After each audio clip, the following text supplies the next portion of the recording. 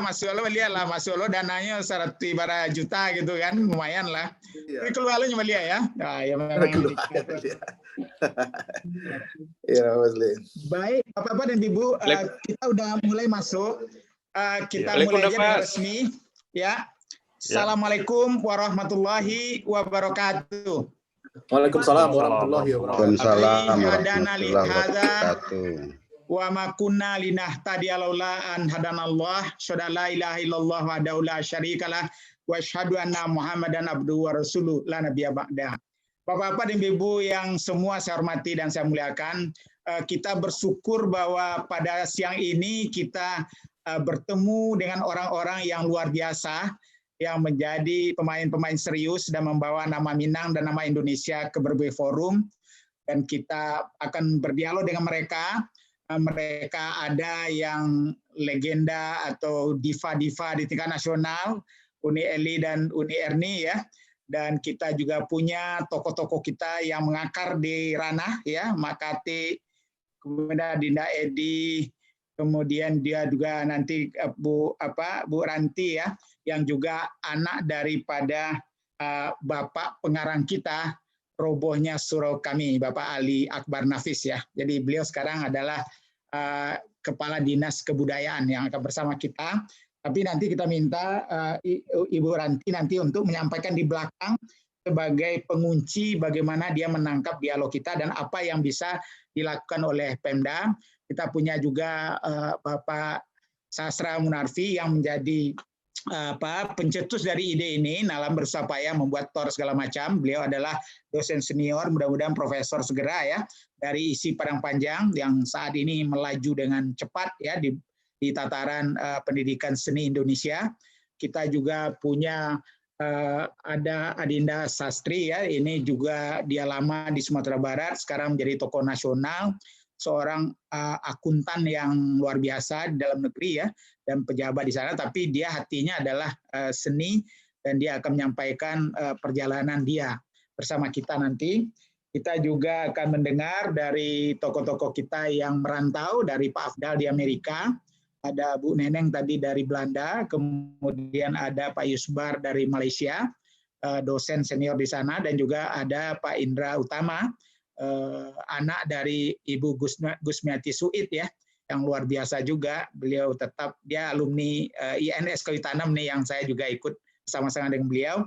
Dia akan nyampaikan juga, dan kita juga punya Pak Marlis Koto ya dari Australia, dan nanti ditutup nanti oleh milenial kita yang memang tidak terlalu milenial lagi, tapi merefleksi generasi keduanya dari menurunkan dari Uni Erni dan Uni Eli Kasim, yaitu yang pertama adalah Sony ya, Dinda Sony ini seorang penggiat seni, anak dari Ibu Sofiani yang mengembangkan Sofiani Dance Group yang lama melalang buana ke berbagai negara ya dengan membawa kesenian Minang. Dan kemudian kita punya juga Pak Sultan Saladin ya, yang seorang artis kita yang sangat dikenal, bagaimana dia sebagai seniman yang bergerak di perfilman nanti menyampaikan pandangan beliau. Ada juga adinda kita Jeffrey Adi Usman, ini adalah salah satu tokoh kita yang sangat gigih berjuang di tim ya. Saya tahu benar bagaimana tim itu banyak diwarnai oleh seniman-seniman Minang, baik yang berbasis di IKJ maupun yang di luar IKJ. Dan kita juga punya kebanggaan kita, Adinda Arif Malinmudo ya. Ini adalah sutradara muda yang filmnya sudah melegenda, yaitu film mengenai Surau dan Sile. Dan kita harapkan ini tetap bisa ditonton tidak saja di Indonesia, tapi kalau bisa di seluruh dunia ya. Karena itu mari kita anjurkan terus. Dan mudah-mudahan nanti di akhir ini kita akan dengar pandangan dari Ibu Ranti, Gemala Ranti sebagai Kepala Dinas Kebudayaan yang memberikan perspektif dari Sumatera Barat.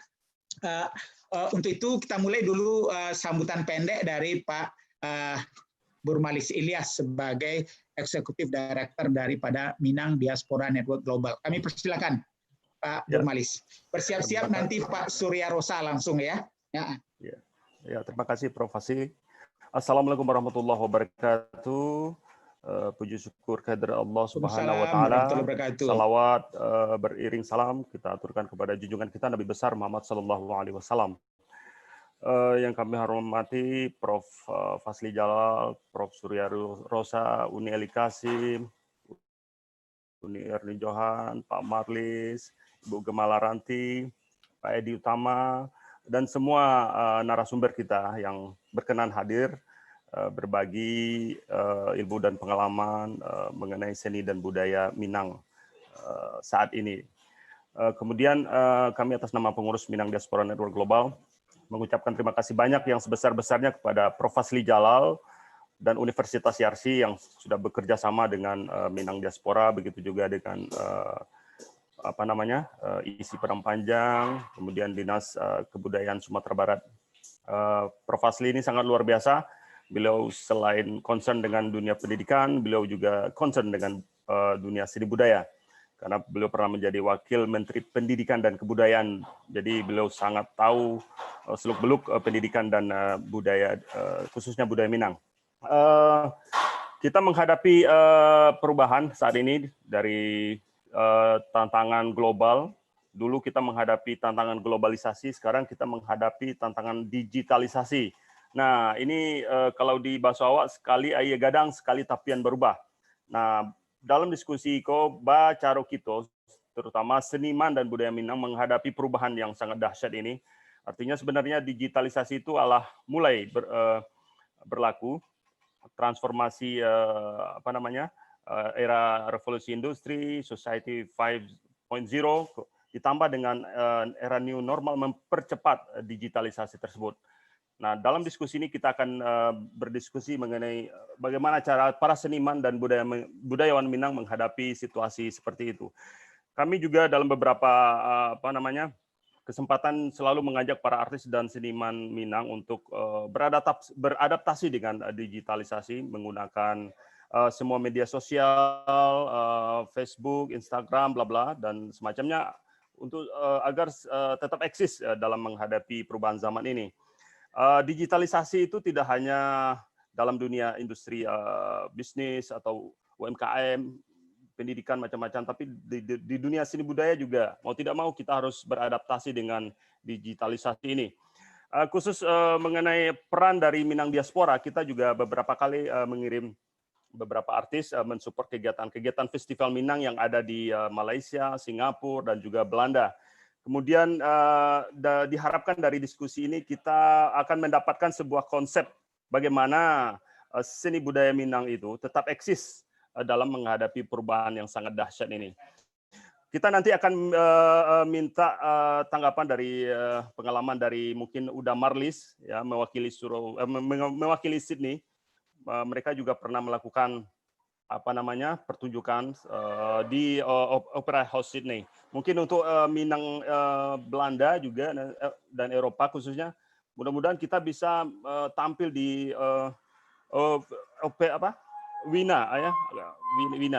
di Opera Wina. Jadi sekali lagi itu harapan kami, Prof, bagaimana seni budaya Minang ini bisa go internasional dan go digital. Terima kasih, Prof. Assalamualaikum warahmatullahi wabarakatuh. Ya. Assalamualaikum warahmatullahi wabarakatuh. Ya, baik Pak Burmalis yang juga sangat setia dan tidak henti-hentinya memfasilitasi Berminang Ria ini sedunia. Kita berikan tepuk tangan yang hangat dalam hati kita masing-masing pada beliau ya. Kita lanjut kepada Profesor Surya Rosa. Beliau ini adalah tokoh kita yang mewakili wajah Indonesia di UNESCO. UNESCO ini adalah organisasi PBB yang khusus mengurus pendidikan, kebudayaan, teknologi, banyak ya yang diurus oleh UNESCO ini. Nah, beliau ini adalah duta besar Indonesia untuk UNESCO. Pada beliau kita persilakan. Silakan Pak Surya Rosa. Terima kasih Prof. Fasli. Assalamualaikum warahmatullahi wabarakatuh. Yang terhormat Profesor Fasli, Pak Burma, kemudian ada beberapa rekan yang saya kenal di sini, Nieli, lalu ada Bu Gemala Ranti sendiri, Pak Eri dari Belanda, Pak Sony, Bu Sony Destiana yang pernah kerjasama dengan kita, dan teman-teman lainnya. Sebetulnya saya agak grogi nih, Prof, Karena saya sebetulnya kan bukan seniman, bukan santai aja budayawan. Prof, santai. Kita yang grogi berhadapan dengan duta besar ini. dan juga bukan penggiat seni. Cuma satu hal mungkin yang menjadi prinsip saya sejak lama itu adalah bahwa budaya dan seni sebetulnya adalah penggerak semua tatanan kehidupan kita. Jadi mungkin kita semua sudah tahu bahwa kita ini sebagai manusia itu cenderung berbuat yang benar, kemudian cenderung berbuat baik, dan satu lagi cenderung kepada menikmati hal-hal yang indah. Nah, mungkin kita semua sudah tahu bahwa tanpa kebudayaan maka nanti logika atau ilmu pengetahuan, moral dan sebagainya itu akan menjadi Halo, bisa dengar? Halo. Jadi tanpa kebudayaan, saya percaya. Oh, maaf. Jadi tanpa kebudayaan, saya percaya Prof bahwa kita ini tidak bisa menjadi manusia yang seutuhnya. Nah, jadi kalau judul dari webinar kita ini adalah tantangan yang akan kita hadapi dalam menghadapi revolusi industri kelima, itu menjadi relevan. Jadi kalau kita semua mengikuti bahwa revolusi industri kelima ini itu sebetulnya menjadi suatu hal yang membuat manusia sebagai center untuk perkembangan society atau masyarakat. Jadi artinya dalam hal ini sains dan teknologi bukan lagi jadi budak kita, tapi sebaliknya. Jadi kita yang menjadi center untuk perkembangan sains teknologi. Jadi artinya kebudayaan itulah bagian dari kehidupan kita sendiri. Itu yang mungkin yang menjadi dasar, paling tidak dasar filosofi saya, Prof, dan teman-teman yang lain. Nah, ini apa yang menjadi filosofi saya ini itu saya terapkan dalam kehidupan sehari-hari. Jadi kita sedikit curhat sedikit tentang pengalaman saya. Jadi sebagai pendidik dulu tahun 2010, saya pernah mengajukan namanya STEMA. Jadi Science, Technology, Engineering, Matematik, dan Art. Jadi kita tidak bisa hanya dengan STEM saja. Gitu. Itu tahun 2010. Tadinya tahun 2011 itu mau mengajukan ke Prof. Fasli itu sebagai bekal nasional, itu sudah telat. Gitu. Dan akhirnya itu diambil alih oleh teman-teman dari UI, kalau nggak salah tanpa art. Gitu. Jadi ya di ITS pada saat itu, kita coba masukkan art ini sebagai bagian dari kurikulum. Supaya manusia atau mahasiswa yang mempelajari sains dan teknologi itu ada rasa humanisnya. Dengan rasa humanis itulah bisa digerakkan mahasiswa ini sebagai ujung tombak untuk membentuk society yang berbudaya dan berkarakter. Nah, itu kan yang dikehendaki oleh kita semua gitu. Nah, itu tahun 2010. Nah, kemudian setelah saya jadi adikbud Pak Fasli dan teman-teman, ini misi saya itu adalah membawa budaya atau ke masyarakat Perancis gitu sebagai alat untuk membina hubungan lebih baik gitu. Nah, misi ini kalau dalam perspektif diplomasi ini kita sebut sebagai soft diplomasi, tetapi menjadi diplomasi yang sangat penting. Karena kalau kita pakai diplomasi ekonomi dan politik, ternyata hubungan bilateral kita itu tidak semaju kalau kita menggunakan diplomasi budaya. Jadi budaya sangat penting, jadi bukan hanya sebagai pembangunan masyarakat kita lokal, tetapi juga pembangunan masyarakat internasional. Gitu. Nah, dalam kerangka ini, saya pernah mengundang Nelly ke Paris, gitu ya, mengundang juga tim ISI waktu itu, ISI Padang Panjang ke Paris, dan gongnya itu adalah mengundang tim dari Sofiani dan Minangkabau Cultural Heritage di bawah koordinasi dari Bu Sony. Nah, berikutnya sebagai Dubes di UNESCO, nah ini perannya lebih terasa lagi, Prof.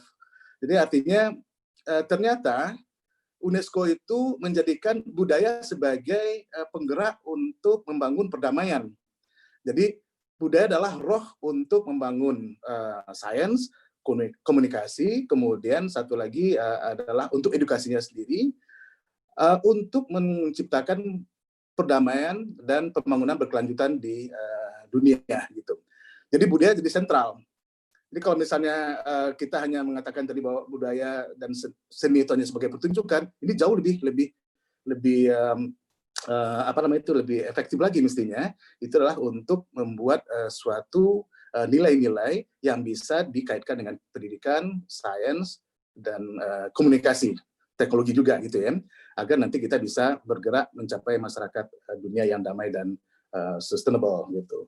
Nah, dalam kerangka ini misi kami di UNESCO, Prof dan teman-teman yang lain adalah bagaimana kita mengangkat nilai-nilai budaya Indonesia ini ke dunia internasional. Karena keragaman budaya adalah suatu anugerah untuk dunia mestinya.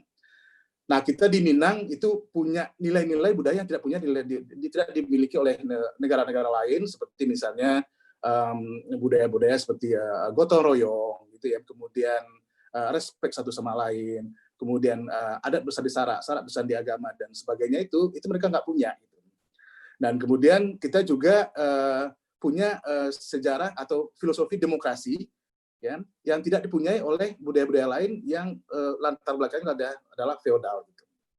Nah, hal ini kami coba angkat di UNESCO dengan cara menampilkan kesenian Minang itu tahun 2019 kita bawa tim dari Saulunto, kita bawa tim dari Bukit Tinggi juga ke UNESCO dan mereka tampil dan alhamdulillah mendapat aplaus dan sambutan yang baik dari penonton, para duta besar di UNESCO, dan mungkin karena itulah pencak silat dan akhirnya lolos gitu.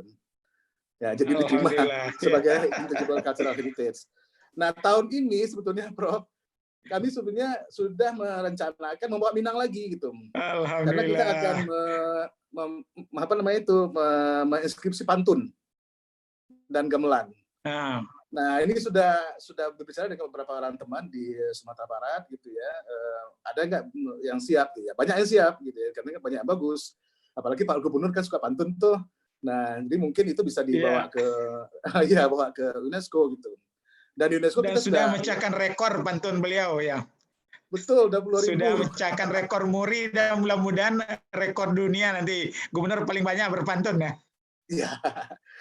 Dan itu di UNESCO menjadi suatu yang jadi suatu yang unik gitu ya, bagaimana kita cara menyampaikan pendapat, cara menyampaikan pandangan dengan tidak menyentuh langsung topik ini tidak direct gitu, jadi tidak to the point.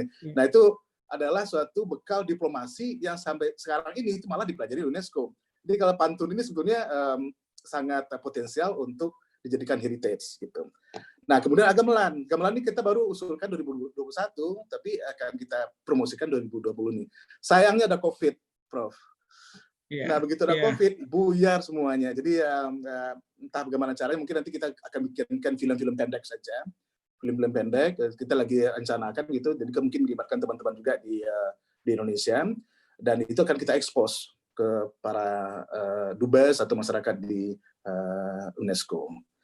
Nah, kemudian yang terakhir, Prof, ini UNESCO sendiri sebetulnya ini terkait dengan seniman sebetulnya itu kan sebetulnya sudah punya beberapa konvensi dan rekomendasi gitu ya, yang sebetulnya harus diadopsi oleh pemerintah Indonesia. Yang pertama itu tentunya status artis. Mungkin Prof sudah pernah dengar itu bahwa status artis ini harus jelas gitu ya. Jadi jangan sampai dia keleleran lah istilah Jawanya gitu ya. Dan, karena mereka sebetulnya ujung tombak untuk pembangunan manusia, karakter manusia gitu. Seutuhnya.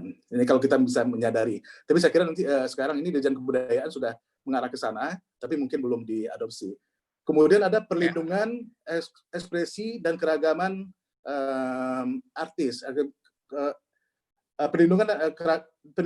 perlindungan untuk keragaman ekspresi budaya, termasuk untuk seniman. Kita mengadopsi meratifikasi Konvensi 2005. Nah, ini saya kira juga sebagai acuan acuan peraturan perundangan atau acuan rekomendasi yang bisa kita buatkan untuk pengembangan peraturan perundang kebudayaan di Indonesia. Saya kira ini sudah Pak Hilmar ini sudah melangkah ke arah sini, tapi mungkin belum disosialisasikan. Nah, yang tidak kalah pentingnya ekonomi kreatif, Prof. Nah, ini kita sudah buat resolusi di Indonesia nih di PBB bahwa ekonomi kreatif kita itu ditunjang oleh kebudayaan kita. tentunya termasuk kebudayaan Minang gitu. Iya. Nah, itu kita inisiatornya, kalau kita tidak kembangkan, waduh, sayang sekali gitu. Nah, saya di sini di UNESCO kita siap. Kemarin saya udah pidato tuh di UNESCO tentang itu, dan mau bawa nama Minang juga gitu.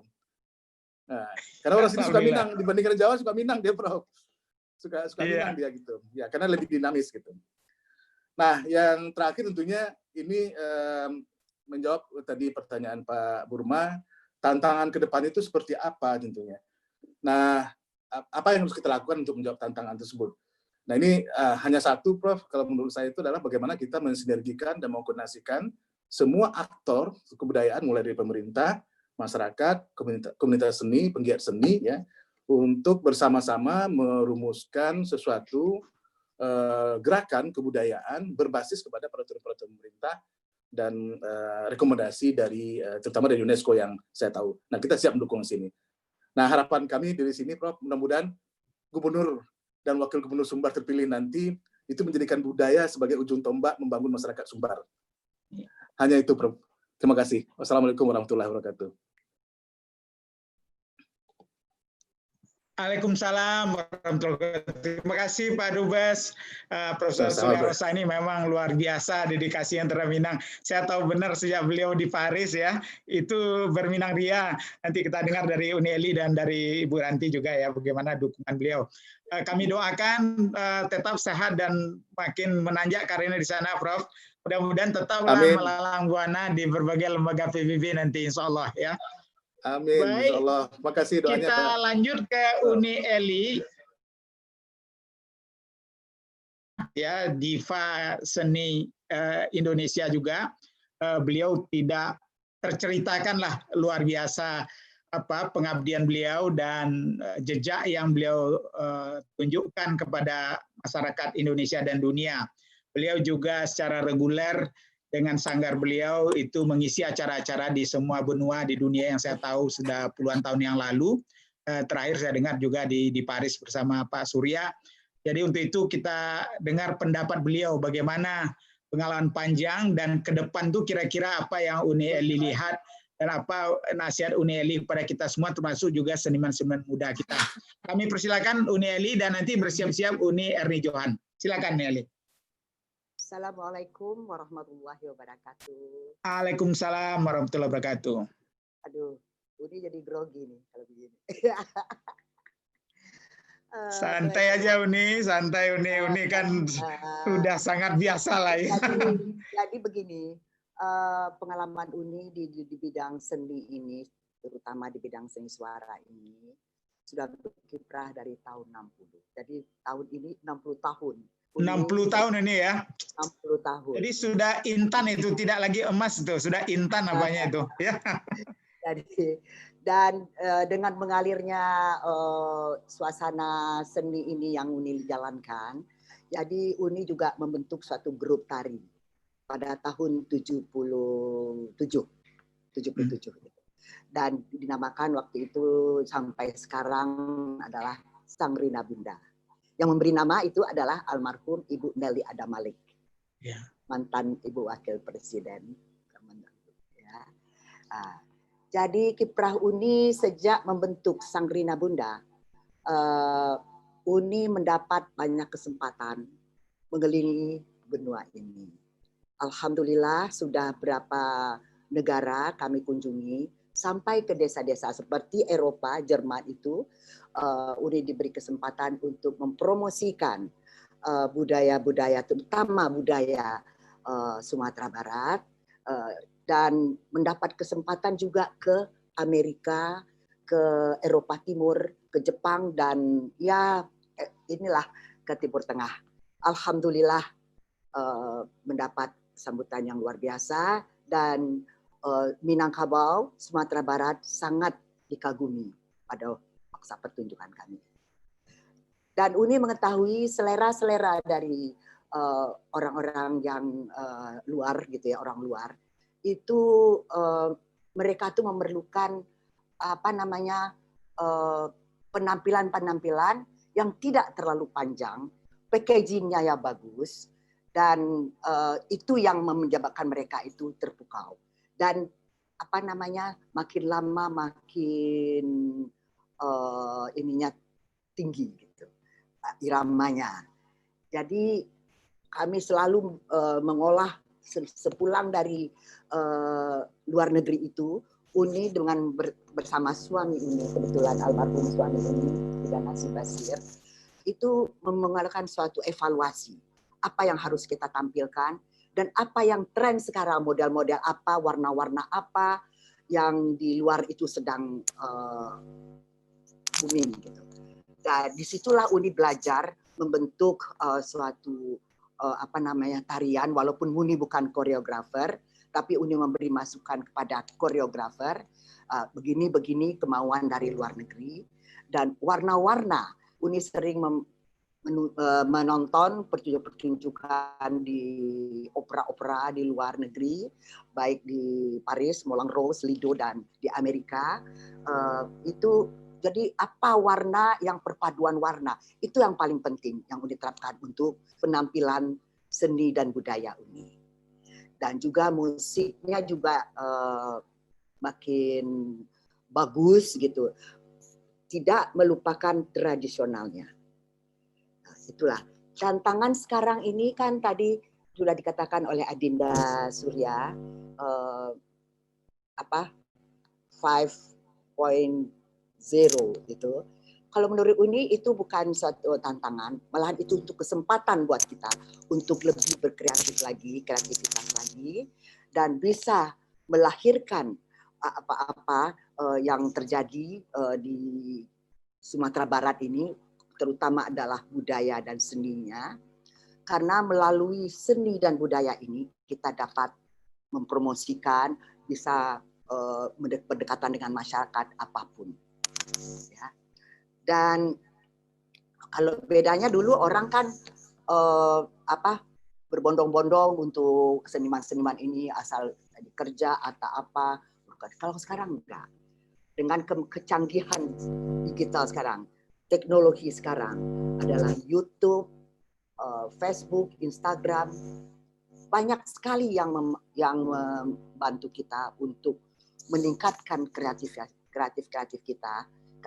kita untuk berbuat sesuatu untuk seni dan budaya di Minang. Dan yang paling penting kepada anak muda, Uni sangat kagum, banyak sekali itu anak-anak muda yang melahirkan penyanyi-penyanyi yang muda-muda ini.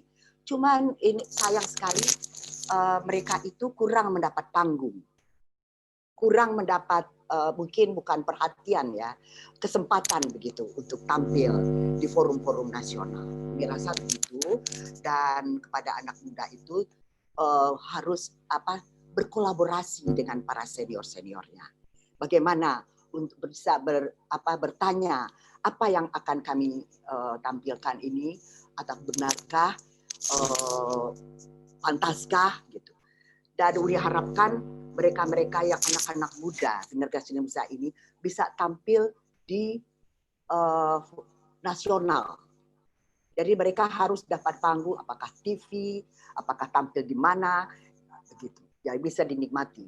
Dan Uni sangat berterima kasih terutama kepada Adinda Surya sudah beberapa kali mengundang grup-grup sanggar-sanggar dari Sumatera Barat, termasuk Uni juga pernah diundang untuk ke Paris, dan itu sangat membantu sekali dalam promosi kebudayaan kita. Jadi supaya Uni ketahui sekarang, Adinda ketahui sekarang, kebetulan pada tahun ini Sumatera Barat mendapat kesempatan untuk menampilkan MTQ Nasional ke-28. Dan Alhamdulillah dan Insya Allah Uni sudah dapat surat penunjukan dari Provinsi Sumatera Barat. Ranti juga mungkin sudah mengetahui itu. Dan ini adalah karya terakhir dari almarhum suami Uni, Bidana Basir, dengan judul Syahadat Mengangkat Harkat. Dan itu Uni adalah membawa seniman-seniman muda berkolaborasi.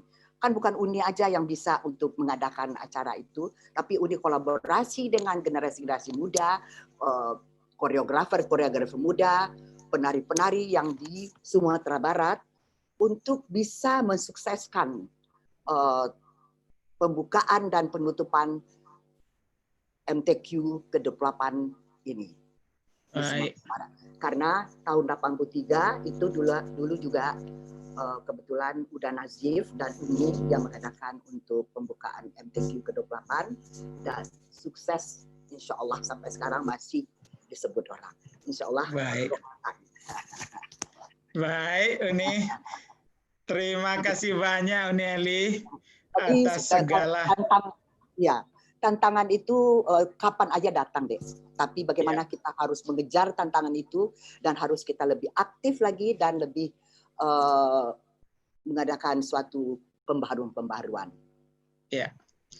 Baik, terima kasih. Alhamdulillah, ini bayangkan ini dari legenda kita, diva Indonesia, tetap melihat optimis masa depan itu. Jadi yang muda-muda nanti tolong ya sampaikan juga. Sedangkan Uni Eli aja sudah 60 tahun berkarya. Dan sebelum kita ke Uni Erni, saya minta semua hadirin untuk berdoa, membacakan Ummul Al-Fatihah. Kita doakan kakak kita, senior kita, guru kita, Kakanda Nazif Basir yang seorang pengarang, seorang koreografer, seorang manajer pertunjukan yang luar biasa yang selama ini telah mengharumkan nama Indonesia di luar negeri, dan tentu di balik seorang istri yang sukses tentu ada suami yang selalu mendukung. Mari kita doakan kepada Allah Subhanahu wa taala supaya arwah daripada kakanda kita Nazif Basir diberikan tempat yang selayak di sisi Allah Subhanahu wa taala. Mari kita mulai membacakan Ummul Al-Fatihah.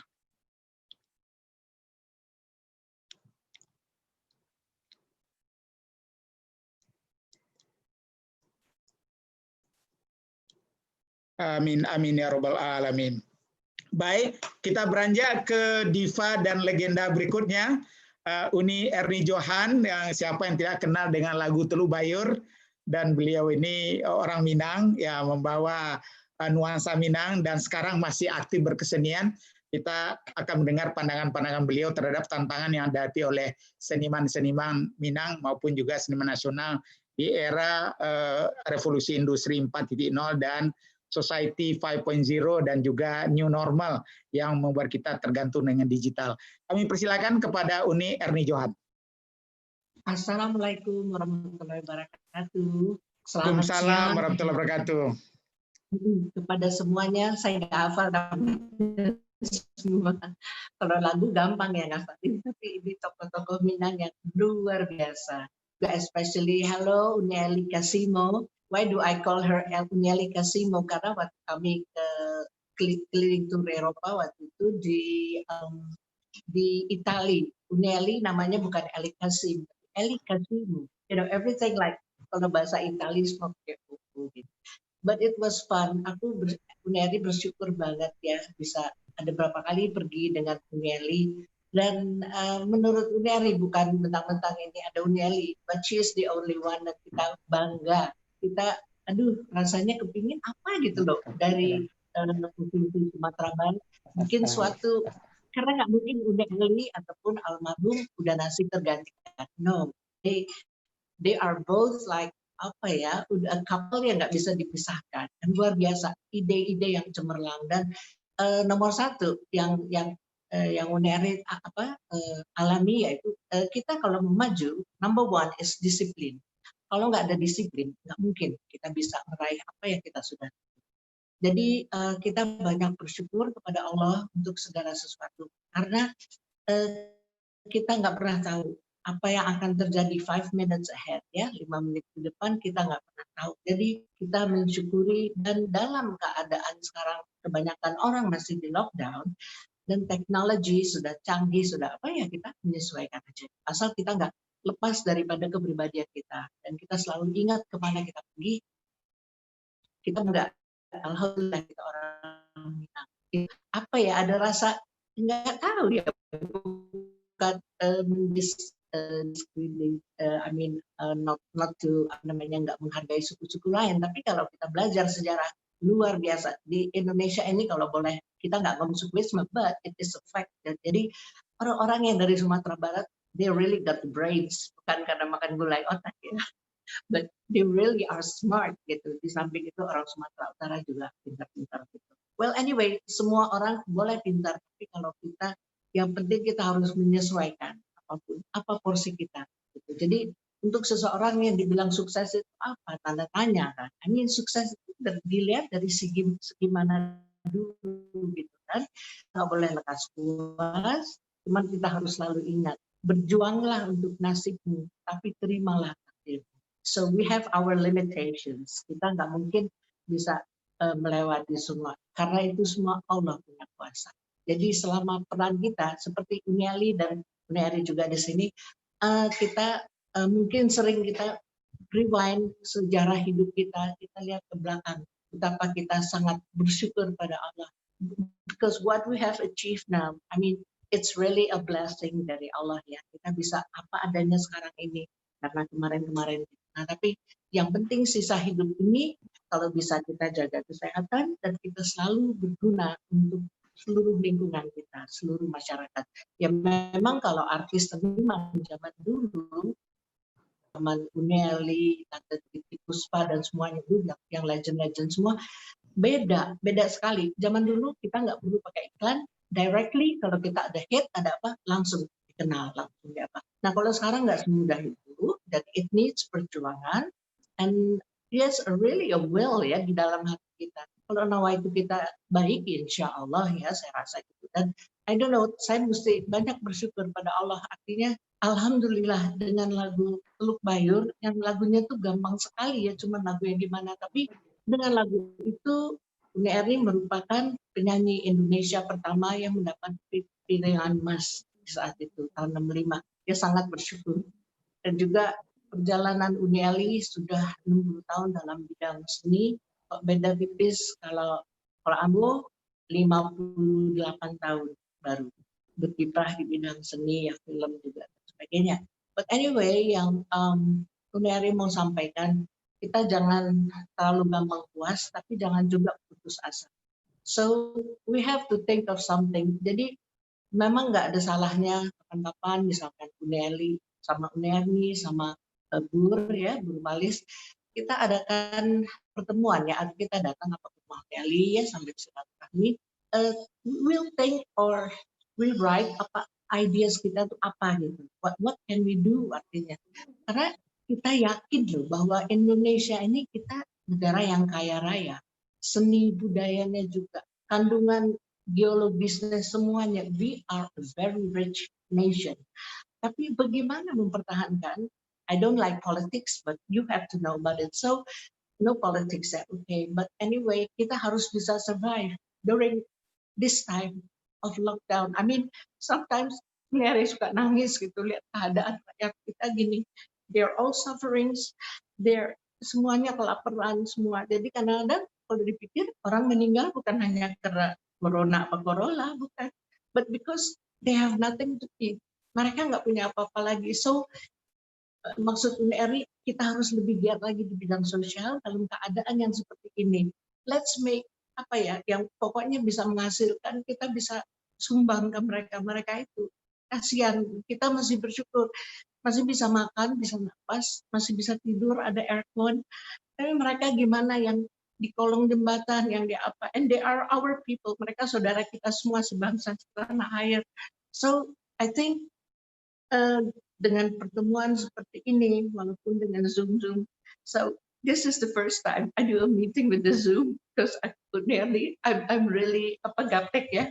So I ask my daughter sometimes ya tolong gitu, because aku nggak mau pusingin diriku, enggak. I have to stay healthy, so in a healthy mind, my healthy body, and vice versa. So itu aja yang Undari bisa bilang. Itu marilah kita adakan bagaimana itu pertemuan-pertemuan yang sama Unieli, sama Bur gitu. Jadi supaya apa plan kita, jangka pendek, jangka panjang. Yang penting kita kasih lihat dunia. This is Indonesia, but this is also Minangkabau. We are part of Indonesia, and we did or doing, we are still doing big ini ya, sumbangan dalam segala bentuk.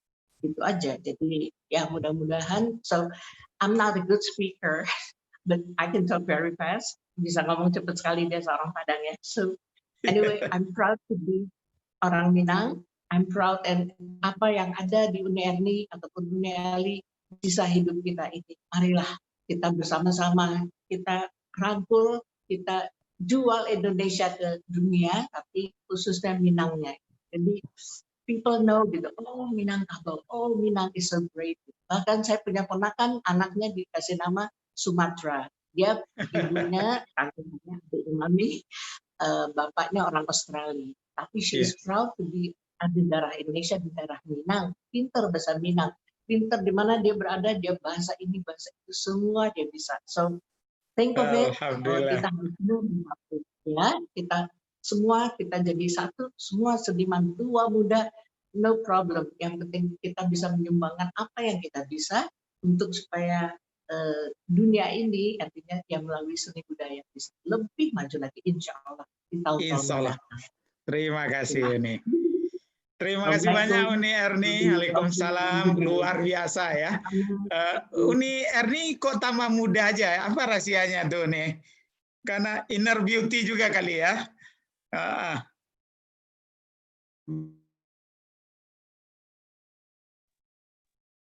Dia ini sekali apa? Kita gitu. Baik. Baik, kita lanjut ke Mak Kati. Mak Kati ini adalah seorang tokoh seniman budayawan juga. Di bawah dia mengakar ke nagari-nagari. Saya lihat jadwalnya berkeliling nagari. Keluar di nasional dia sangat dikenal. Di internasional pernah malah menjadi dosen di Universitas Hawaii ya, Hawaii University.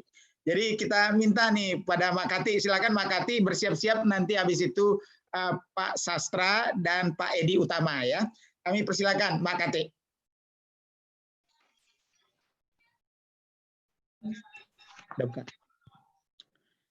Silakan Mak Kati.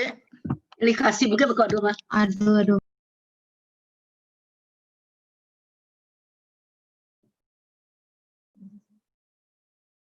Mak Kati bisa, ya silakan Mak Kati, udah kedengaran. Alah, terima kasih Pak Fasli Jalal. Terima kasih kembali Pak. Ya. Biasa kalau bersobok berdua panggil udah. Iya. Amak bicara tentang apa gini?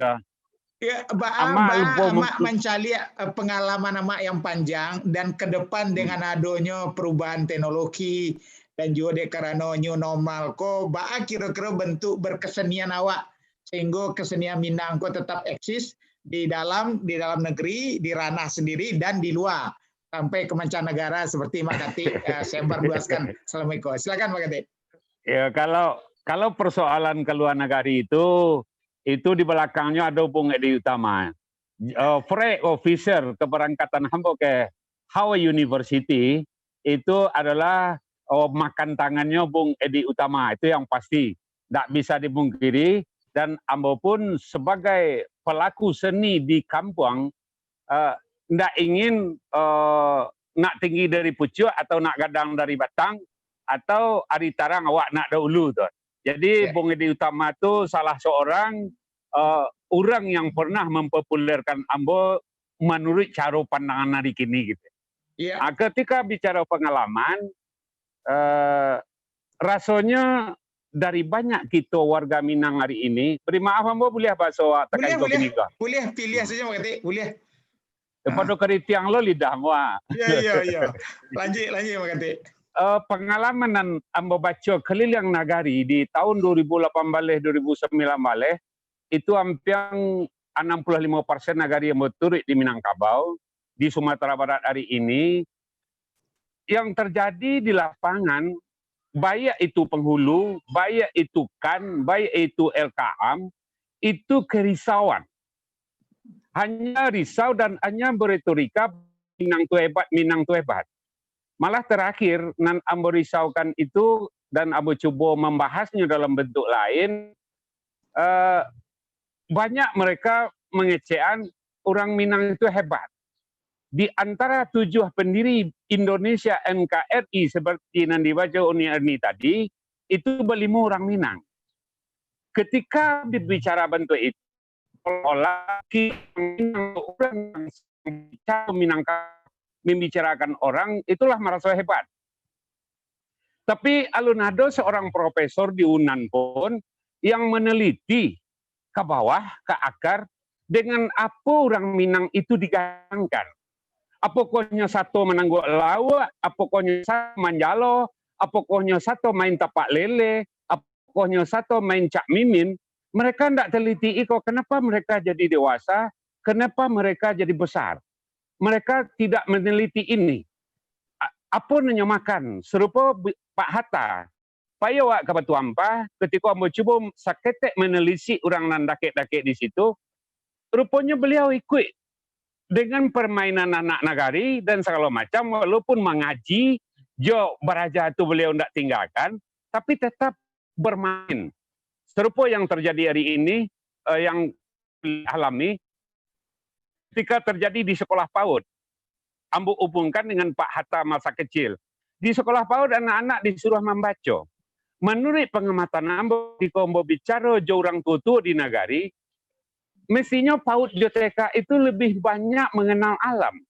Yang kinilah muncul sekolah-sekolah alam Minangkabau. Salah satu contoh, ketika mereka diajar berhitung, Mas Anyo TK, nyelun masuknya lah. Ketika mereka dibawa main ke taman, iko daun sidukang anak. Disuruh menggambar sidukang anak. Iko daun jaguang, kok pohon jaguang. Disuruh menggambar bak pandainya pohon jaguang. Mereka lebih menguasai pohon lam itu sendiri. Akhirnya akan tumbuh sebuah pertanyaan, ketika daun sidukang anak, ketika tabu, ketika lemau kapeh tumbuh di sudut nan samo Jabatan Lanse, itu terjadi ampe macam hasil dari kehidupan ditampek tumbuh nan samo. Kira-kira bayangan dari Uni Erni tadi arahnya ambo tangkok secara tradisional dalam nilai budaya bentuk itu. Apa tuh di daun sidukang anak pahit saja dapat dinya, di tabunan manis saja dapat, di asam saja dapat di limau kapeh, di lansek dapat 3. Anan 3 di lansek dibuka manis, dibuka kulitnya isinya nampak, gatah nampak kalau lansek baru diambil. Dimakan manis bersobok, digigit seketek taruh sinceknya pahit. Diangkat gigi awak balik itu manis bersobok. Tidak akan pernah bercampur pahit jo manis. Bagaimana awak menularkan itu kepada para pelaku seni dengan penggiat seni, dengan pekerja seni. Jangan sampai dipacampuran pahit jo manis gitu. Walaupun hasil sebuah produk dari kebersamaan itu adalah nan awak cito manis bersama gitu. Tapi ada kalanya kami di Sumatera Barat, oh si Anu tu dan pandai lo bentuk itu. Kok inyo nanti pilih, oh si Anu dan pandai lo bentuk itu. Jadi seolah-olah bagabunglah antara pahit jo manis, tidak ada pembatasan. Sementara alam takambang jadi guru sebagai ilmu yang ambo pahami selama itu, mengajarkan kepada awak antara pahit jo manis jangan dicampur-campur. Ilustrasi yang lain hari ini nan banyak. Beri maaf Pak Fasli, jo kawan-kawan yang ikut meliput hari ini. Banyak orang Minang gini sama ibaratnya ambo mencaliak sawah di tengah sawah. Karena ambo pelaku dan ambo diam di ranah Minang. Ambo mencaliak sawah, rancaknya luluak sawah, rancaknya air sawah, dek karena ambo tagak di tengah sawah. Sementara ada teman-teman yang agak kritisi, tidak pernah nyo tagak ke sawah. Nyo mencaliak Minangkabau dari lereng gunung. Mencaliak padi atau dari buki, oi santiangna Minangkabau, oi santiangna padi ko. Jadi kebersamaan yang dituntut oleh Uni Erni tadi, iko yang meminta kok dapat silau juo kami ke bawah kuah, jangan hanya pintar ngomong di rantau saja gitu. Baa kondisi kami hari ini, alun ado sebuah juklak dan juknis dari gubernur saja dari Arzul Zain sampai kini boleh tanya Bung Edi Utama tentang pembinaan kebudayaan di negari. Alunado juklak juknis lek. Litbang tidak jalan. Litbang tidak jalan. Segala macam untuk persoalan adat dan budaya dari gubernur pun tidak jalan. Hanya sekadar berpantun. Hanya sekadar berretorika. Ba'a Minang Tuelo, ba'a menciptakan manusia ke depan, SDM harus diciptakan. Kenapa? Tanah nan ada di Minangkabau Sulawesi tujuannya SDA-nya malah tambah ketek dek kanulah dipakai ke perumahan. Mestinya SDA lebih penting. SDA yang lebih penting itu jangan anyo pandai baretong 2 kali 2 sampai 2 tambah 2 sampai 1,5 kali 3 sampai setengah, 1,5 tambah 2 sampai setengah, jangan pandai itu. Pandai membuat sebuah teori bagaimana peminaan ke bawah dengan juga juknis nanjale Minangkabau hari ini, bahwa anak kemanakan kita nan ado beri maaf Mbak Basli tidak mengarati pertarungan percaturan ada bahasan di sarak bahasan di kita pula walau kabek dapat dibuka nahun boleh ya tidak mengarati meredo barangkali kau perlu kerja sama bersama ambo akan mendukung ke arah itu secara tradisi nan ambo pahami apapun kegiatan gerakan nan hado di rantau caliak-caliak juo kami jangan hanya mencaliak Minangkabau dari atas gunung kami dari Jawa dari sawah silaulah ayo mulai melulu atau indah gitu. Terima kasih. Dek tak anggota kasa, dek mamang anggota rabo, bukan dek ayah tak baca menjolai ketek kok tak bau, api padam puntung lahannya cahaya hilang kalam negari. Kok salah rundiang dek menyebut jawab salam Abu Sudahi. Assalamualaikum. Terima kasih lah sampai makati ya. Terima kasih. Waalaikumsalam. Ikolah tokoh awak nama bumi kaluanya sampai ke Hawaii, ke Amerika. Tapi banyak bermain ke nagari dan Asia beliau caliak-caliak juga lah kami nan di sawah ko nan dakek bana jo kenyataan di masyarakat Minangkabau. Terima kasih banyak Makati. Langsung Pak Sastra. Pak Sastra adalah dosen senior di Institut Seni Indonesia Perang-Panjang. Beliau koreografer banyak membuat koreografi daripada berbagai namanya randai dengan cerita baru, ya orkestranya dan juga semacam kalau lihat dramanya lah ya, dan dalam bahasa asingnya tentu Iko lebih merujuk kepada apa yang disajikan di banyak forum-forum budaya dunia. Kami persilakan Pak Sastra. Siap-siap Pak Edi Utama Abisko ya. Assalamualaikum Prof. Fasli. Waalaikumsalam warahmatullahi wabarakatuh. Ibu Erni Johan, sanak sadanyo yang ada di ranah dan di rantau. Jadi Pak Fasli istilahnya komposer, bukan koreografer. Kalau koreografer tuh Jeffrey Diusman begitu yang akan berbicara. Itu Pak Indra Utama. Nah, memang akhir-akhir kombo berkarya mengembangkan sebuah pelala randai dalam bentuk musik yang kompleks. Mungkin orang tahu sedanya sebuah opera gitu. Opera ya. Dan itu berakar dari cerita legenda gitu yang sangat terkenal itu Melin Kundang gitu. Dan itu pun adalah sebuah penelitian gitu. Penelitian yang difasilitasi oleh Kemenristek Dikti selama 2 tahun. Alhamdulillah 2 kali uji coba di Malaysia gitu. Tapi yang untuk pertemuan kini kok Pak Fasli dan Lusana Sadonyo, ambo tidak membahas tentang karya itu gitu. Ambo ingin ide ambo awal untuk mengemukakan persoalan yang saat itu terjadi di saat mulainya pandemi corona, yaitu ambo ambil sebuah judul bagaimana musik Minang ya, memang musik Minang kalau bangkit juga selama itu. Bagaimana musik Minang bangkit saat masa corona dan kini telah melalui new normal. Dan ide itu bagaimana musik Minang mendunia gitu. Jadi dengan pandemik yang kita harus di rumah, tidak bisa kemana-mana, kita tetap berkreativitas seperti yang dikatakan Uni Eli dan Uni Erni Johan tadi gitu. Dan juga yang dikatakan oleh Makati gitu.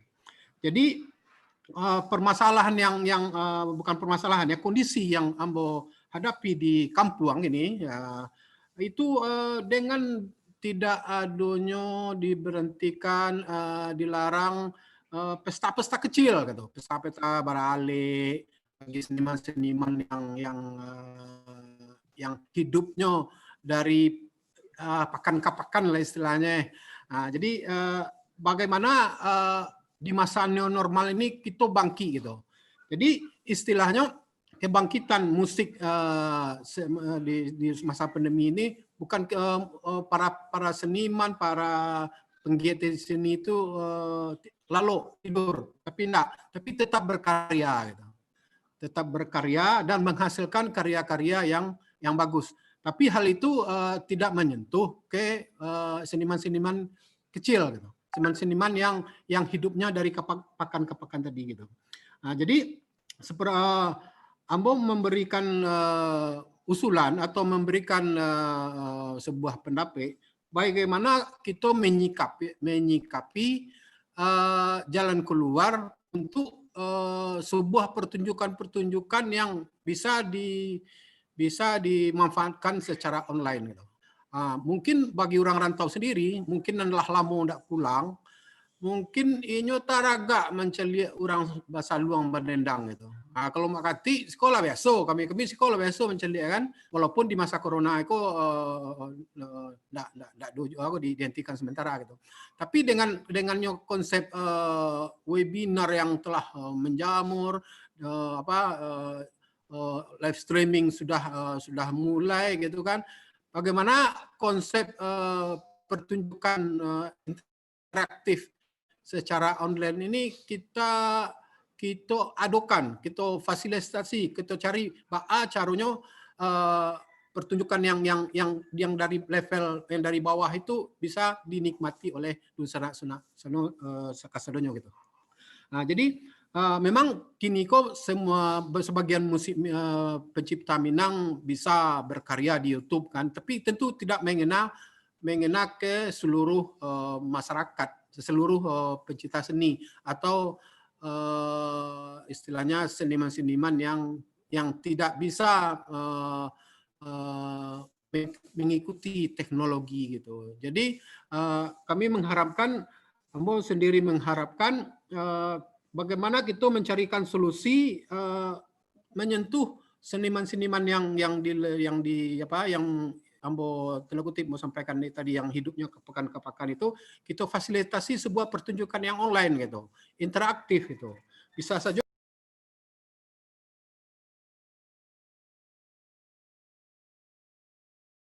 di unmute Pak Sastra itu apanya karena mute. Ya. Nah. Ya. Tersentuh. Tersentuh tadi ya. Jadi istilahnya Pak Fasli dan sanak sadonyo, Ambo ingin menggarisbawah ini bagaimana mencarikan solusi untuk masyarakat, untuk seniman Minang yang penghasilannya hanya untuk pakan ke pakan saja gitu.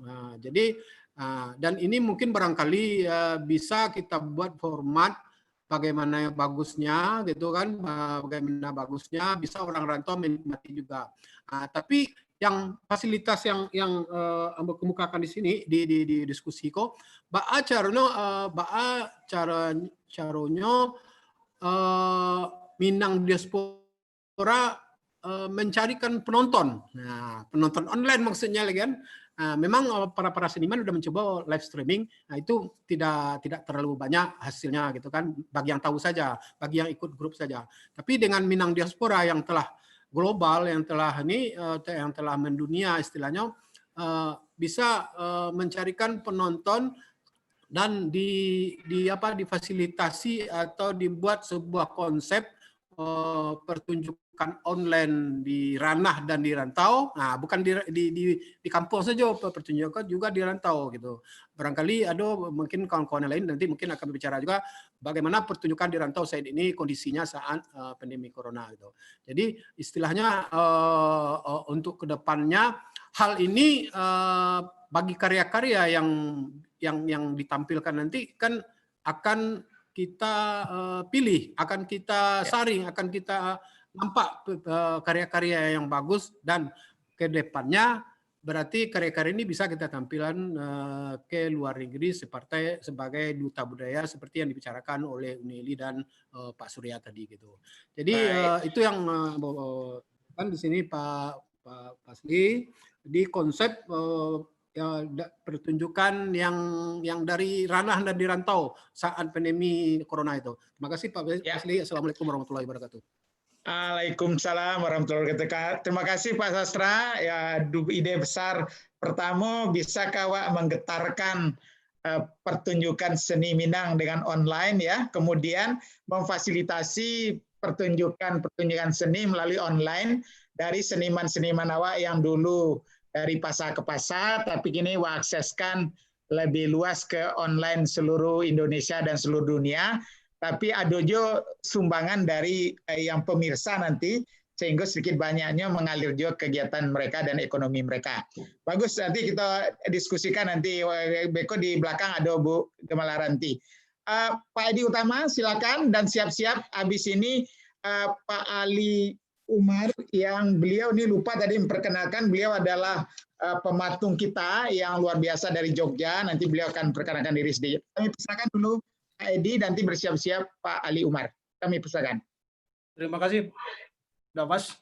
Assalamualaikum warahmatullahi wabarakatuh. Waalaikumsalam. Makati, terima kasih juga Makati ini yang lah Makati kok sebetulnya guru spiritual gitu mau Nafas. Guru spiritual ketika ada hal-hal yang agak kabu-kabu tentang Minangkabau, kok ada yang tersuruh, yang tersirik itu biasanya diskusi di Makati kok. Pokoknya ilmunya banyak tuh. Iya. Dan sebetulnya kita tertarik betul ya, mungkin bisa tertarik dengan apa yang disampaikan Pak Surya Rosa tadi sebenarnya tentang diplomasi kebudayaan itu. Dan kebetulan mungkin coret-coret Ambo untuk apa yang disampaikan hari ini berhubungan juga dengan persoalan diplomasi kebudayaan Minangkabau itu. Ambo ingin mulai dari sesuatu yang mungkin dianggap solusi, bukan dari problem ya. Ambo menganggap bahwa diplomasi kebudayaan Minangkabau itu adalah kata kuncinya kini ya. Karena juga kebudayaan ketika Pak Surya itu merupakan sebuah ujung tombak dari diplomasi itu. Tapi mungkin dalam bentuk yang agak sedikit yang disebut dengan diplomasi budaya Minangkabau yang tajwa tabali, gitu. Jadi Ambo ingin mengatakan bahwa sebetulnya sudah ada beberapa gerakan budaya seni dari orang-orang anak-anak Minangkabau, dari orang Minangkabau yang tumbuh dan berkembang karena permintaan pasar. Mungkin kalau di luar dari jangkauan pemerintah, mungkin juga jangkauan dari banyak orang-orang Minang, tapi dia tumbuh dan berkembang. Salah satu contoh yang paling menarik itu menurut saya adalah apa yang dilakukan oleh teman-teman perupa, seni rupa dari Minangkabau. Ada 6 orang ya, anak muda yang tahun 93 berkumpul. Itu salah seorang aktor yang tadi saya lihat di sini ada Rudi Matovani yang sudah jadi milioner gitu karena lukis seni rupanya. Itu berkumpul dan kemudian membuktikan diri mereka di Jogja itu sebagai sebuah kelompok seni rupa kontemporer yang disegani secara Indonesia, yang diakui eksistensinya secara nasional maupun secara dunia. Mereka bekerja dengan sangat serius ya, dengan sesuatu yang sungguh-sungguh, sehingga mereka dianggap berapapun kontemporernya ya, dari lukisan mereka, ternyata banyak pengamat yang mengatakan bahwa mereka tidak, ide-ide mereka itu, gagasan-gagasan kesenian mereka itu tetap berhubungan, ada benang merahnya dengan Minangkabau itu. Tapi sayangnya mungkin kelompok ini juga tidak begitu dikenal oleh banyak orang Minangkabau, tapi lebih banyak dikenal oleh orang-orang yang mungkin lingkungan yang lebih besar yang masuk dunia ya, karena beberapa lukisan mereka itu sekiranya sudah masuk ke pasar lelang Christie kayak di Singapura dan Art Fair di macam-macam kota di dunia ini. Itu satu contoh yang saya anggap sebuah bentuk diplomasi budaya Minangkabau yang tajwa tabali itu. Jadi mereka menjual dan sudah ada yang membeli. Mereka tumbuh berdasarkan itu. Sebuah inisiatif yang sangat independen sekali. Yang kedua, saya kira tahun 99 saya diundang oleh 2 orang tua yang mungkin Indra Utama tahu orangnya, yaitu John dan Anne Summerfield. Dia mengumpulkan selama 10 tahun koleksi tenun, tekstil Minangkabau, masuk juga songket. Kemudian membuat pameran besar di UCLA, di Fowler Museum, tentang pakaian adat Minangkabau yang luar biasa sekali, dan orang kemudian melihatnya dengan sangat kagum tentang bagaimana hasil karya budaya dari anak-anak Minang, dari orang Minang. Dan ini juga dilanjutkan dengan sebuah eksperimen yang luar biasa dari seorang suami istri juga dari Swiss, dari Bernhard Barth dan Tika istrinya, yang mencoba melakukan duplikasi, merevitalisasi songket-songket tua Minangkabau sebelum tahun 42. Antara lain dari songket-songket tua Koto Gadang, Titalah, dan Sungayang, dan hasilnya luar biasa. Dan saya tahun 2005 dengan dukungan Pak Fasli sudah memamerkan karya-karya mereka ini, hasil-hasil duplikasi ini di Galeri Cemara di Jakarta, ternyata dapat sambutan yang luar biasa. Kualitasnya luar biasa saya kira, dan harganya itu jauh di atas rata-rata songket terbaik yang dihasilkan oleh orang Minangkabau sekarang. Kan ada bermacam-macam motif, ya. Kualitas benang yang dengan teknik yang baru yang dia impor dari Kamboja, itu menghasilkan sebuah produk budaya yang menurut saya justru Tajuwata Bali. Banyak permintaan pasar yang kemudian memberikan ruang pada produk mereka. Sayang sekali sebetulnya tidak ada respon yang cukup positif terhadap bagaimana, karena dia berkeinginan juga untuk melakukan sebuah sosialisasi untuk melatih para penenun songket kita untuk bisa memproduksi itu karena kerumitan. Saya dengan Pak Amran Nur sebetulnya Kota Sawalunto pernah mencoba urus izin dia untuk bisa menjadi semacam tim ahli di Kota Sawalunto, tapi terbentur dengan masalah birokrasi dan sistem hukum Indonesia. Yang ketiga saya kira juga tahun 89 misalnya, ketika sebuah rombongan kecil dari Minangkabau itu berangkat ke Kalkota, yang di atas nama Sanggar Gumarang Sakti, dan Bu Gusmiati Suit diundang ke sana untuk sebuah festival internasional yang temanya itu tentang silat dan tari. Ya. Dan saya kira setelah itu Bu Yat menembus semua pintu-pintu yang terpenting ya, dari kegiatan seni pertunjukan yang berbasiskan pasar tadi. Artinya dia memang diundang dan dibiayai dan diberi uang yang cukup termasuk juga dengan sebuah perjalanan panjang di Amerika tentang kebudayaan Indonesia di Amerika, KIAS tahun 91, dan mendapatkan penghargaan BCS Award yang bergengsi sekali, dan saya kira kabarnya itulah penghargaan pertama yang diterima oleh orang Asia dari sebuah komunitas seni pertunjukan yang ada di Amerika itu. Nah, dalam bentuk yang lebih kecil ya, saya juga karena saya di sini diundang sebagai Talagobuni, saya kira juga bentuk yang lebih kecil ini juga Talagobuni juga tumbuh sebetulnya dari permintaan pasar itu. Sekurang-kurangnya ada dua tempat yang membanggakan sekali. Kita pernah main dengan kurasi yang sangat ketat. Pertama di Berlin Philharmonic tahun 2015, dan terakhir 2 tahun yang lalu kita main di Philharmonic, sebuah gedung konser yang luar biasa fenomenalnya ya, yang luar biasa bagusnya, dan itu gedung baru yang baru dibuat dari 2017 gitu. Nah, banyak lagi yang sebetulnya modal budaya Minangkabau yang sudah tumbuh dan berkembang atas permintaan pasar seperti itu yang Tajuwata Bali. Saya dalam minggu ini di Bukit Tinggi dan jalan di pasar, itu ternyata kuliner, bumbu-bumbu semua masakan yang biasa kita banggakan dari Bukit Tinggi itu sudah dijual sekarang. Nah, kalau mau bikin asam padeh daging, tinggal pesan 1 kilo berapa, dia akan apa sendiri ya, ibu amai-amai itu, dan atau bikin gulai hijau itu sudah ada bumbunya, kita tinggal apa itu. Dan ini juga sebuah peluang diplomasi rempah-rempah Minangkabau yang sekarang sedang digalakkan oleh pemerintah gitu. Nah, dalam konteks itu sebetulnya saya senerupa, misalnya tadi yang saya ulang lagi, saya juga dengan Pak Fasli ini ya, pernah juga babak belur sebetulnya membuat sebuah pameran besar Minangkabau tahun 2004 ya, Dapas ya. Kita bikin di Galeri Nasional ada 104 perupa yang berasal Minangkabau yang ikut mewarnai ya, seni rupa Indonesia ini. Saya kira nanti ada Bu Rudi Matopani, kalau masih ada saya bisa bercerita bagaimana peran posisi perupa Minangkabau secara nasional maupun secara internasional sekarang, yang mungkin kita tidak menjadikannya sebagai sebuah sebuah kebanggaan bersama, karena mungkin berbeda sekali dengan apa yang ada di dalam perasaan dan pikiran kita. Mungkin juga apa yang capaian dari Gusmiati Suit misalnya, yang kemudian anaknya Boy Sati melanjutkan, itu pernah menjadi koreografer, direktur koreografer pembukaan acara Asian Games di Bangkok, kemudian membuka karyanya yang kemudian menjadi karya pertunjukan pembuka Esplanade di Singapura. Saya dengar dia dibayar 3 miliar sudah pas untuk pembukaan itu. Luar biasa sekali dari aspek itu. Nah, dalam konteks itu, saya kira kita perlu mungkin ke depan bicara tentang bagaimana kita merumuskan sebuah diplomasi kebudayaan Minangkabau yang berbasiskan kepada peluang-peluang pasar yang memang sudah ada itu. Gitu. Saya percaya bahwa Minangkabau punya nilai-nilai, punya sesuatu yang penting yang bisa dipertaruhkan secara internasional maupun secara nasional. Saya termasuk orang yang paling optimis sebetulnya bahwa di Minangkabau ada sesuatu yang perlu, yang ada, yang bisa menjadi memodali kita untuk bertarung secara nasional itu.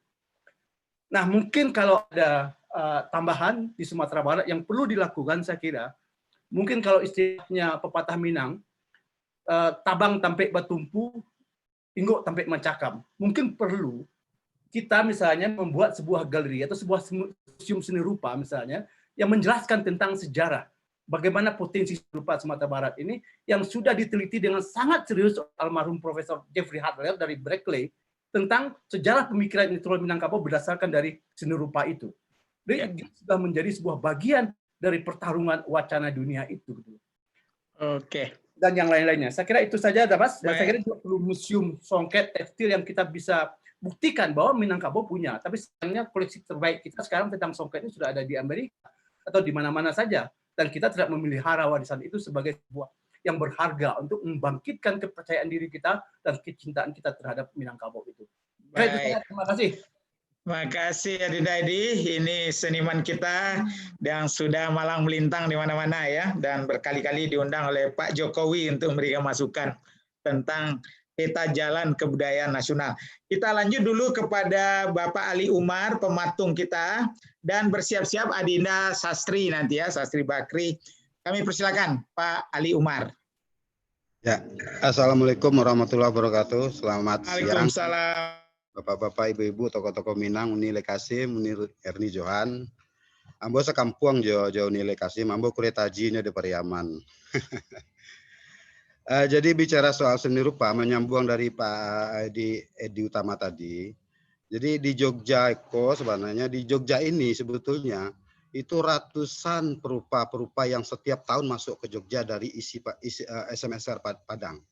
Jadi mungkin awak sebagai orang Minang, kita sebagai orang Minang mungkin sedikit agak luput tentang seni rupa. Karena ada tokoh-tokoh Minang, Nasar, Usman Effendi, Wakidi, dan banyak tokoh-tokoh Minang. Dan generasi ke bawah itu ada Saiful Adnan, ada Hendra Buana, ada Yatmon Almil Almarhum, dan banyak sekali perupa-perupa. Mungkin akhir-akhir itu awak agak luput tentang seni rupa. Itu tentang keseluruhan. Dan di Jogja sendiri itu ada sekitar 200 lebih perupa di Jogja. Dan itu bukan ujuk-ujuk, dan mereka punya bakat sebetulnya. Mereka punya bakat dari SMSR Padang, dan sejak tahun 60 sekian itu sudah ada namanya sekolah seni rupa, sekolah menengah seni rupa. Dan lanjutannya ke ISI. Ada yang ISI Padang Panjang, ada yang ISI Jogja. Dulu sebelum ada ISI Padang. Jadi artinya perupa itu sebetulnya dari Minang itu banyak dan sudah militan, sudah kemana-mana. Dan seperti Pak Edi Utama bilang tadi bahwa ada tuntutan pasar, ada yang sudah dibesarkan oleh pasar, dan militan juga banyak. Dan jangan salah, ada beberapa patung monumen di Indonesia ini, dan itu pematungnya Minang berperan banyak. Jadi itu luput. Nah, ada satu hal yang ingin saya sampaikan di sini. Kadang-kadang patung itu masih dianggap haram. Nah ini yang perlu kita mungkin ada diskusi kecil ke depan. Patung haram, patung padahal patung itu sudah berkembang menjadi karya 3 dimensi, karya objek. Nah itu yang mungkin kita buat diskusi kecil untuk itu ke depan. Terus terkaitan pengalaman saya. Saya tahun 2000, saya dari ISI tahun 87 lah, hampir 30 tahun di Jogja. Dan saya juga militan sebetulnya, bukan tuntutan pasar yang seperti Pak Edi Utama bilang. Dan di Jogja ini banyak sekali. Ada yang aktivis, dan memang Ambo dari kecil, dari masuk ISI memang sudah demo di mana-mana tentang saya aktivis juga, terus sampai sekarang masih militan. Terus tahun 2005 saya pernah diundang ke Jepang, di museum besar sama dosen ISI Anusapati, di Aichi Prefectural Art Museum. Jadi saya pernah diundang, itu judulnya saja itu militan, tidak ada di pasar itu. Jadi judulnya saja ASEAN Potensial. Jadi seniman-seniman kayu yang berpotensial di abad 14 sampai 2005 itu diundang seluruh Asia. Saya termasuk diundang waktu itu. Tahun depan setelah itu tahun 2007 saya diundang lagi ke Korea. 3 bulan saya di Korea, saya diberi fasilitas. Nah, tahun terakhir ini 2005 ke sini saya bekerja sama dengan teman-teman Malaysia, Singapura, Brunei. Itu banyak, saya membuat forum dan saya banyak sekali membuat forum bekerja sama dengan negara luar, misalnya Malaysia. Ada namanya yang lucu apa? Yang luput dari kita, ada namanya APS, Angkatan Pelukis Se-Malaysia. APS. Nah, APS itu didirikan oleh orang Indonesia yang sudah menjadi warga sana. Nah, saya bekerja sama, saya ingin sekali bukan cuma hanya Minang, bukan cuma hanya Indonesia, saya malah berpikir Asia. Karena kita itu satu rumpun. Malaysia, Singapura, Brunei, bahkan tokoh-tokoh kita itu sudah merambah kemana-mana di era dulu. Nah, maka saya ingin sekali bagaimana tokoh seni kita ini menjadi keluar itu, di samping kita menggiring Minang, kita membawa Asia. Kita membawa, karena kita itu satu darah sebetulnya. Nah, terus soal saya sempat mencatat dari Pak Edi Rosa tadi, misalnya Pak Datuk, bagaimana carilah kampung sekali-sekali, bangunlah kampung sekali. Kadang-kadang strategi untuk membangun, untuk membuat komunitas di kampung itu juga tidak gampang, Pak Edi. Tidak gampang juga karena di sana juga ada seniman. Nah, cuman saya berharap ada tokoh seni rupa yang bisa memfasilitasi antar kota. Mudah-mudahan Pak Fasli Jalal bisa itu. Antar kota, dari Bandung, dari Jakarta, dari Jogja, dari Minang sendiri, dan menurut Ambo kegiatan untuk seni rupa di Padang agak sedikit tidak banyak punya agenda. Misalnya di Taman Budaya di Padang itu paling banyak 10 atau 15 agenda pameran. Dan saya sempat mencatat di Jogja, ada ratusan, Pak, satu tahun. Agenda pameran. Dan agenda pameran di Jogja itu bukan Taman Budaya yang buat agenda, tapi seniman yang mengajukan proposal. Nah, ini maksudnya kita buat diskusi kecil ke depan untuk memajukan itu. Lah, terus kaitannya dengan Uni Eli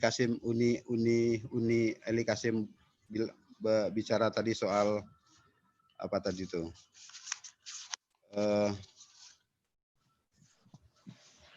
membangun kampung dengan apa, bukan Uni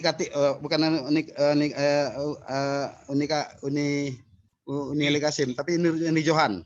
Yeah. Uni Johan bicara bagaimana cara membangun kampung. Dari kampung kita membangun.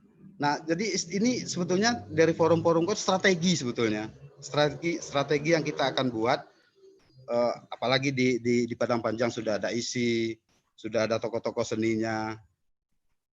Ya, saya kira begitu. Jadi saya tidak bisa menyampaikan banyak hal, cuman yang jelas mari kita atur strategi supaya kita bisa connect antar kota Jogja, Padang, Bandung, dan Jakarta. Saya kira begitu, Pak Fasli Jalal. Terima kasih.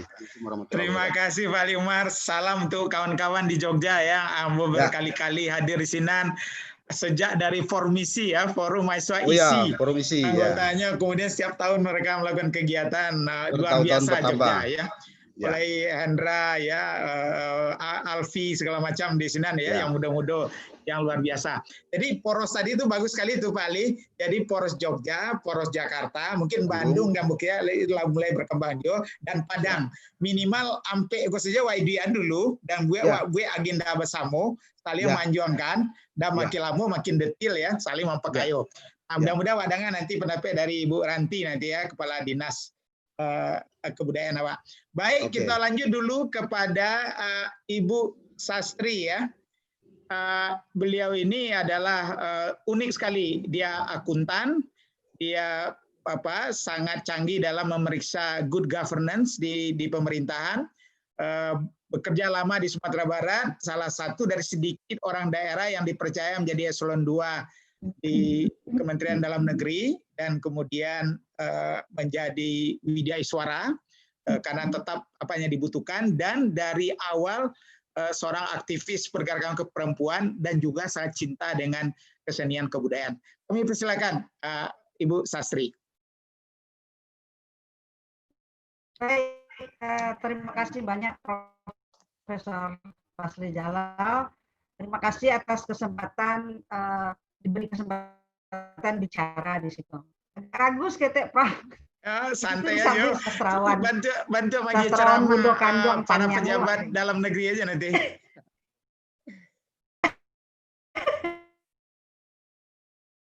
Enggak, jadi bodoh apa sastrawan hebat, jadi tentatif bicara. Pas di awal Pak Prof tadi mengatakan mungkin kita sepakat sebetulnya di setiap zamannya pasti ada tantangannya. Sekarang kita ikutkan dengan sebentar lagi 5 begitu. Kita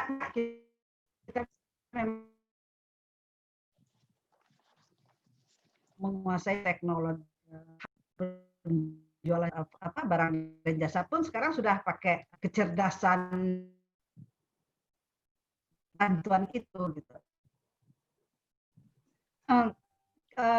Kalau tadi kan kalau sebetulnya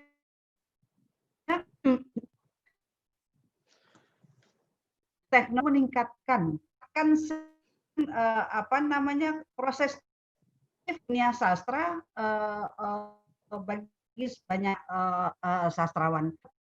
Banyak mereka bisa berkarya langsung di medsos, di mana segala macam bisa. Justru lebih kendalanya, kualitasnya, ya. Karena pada sastra bentuknya tidak akan berubah. Ada ya. Itu Mas. Jadi kalau soal dunia sastra yang tadinya hanya sebagian orang saja yang menikmati, sebagian orang saja yang menyukai, dan hanya terletak di rak-rak toko atau di jurnal dan dinikmati pelaku sastra, sudah sastra. Bahkan karena kemanusiaan kita bukan dalam teks. Saya ini ingin menceritakan tentang sebetulnya seniman sudah punya kreativitas yang luar biasa. Mereka memanfaatkan era teknologi ini dengan berkarya lewat YouTube, lewat Instagram, TV, lewat Facebook dan segala macam. Tetapi pasti ada tetapinya, walaupun kita tahu untuk tadi mengatakan para seniman yang berkarya dari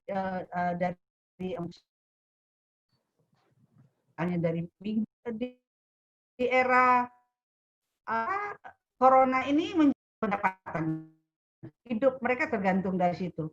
Itu barangkali perlu melihat ini. Kemarin itu saya setuju tadi bahwa difasilitasi Pak Ibu mengatur performance virtual ini, teman-teman yang berusaha tampil virtual di Sumatera Barat memang jangkauannya kan diaspora, kita merangkul ini sehingga penontonnya bisa regulasi tentang bagaimana kepala itu sehingga bisa saya, Prof. Ya, suara agak terputus-putus, Adinda Sas. Ya. Putus-putus ya. Iya, hilang-hilang timbul. Gimana nih? Nah, ini sudah mulai agak jelas. Silakan. Oke ya. Ya. Ya, jadi kalau memang kita akan melakukan pembinaan, memfasilitasi, mengatur regulasi, ketika bisa juga menjadi saja pertunjukannya difasilitasi oleh Nasdaq. Karena kan para seniman, halo. Ya, silakan. Cukup jelas, Bu Sas. Para seniman kan dia tidak oke.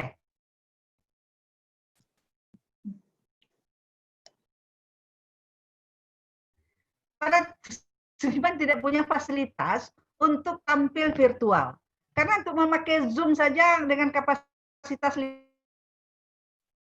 511 ini kan karena Pak Prof bisa memfasilitasi susah. Kemarin Sumatera yang di Astro sama itu dan atau videonya Adinda Sas matikan videonya sehingga mungkin audionya lebih jelas nanti. Videonya coba dimatikan dulu. Ya. Oke. Tuh, coba. Oke. Tuh. Jelas ya? Ya.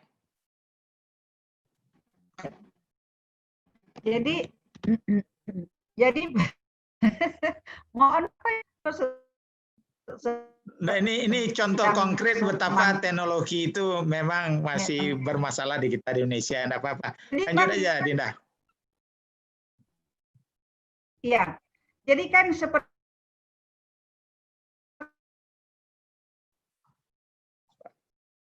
kemarin teman-teman buat COVID. Nah, kalau itu baik, nampaknya makin hilang dia, Adinda Sas. Itu halo? Iya, makin hilang. Putus-putusnya lebih lama sekarang.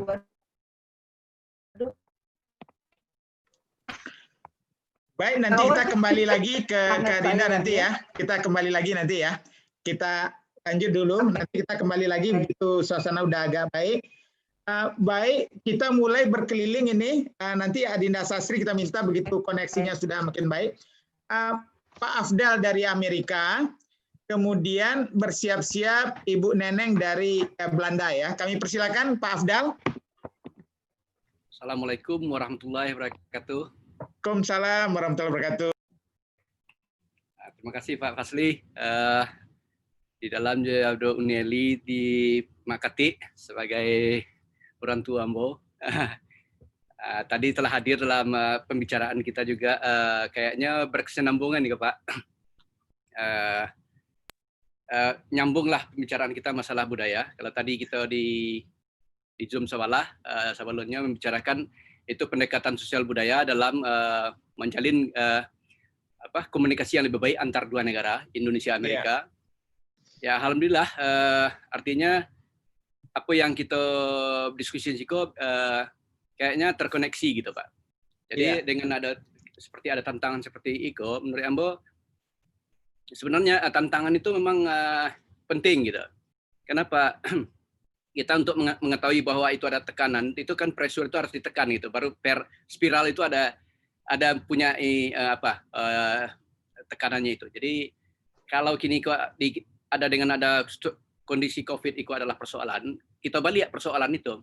Kalau katakan persoalan itu adalah katakan 90% dan cuma 10% kita punya kesempatan untuk beradaptasi ini, sebenarnya kalau kita balik itu jadi suatu kesempatan gitu. Kalau bagi orang nggak punya kesempatan, bagi kita di balik itu adalah suatu opportunity kita untuk berkarya lebih baik lagi.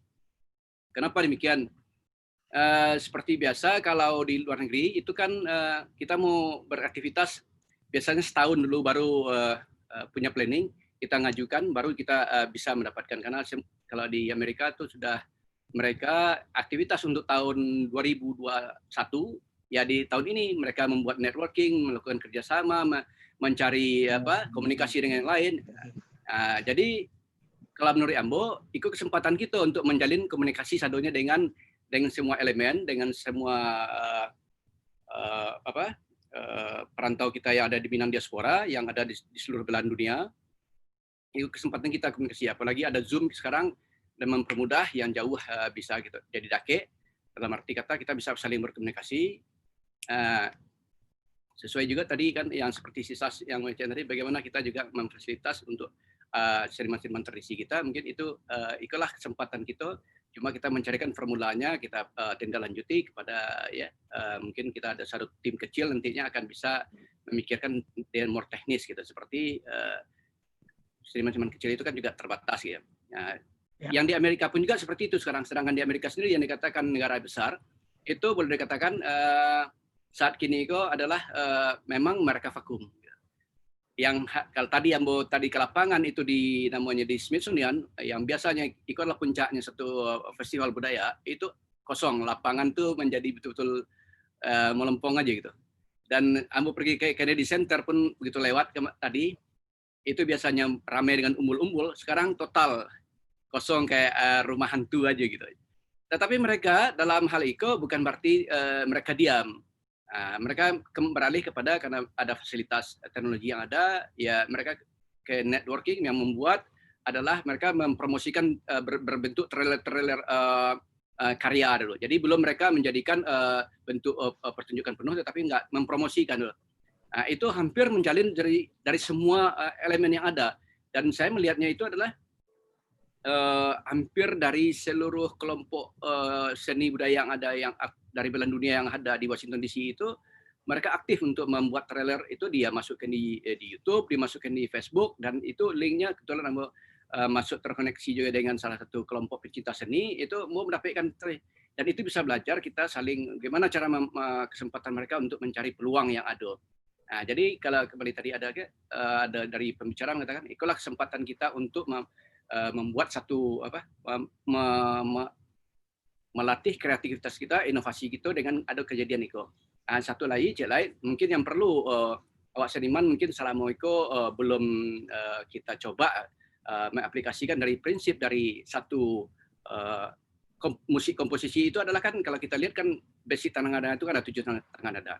Dan itu kan tidak bisa nada do dipaksa disinkroniskan jadi satu nada dengan nada re misalkan. Itu kan tetap dia di posisinya masing-masing. Tetapi kan kita bisa jadi satu aransemen menjadi satu aransemen musik.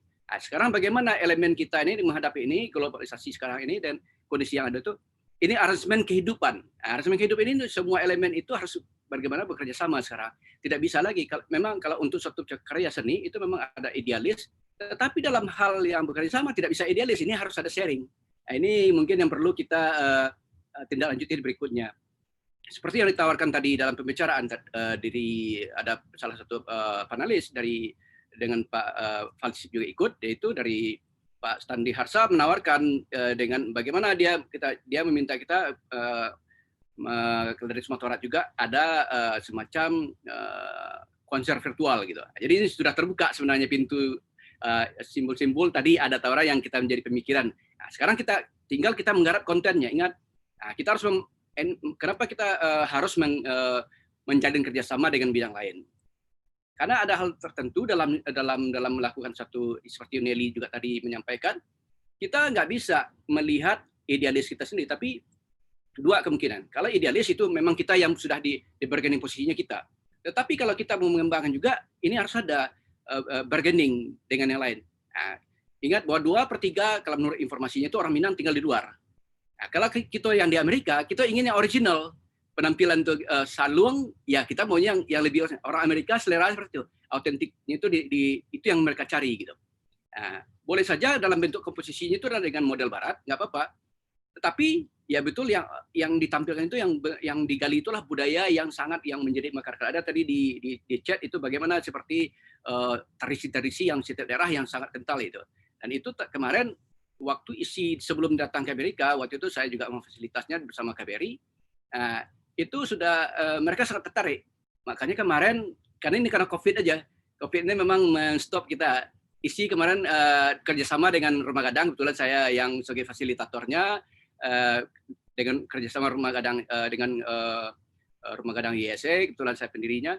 Itu kita sebenarnya mau tour di Amerika, mau tour Gamai Tour Amerika. Jadi dia menampilkan orkestra, dia cuma datang ke 5 orang aja pemainnya dari sana. Nanti kolaborasi dengan universitas sini. Saya kebetulan ada networking, kita udah bikin juga dengan grup sendiri pemain orkestra dari sini. Tetapi inilah, tapi bukan berarti kita berhenti di situ. Justru di saat kini adalah mengembangkan networking. Tadi dengan Pak Sri juga ada di sana. Sekarang ini bagiannya kita mengkonkretkannya. Yang jadi persoalan di Ambo adalah selama itu tidak sinkron antara ranah dengan rantau. Komunikasi dengan ranah agak susah sekali gitu. Maaf aja karena birokrasinya terlalu berbelit. Sepertinya kita di rantau ini kita yang mengemis-ngemis gitu, meminta-minta dulu. Saya dulu berapa kali waktu itu masih departemennya masih departemen pariwisata dan budaya. Saya sudah menawarkan situ ada namanya kesempatan G2G karena saya tahu dengan ibaratnya kalau di Jawa itu bupatinya lah. Ambo dengan bupati di situ Ambo punya kenal baik dan itu karena kita hadir waktu itu mewakili ada pertunjukan folklore festival itu mewakili Kanti. Jadi kita itu udah masuk kepada, jadi kan awak punya filosofi di bumi dipijak situ langit dijunjung. Kita masuk menjadi masyarakat setempat gitu. Jadi Ambo dibiayai oleh pemerintah setempat untuk pergi ke festival gitu, mewakili suatu komunitas itu. Jadi kita udah masuk. Dan Minang juga kalau di segi kualitas dari segi materi kita tidak kalah dengan yang lain. Nah, itu boleh kita kompetisikan. Kalau orang misalnya Cina, orang kita udah terbayang kebudayaan Cina seperti apa. Kalau India sudah terbayang kita. Tapi kalau Indonesia sangat kaya, apalagi Minang dengan setiap luhak yang berbeda itu sangat kaya sekali. Jadi ini adalah satu kesempatan. Sekarang ini bagaimana kita membuat arrangement suatu komposisi penampilan dari semua komponen yang ada. Ini yang perlu kita idealis boleh, tetapi dalam hal ini kita harus membuat satu kolaborasi yang baik. Itu aja dari Ambo. Terima kasih banyak. Terima kasih. Nanti Alia bisa ya di ujung nanti. Sudah Bu. Alia itu Pak minta maaf karena Alia besok pagi itu dia kini tengah malam jam okay. Jadi Alia ada assignment pagi, Pak. Iya. Baik, makasih. Baik, kita lanjut ke Ibu Neneng dari Belanda. Kami persilakan Ibu Neneng Nasrid. Dan bersiap-siap nanti Pak Marlis dari Australia. Silakan Bu Neneng.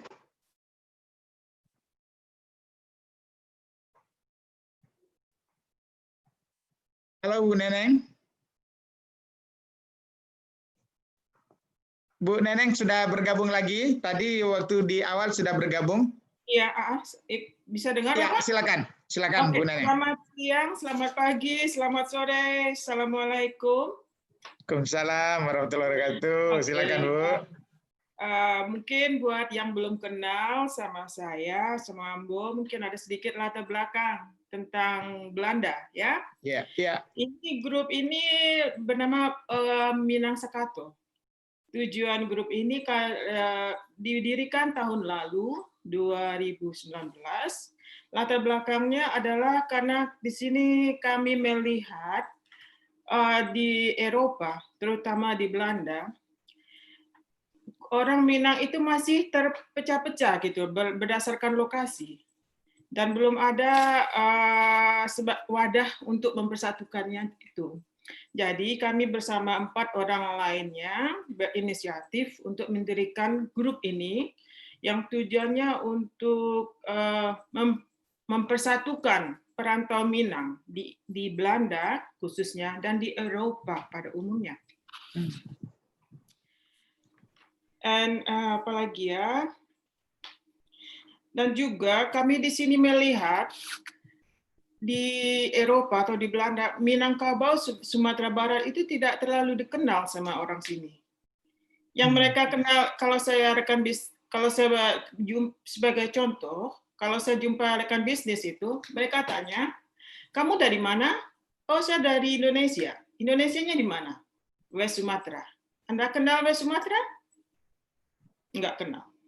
Anda kenal rendang? Oh ya, itu leker katanya. Mereka itu lebih mengenal rendang daripada mengenal West Sumatra, apalagi Minangkabau. Minangkabau itu mereka jarang sekali mereka mendengar namanya. Maka berdasarkan rendang itu, maka kami berinisiatif kita lebih perlu memperkenalkan Indonesia, khususnya Sumatera Barat. Karena rendang aja mereka kenal, kenapa West Sumatera Barat mereka nggak kenal. Itu latar belakangnya. Juga kami juga apalagi saya tulis ini, ya tujuan kami juga banyak ini para diaspora di Belanda generasi pertama maupun generasi kedua itu mereka mempunyai kebutuhan secara langsung baik itu seni, budaya, komunikasi terhadap kampung halaman. Jadi kami memfasilitasi hal tersebut. Dan juga kami ingin sekali Minangkabau yang terkenal dengan rendangnya itu dikenal di Belanda dan khususnya di Eropa. Umumnya di Eropa maksud saya. Dan sebenarnya tahun lalu kami juga telah memfasilitasi dengan semacam event yang juga dihadiri oleh Bapak Rosa yang dari UNESCO Paris. Dan udah ketua diaspora juga menghadiri hal tersebut yang juga dihadiri oleh Bapak Duta Besar KBRI dan berlangsung sukses. Rencananya sebenarnya tahun depan kita akan mengadakan secara besar-besaran di Belanda untuk Eropa. Itu rencana kami. Yeah. Tapi gara-gara corona ini ya terpaksa di pause dulu gitu, tapi bukan berarti berhenti, di pause dulu. Iya. Iya, dan alhamdulillah kita juga langsung dibina oleh KBRI Belanda. KBRI Belanda sangat mensupport sekali. Dan karena ini adalah organisasi Minang, ya, bukan satu-satunya, tapi kami juga telah berhasil juga mengajak yang lain-lain untuk bergabung dalam organisasi kami, karena lebih baik kita bersatu dalam satu wadah yang besar daripada yang kecil-kecil terpisah-pisah begitu. Dan itu usaha kami saat ini. Dan juga kami ingin memfasilitasi para aktivis atau di kampung halaman di Indonesia, di ranah Minang, untuk tampil ke Belanda, ke Eropa. Kami siap memfasilitasi. Baik itu yang kecil, mulai dari yang kecil, dari yang besar, Uni Kasim atau Uni, maaf saya lupa namanya. Kami siap memfasilitasi hal-hal tersebut, tapi juga kami juga butuh support dari Indonesia. Baik itu support kemudahan, fasilitas finansial, non-finansial, pemikiran, ide.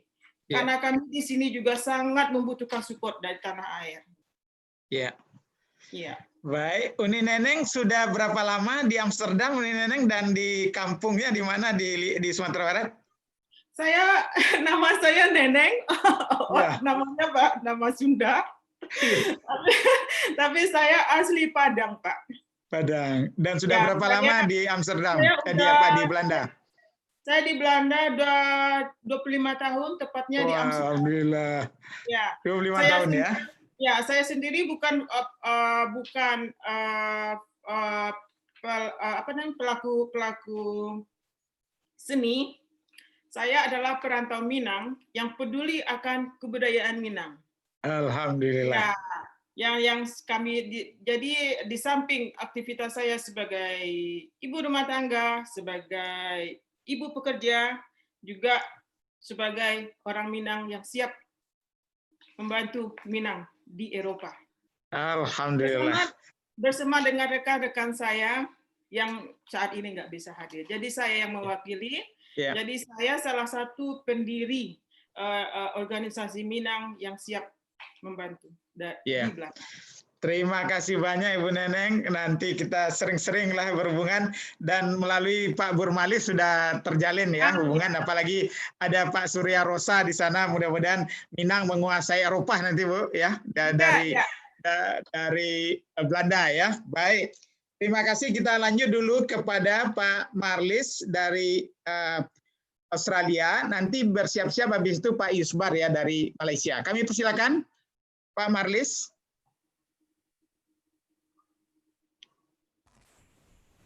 Terima kasih Pak Fasli. Assalamualaikum warahmatullahi wabarakatuh. Waalaikumsalam warahmatullahi wabarakatuh. Silakan Pak. Ada terhormat Bapak Fasli Jalal, terhormat Bapak Burmalis Ilyas, Eksekutif Direktur Minang Diaspora, dan yang terhormat para narasumber dari seluruh dunia. Assalamualaikum warahmatullahi wabarakatuh.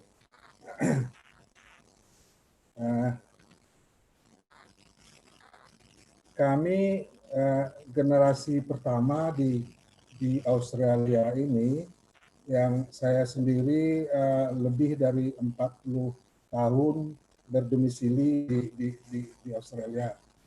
Dan kami telah mempunyai generasi ketiga sekarang ini. Generasi ketiga. Dan aktivitas kami itu dimulai dari tahun 1988. Kami mengadakan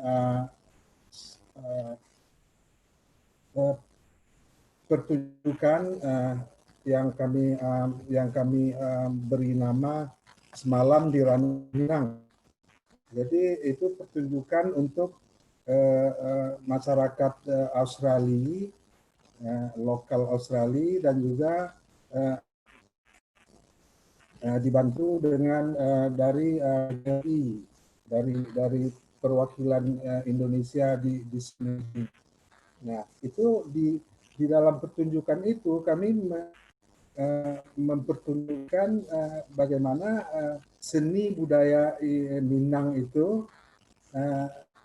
kami mengadakan seperti baralik gadang gitu, seperti balik perkawinan, lengkap dengan pelaminannya, lengkap dengan pakaian pengantinnya, dan juga pelaminannya yang dikirim waktu itu oleh Bapak Harun Zain, gubernur kita yang lama. Nah, alhamdulillah acara itu sukses. Nah, sejak itu sampai sekarang kami selalu beraktivitas melestarikan budaya Minang ini di Australia, khususnya di Sydney.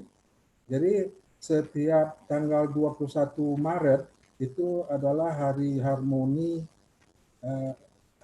Day. Kami dikasih hari Harmony Day oleh pemerintah Australia. Itu hari multicultural. Sebab Australia ini terdiri dari multi nationality, ya, termasuk Indonesia dan termasuk Minang sendiri. Jadi di dalam masyarakat Minang di Sydney ini yang terbanyak itu adalah masyarakat Minang itu sendiri gitu.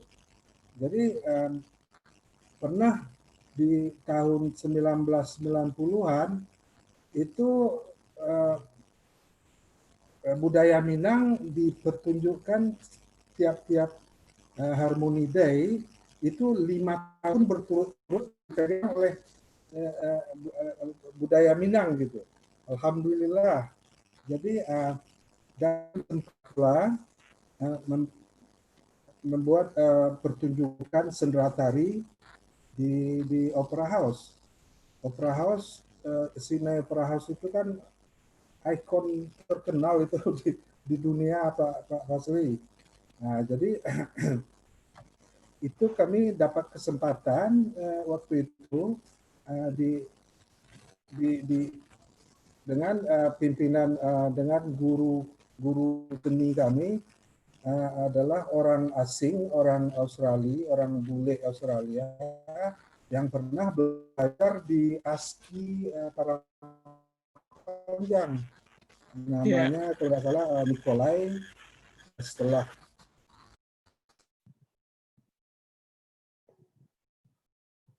Islam, dia tukar namanya dengan Abdul Qadir. Mungkin bapak-bapak, ibu-ibu mungkin pernah mendengar nama Abdul Qadir. Kalau bapak-bapak, ibu-ibu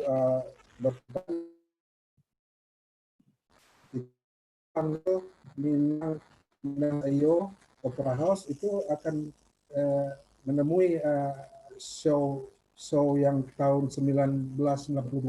Jadi sejak zaman itu sampai sekarang itu kami selalu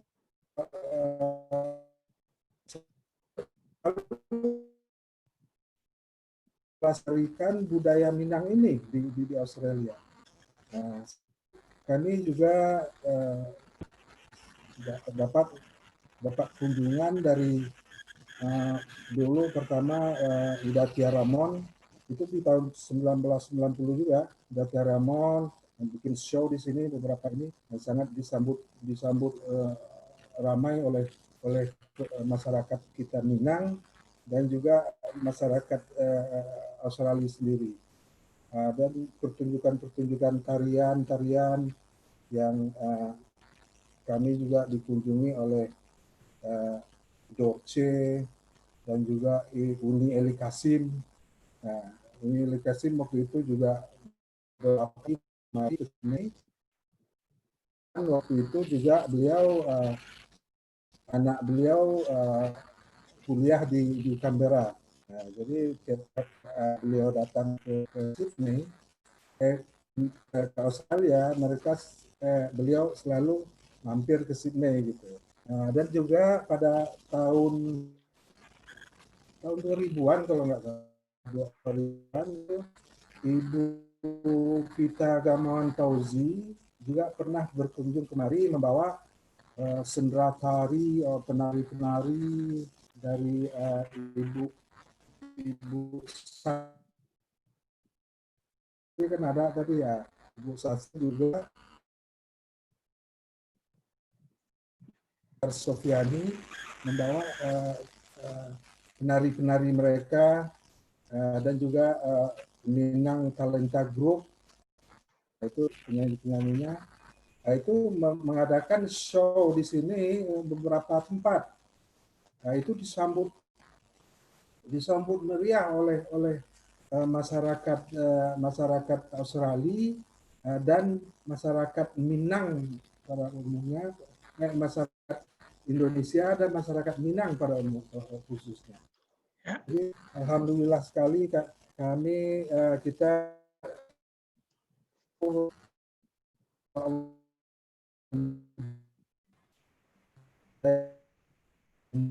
yang sejalan dengan Islam ini. Jadi kami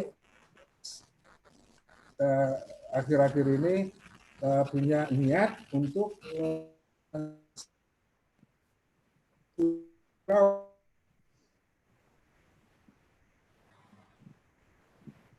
Baik, hilang-hilang timbul suaranya Pak Meris. Halo. Ya, Pak. Mungkin konektivitas kurang lancar. Jadi kami akhir-akhir ini kami ada merencanakan untuk membangun surau Minang di Sydney ini. Insya Allah setelah COVID-19 ini berakhir, insya Allah kita akan membuat event ya bolehlah Minang Maimbau atau bagaimana gitu panggil nanti, atau Minang Semalam di Ranah Minang bersama artis-artis Minang yang kita mari Allah. Hasilnya nanti kita untukkan untuk membangun surau Sydney ini gitu maksudnya. Iya. Bukan hanya pertunjukan seni saja, tetapi juga kita adakan bazar Minang. Di situ juga kita bisa mengundang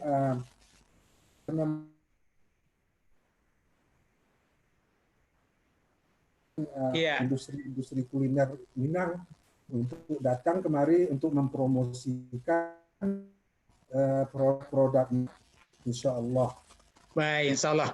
Baik, Pak Marlis, terima kasih banyak atas penjelasannya. Ini sejarah panjang 40 tahun ini ya, luar biasa. Dan cita-cita kita, mudah-mudahan kita kembali ke Sydney Opera House lagi, Pak. Yang keduanya nanti, yang lebih spektakuler. Kalau memang bisa digabungkan dengan launching dari masjid kita nanti, mudah-mudahan APBD bisa dimasukkan sehingga kalau tahun depan perencanaan APBD sekarang bisa dan kita lakukan. Jadi kita buat bazar besar, launching masjid, tapi juga kita pertunjukan di Sydney Opera House. Ya, insya Allah Pak Marlis kita dukung. Ya, ini semuanya kita lakukan untuk generasi kita datang, Pak. Ya. Jadi bukan buat kita, tapi untuk generasi kita mendatang. Ya. Supaya adat budaya, seni budaya Minang itu tidak kikis di benua Kangguru ini. Ya. Insya Allah akan berkembang di Insya Allah. benua Kangguru ini. Jadi mereka bangga juga menjadi orang Australia, tapi dengan akar dari budaya Minang ya Pak ya. Betul sekali Pak. Baik. Terima kasih banyak Pak Marlis. Nanti silakan teman-teman yang ingin langsung berhubungan dengan beliau. Bayangkan 40 tahun di sana, jadi seluk-beluk di Australia sudah sangat beliau kuasai. Kita lanjut dulu kepada Pak Yusbar. Kami persilakan, beliau adalah dosen senior di Unimas di Malaysia. Bersiap-siap habis itu Dr. Indra Utama. Silakan Pak Yusbar. Ya. Assalamualaikum warahmatullahi wabarakatuh. Waalaikumsalam warahmatullahi wabarakatuh. Ya, yang terhormat Prof. Fasli, Prof. Surya Rosa, Pak Bur, Uni Eli, Uni Erni, serta dan sanak sadonyo. Ada 5 topik yang Ambo ingin sampaikan sehubungan dengan tantangan pengembangan seni dan budaya Minang dalam era Revolusi 4 dan Society 5. Ya, Ambo melihat permasalahan ke 3 dimensi, bagaimana orang Minang sebelum kita, bagaimana kita sekarang, dan bagaimana kita menghadapi masa yang akan datang gitu. Ya, pertama, Ambo izinkan Ambo membaca, Prof. Ya, 1. Revolusi Industri 5 dan Society 5. Revolusi Industri 4 dan Society 5. Revolusi industri adalah satu perubahan yang cepat dalam masyarakat karena kemajuan teknologi.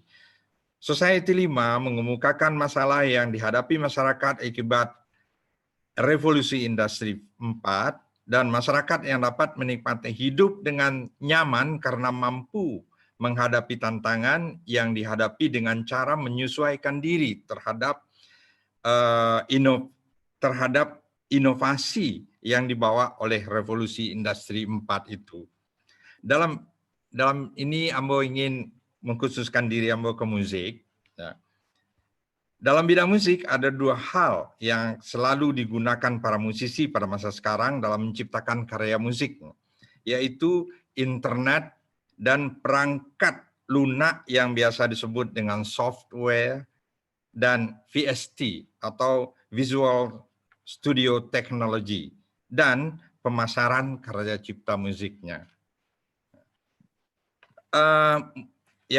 Poin yang kedua, musisi Minang dan kreativitasnya.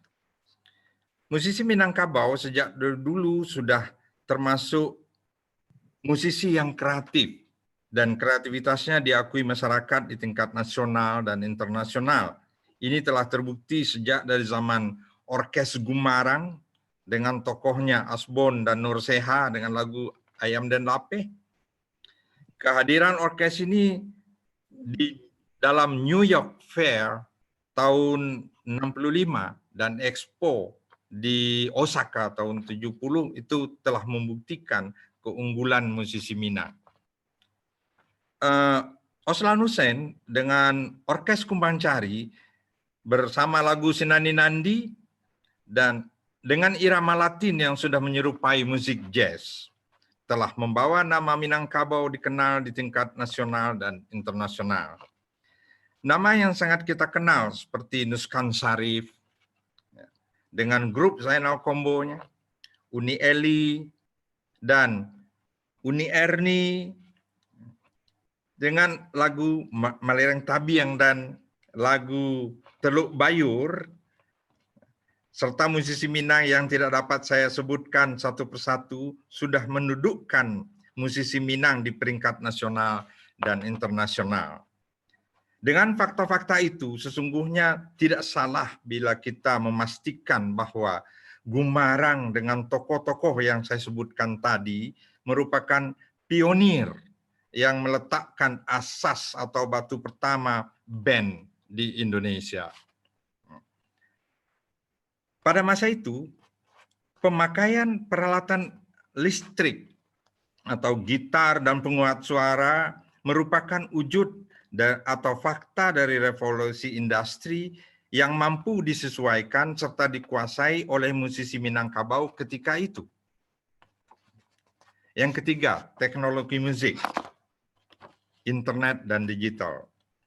Untuk masa kini, kita perlu menyesuaikan diri terhadap perkembangan teknologi yang terkini, yaitu internet dan komputer, serta peralatan digital lainnya seperti berbagai macam software dan VST.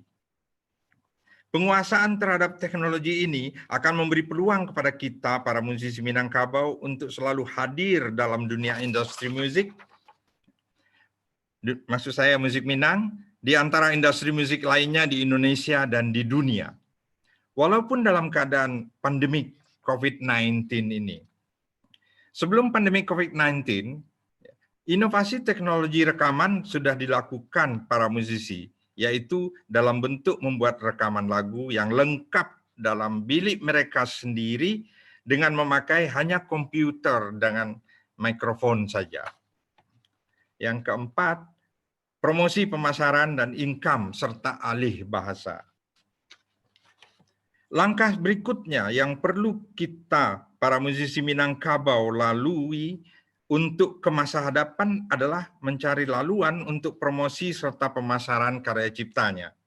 YouTube dan Instagram sangat efektif untuk mempromosikan karya cipta kita. Namun demikian, akan lebih mantap bila para musisi Minangkabau memiliki website tersendiri. Dalam website, pengenalan diri, promosi besar-besaran, dan tidak terbatas dapat dilakukan. Salah satu website yang gratis adalah wix.com. Untuk pemasaran yang akan membawa income bagi para musisi Minangkabau adalah iTunes, Spotify, Bandcamp, dan Patreon. Satu tantangan yang berat di arena percaturan yang saya kemukakan ini adalah masalah kualitas musik kita. Dalam arena itu, kita akan bertemu dengan musisi dan karya-karya musiknya yang bagus-bagus. Walau bagaimanapun, kita tidak perlu khawatir karena kita dapat bersaing dengan mereka bila kita menyesuaikan diri terhadap kualitas musik mereka. Satu lagi peluang yang jarang kita lihat ada pada mereka, tapi ada pada kita, adalah kita selalu menampilkan alat-alat musik tradisi kita seperti saluang, bansi, rebab, dan yang lain-lainnya. Satu hal lagi yang akan menjembatani komunikasi karya musisi kita dalam mendunia adalah alih bahasa. Sebaliknya, alih bahasa itu disertakan di dalam teks atau lirik lagu ciptaan agar orang lain paham dan menjadi semakin menarik perhatian mereka.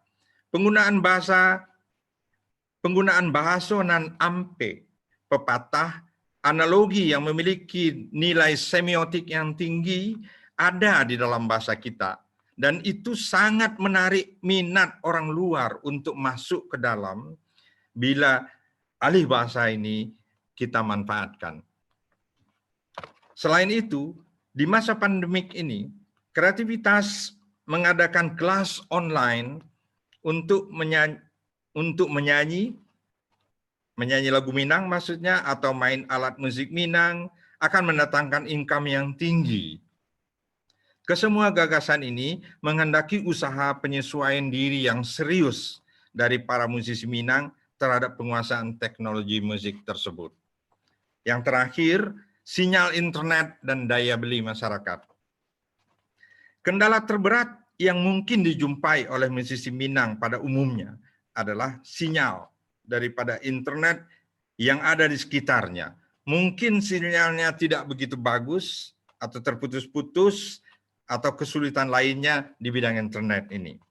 Di samping itu, daya beli masyarakat yang tidak sanggup untuk membeli pulsa internet karena harganya cukup mahal akan menghambat dan mematikan kreativitas musisi Minangkabau atau tidak dapatnya musisi Minangkabau menyalurkan kreativitasnya.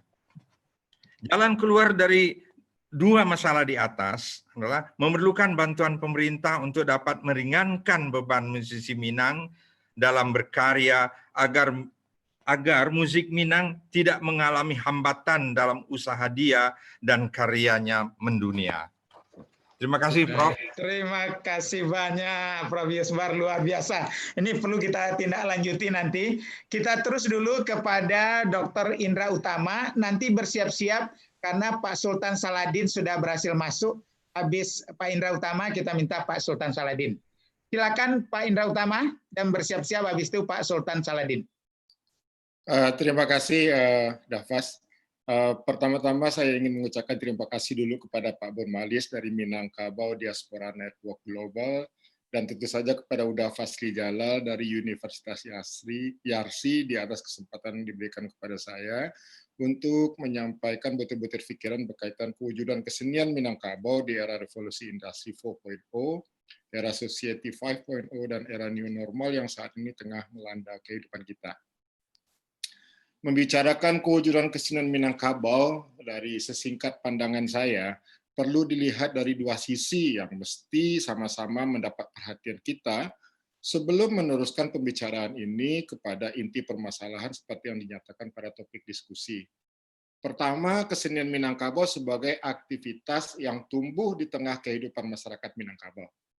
Dan kedua, kesenian Minangkabau sebagai produk kesenian yang dicipta baru oleh para kreator seni yang menjadikan seni sebagai sarana ekspresi seniman secara individual. Sebagai aktivitas yang tumbuh di tengah kehidupan masyarakat Minangkabau, dimanapun masyarakat Minangkabau itu berada, baik di ranah dan di perantauan, kesenian itu sebenarnya berfungsi sebagai alat perekat silaturahim secara sosial. Fungsi utamanya adalah untuk menjalin kebersamaan. Melalui aktivitas kesenian, para pelaku seni dan penikmat seni akan hadir secara bersama dalam kesatuan rasa.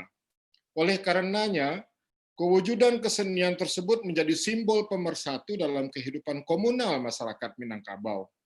Bentuk-bentuk kesenian yang ditampilkan sebagai ekspresi komunal masyarakat Minangkabau itu pun diakui menjadi milik bersama oleh masyarakat pemiliknya.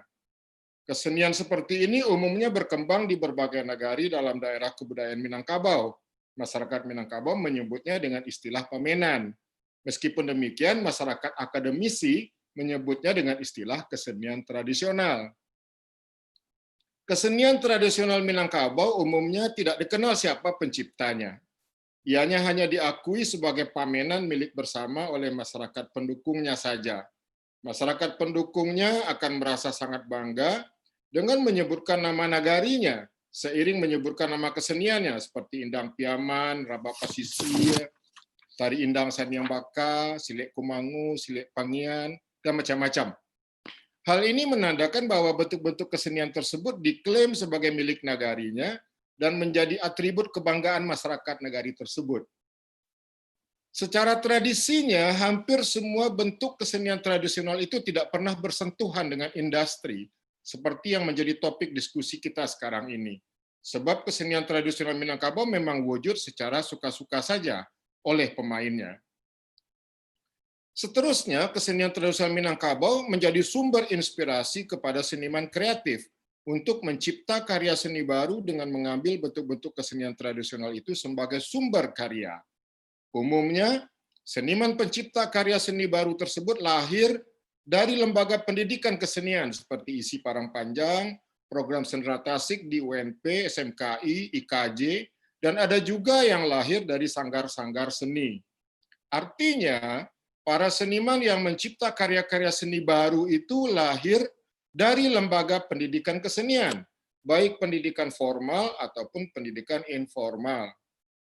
Keberadaan lembaga pendidikan kesenian dan sanggar-sanggar seni di Sumatera Barat cukup kuat mempengaruhi sistem pengetahuan, gagasan, dan ide kaum terpelajar Minangkabau untuk mencipta karya-karya seni yang baru dengan mengambilkan unsur-unsur kesenian tradisional sebagai bahan dasar penciptaan karya seni baru. Karya-karya seni baru yang tampil sebagai hasil ciptaan para kreator atau ciptaan para seniman wujud berdasarkan usaha hybridity yang mencampurkan unsur-unsur kesenian tradisional dengan unsur-unsur di luar kesenian tradisional melalui penguasaan teknik penciptaan karya seni baru yang datang dari Barat. Oleh karena karya seni ciptaan baru itu wujud berdasarkan kreativitas para penciptanya dalam kehidupan masa kini, maka muncullah tuntutan untuk menyebutkan nama penciptanya agar diakui sebagai pemilik hak cipta dalam khasanah kekayaan intelektual dari penciptanya. Selain daripada itu, ada pula tuntutan dalam bentuk bayaran, sehingga karya seni menjadi salah satu mata pencaharian. Oleh karena bentuk-bentuk karya seni ciptaan baru dari para seniman itu menggunakan perbendaharaan bentuk-bentuk kesenian tradisional Minangkabau, maka karya seninya itu disebut pula kesenian Minangkabau, artinya kesenian dengan nafas budaya Minangkabau. Dalam perkembangannya, kewujudan kesenian Minangkabau selalu sebagai hasil usaha hybridity unsur-unsur kesenian tradisional dengan unsur-unsur di luar kesenian tradisional itu, bukan saja dapat memunculkan pertunjukan kesenian Minangkabau secara visual di pentas pertunjukan, tetapi juga dapat memenuhi kepuasan masyarakat Minangkabau secara umum, khususnya kaum terpelajarnya, karena kesenian Minangkabau dapat membuka peluang bagi pencapaian identitas budaya Minangkabau di peringkat nasional dan internasional. Itu tadi sudah disampaikan oleh Unieli, oleh teman-teman yang lain.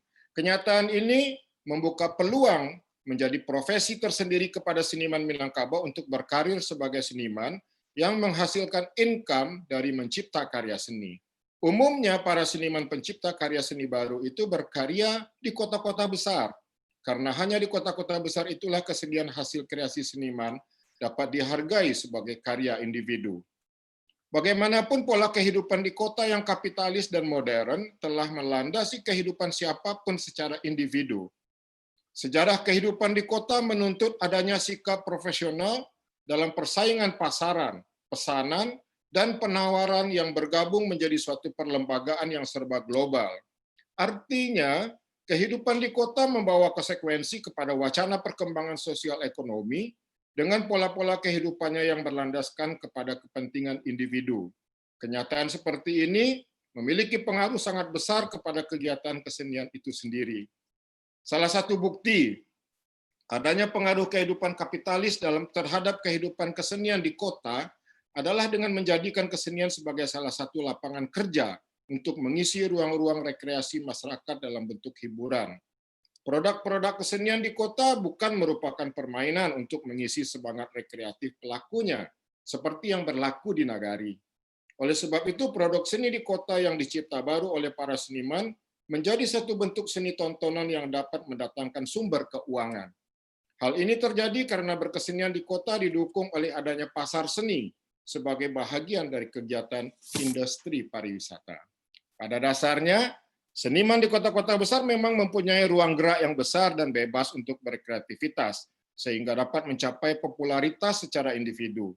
Berdasarkan kenyataan tersebut, Maka kegiatan kesenian di kota-kota pun berkembang dengan cepat karena sifatnya yang terbuka dan tidak mengenal hierarki. Ini dapat disebut bahwa peraturan aktivitas kesenian di kota terarah kepada aktivitas yang mengutamakan kekuatan individu.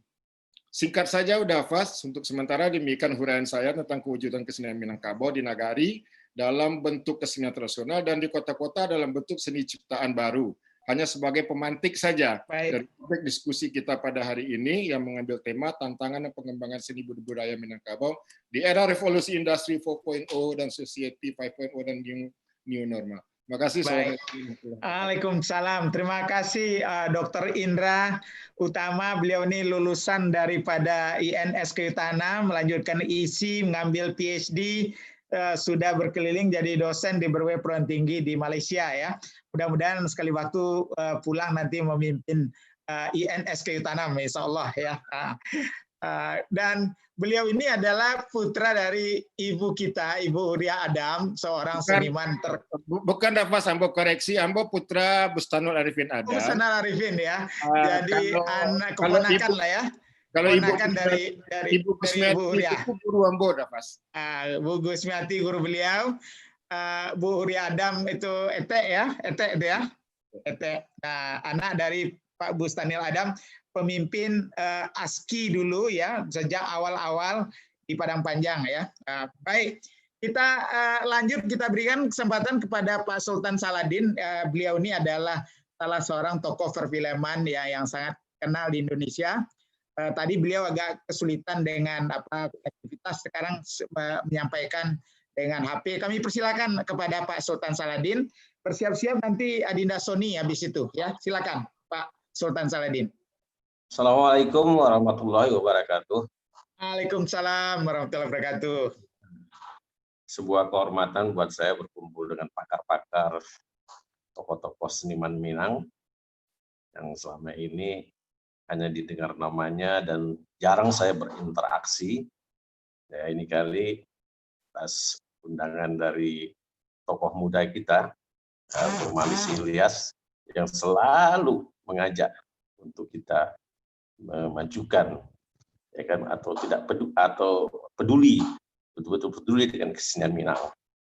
Waktu itu saya ya bangga berada di sini,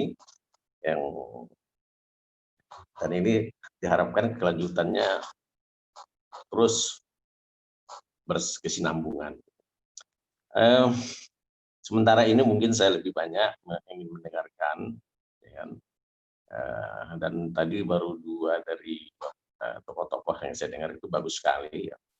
Ya, mungkin yang paling penting implementasinya nanti ini itu yang kita harapkan.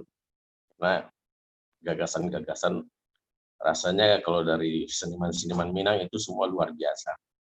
Pada kesempatan ini juga kita harus mengucapkan sebuah ucapan turut berduka cita atas meninggalnya anak Pak Usmar Ismail ya, yang kemarin ya, Usmar Ismail tokoh perfilman, anak pertama dia.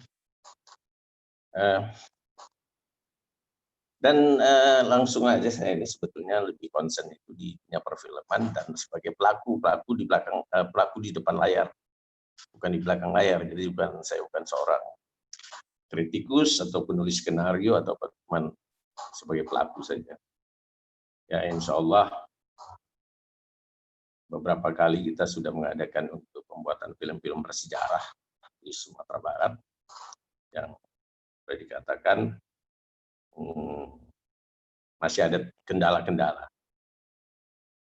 Dan beberapa kali juga saya pernah mengikuti untuk buat film di Sumatera Barat bersama Bapak almarhum Mas Sulsani yang cukup fenomenal. Ya, intinya saya ikut mendukung dan bergabung dalam grup ini. Saya rasa sementara itu dulu yang bisa saya sampaikan. Terima kasih Pak Sultan Saladin. Beliau ini tokoh senior kita yang sudah malang melintang di perfilman nasional Indonesia. Mudah-mudahan nanti yang muda-muda bisa belajar sama beliau. Terima kasih Pak Sultan. Kita lanjut kepada Ibu Soni. Silakan Ibu Soni dan bersiap-siap habis itu Adinda Jafriandi. Kami persilakan. Ya. Assalamualaikum warahmatullahi wabarakatuh. Waalaikumsalam warahmatullahi wabarakatuh.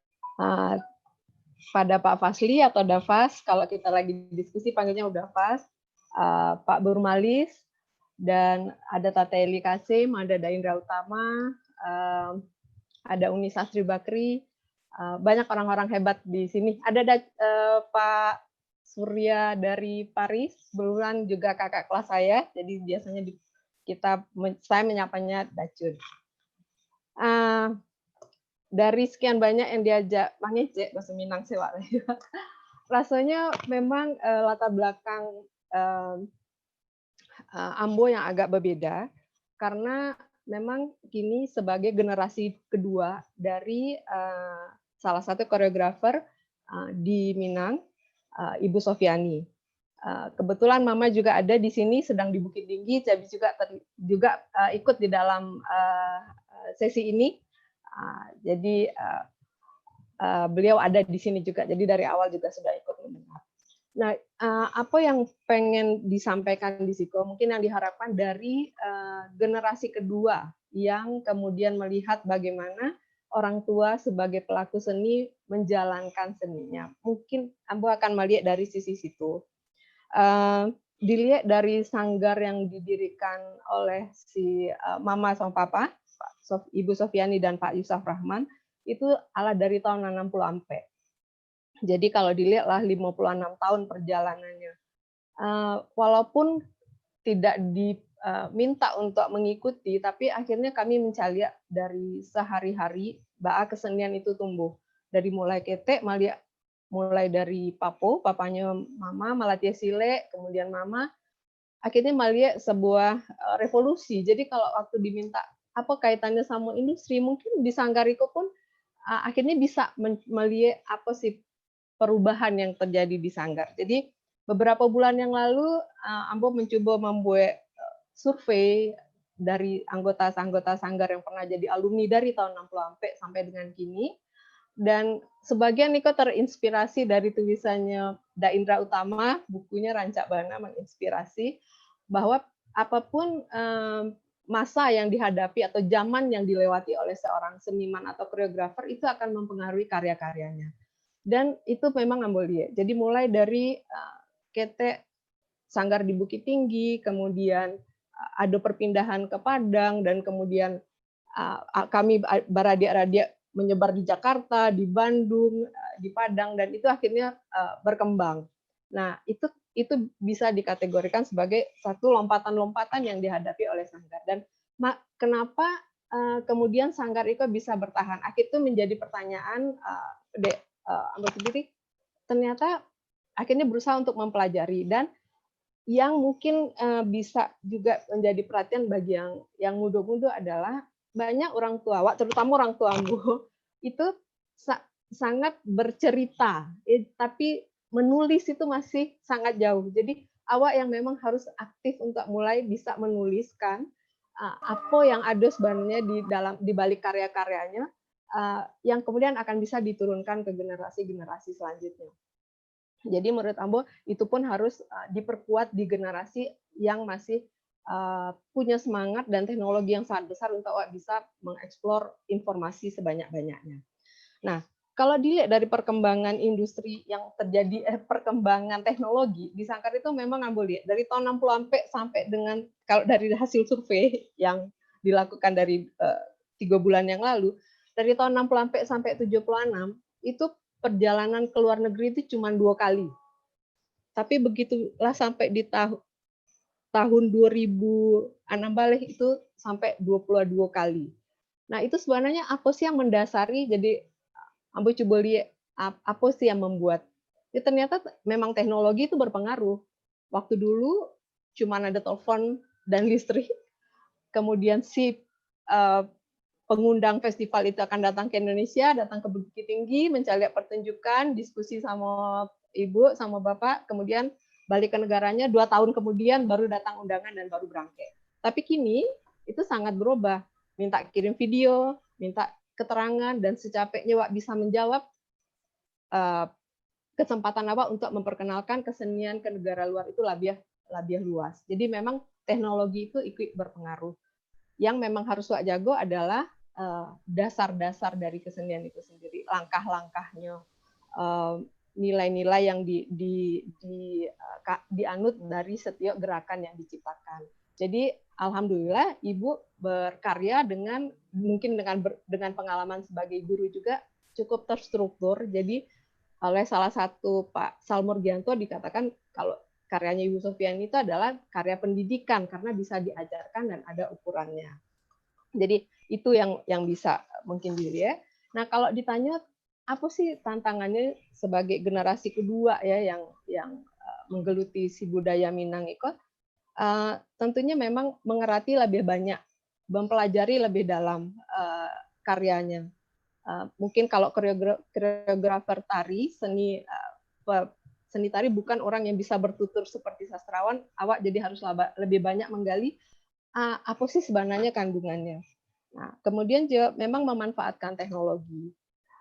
Pada waktu kini periode seluruhnya kita tidak bisa menganga-anga, pertunjukan pun akhirnya berhenti, ya kami memanfaatkan adalah memang teknologi. Semua latihan untuk murid-murid sanggar di Padang, di Bukit Tinggi, di Bandung, di Jakarta itu via Zoom. Nah, itu kita lakukan supaya anak-anak memang tidak terhenti ceritanya mengenai si budaya itu sih yang dihindari. Jadi itu yang saya sarankan ke pelatih-pelatih, awak harus tetap latihan walaupun via Zoom, walaupun 30 menit, tapi anak-anak tuh tahu bahwa itu adalah sebuah kesenian tradisional yang mereka tahu masih banyak tari yang lain, masih banyak cerita yang lain bisa dikenal. Nah itu terus kemudian kami pun menjaga network. Memang Batu tadi salah satu menyampaikan bahwa kesempatan Mbak menjaga hubungan baik dengan teman-teman di nasional ataupun di internasional.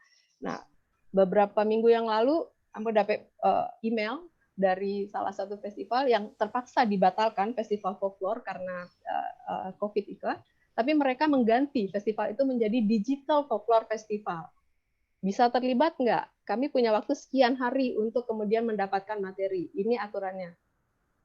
Nah, itu kesempatan kan, walaupun akhirnya memang nggak bisa syuting di bawah jam gadang atau di Pagaruyung, dan mereka pun sangat mengerti, awak bisa menampilkan kesenian Minang itu dalam waktu sehari, kami rekam dan kirimlah ke festival itu. Insya Allah dalam minggu itu akan launch lah, karena seluruh negara mengalami hal yang sama, seluruh peserta pun tidak bisa datang ke kebetulan itu Prancis, jadi mereka melakukan itu. Nah, awak bisa dengan teknologi bisa menjawab permintaan itu dengan lebih capek. Terus satu lagi yang kami lakukan juga adalah menjaga hubungan dengan alumni. Jadi kalau dilihat dari Sanggar Riko Cukik Lamu, murid-muridnya Bapak sama Ibu memang mungkin lebih lagi 300 orang lebih ya. Jadi kami pun menjaga hubungan baik dengan komunitas-komunitas tari. Nah terakhir pada waktu salah satu komunitas tari yang diketuai oleh Unitati, kayaknya ada juga di Siko, menyelenggarakan Hari Tari Dunia. Itu kesempatan kami untuk mengaktifkan para alumni, mengaktifkan seluruh murid-murid untuk walaupun sedang kondisi wak tidak bisa kamar-kamar, wak bisa kok.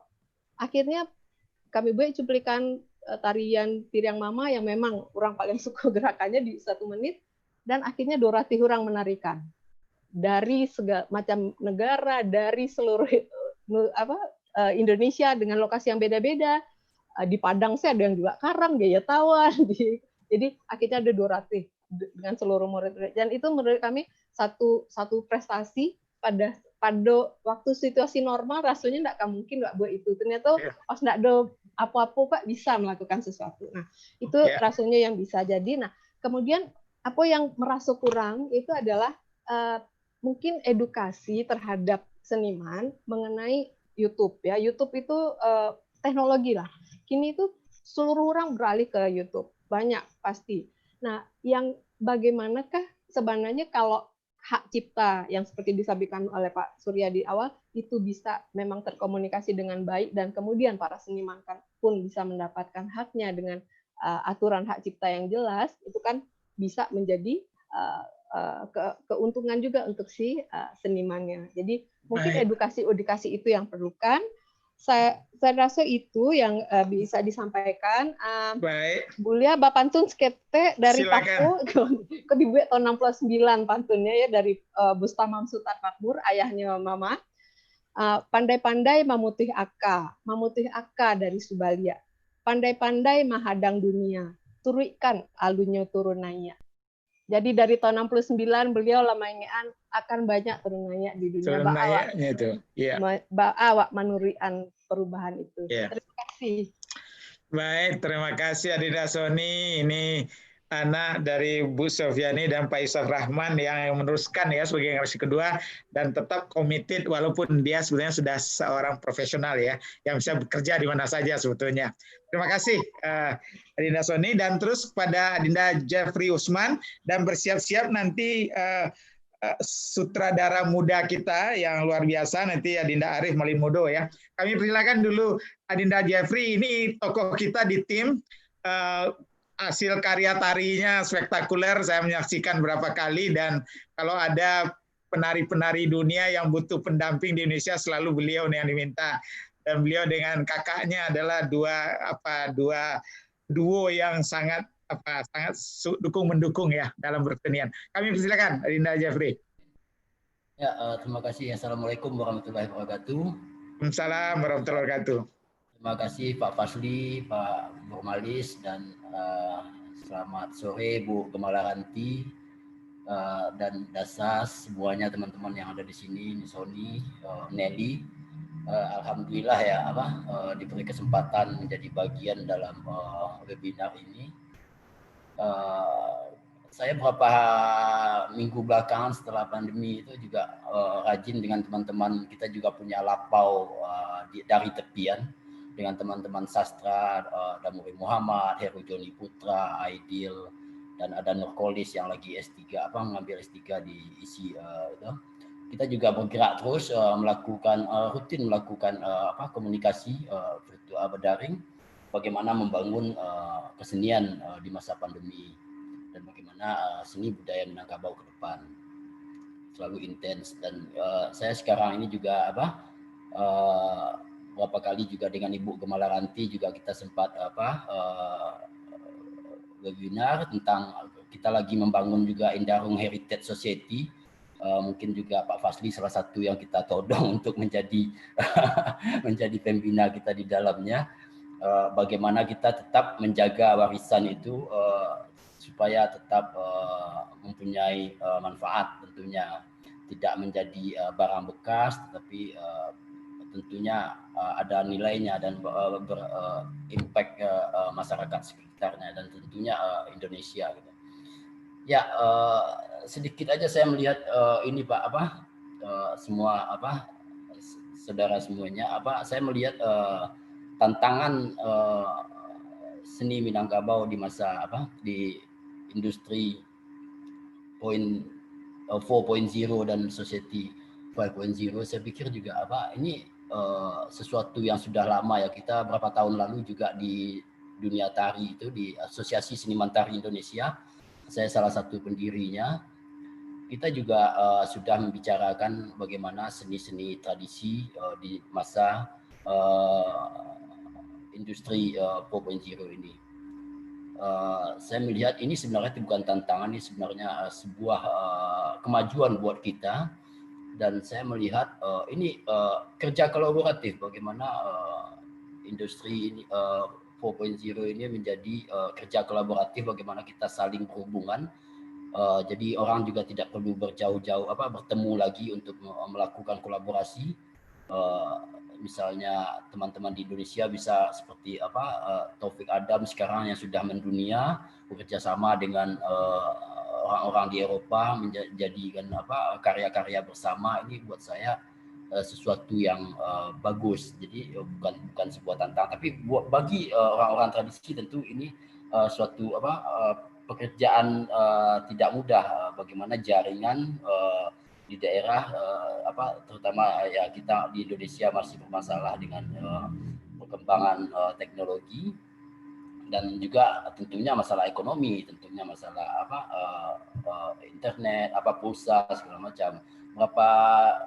bulan yang lalu saya juga dengan teman-teman di isi Padang Panjang diminta oleh beberapa orang untuk menjadi juri dengan Hartati dan Alfianto dari Bandung, lomba virtual film tari seniman Sumbar.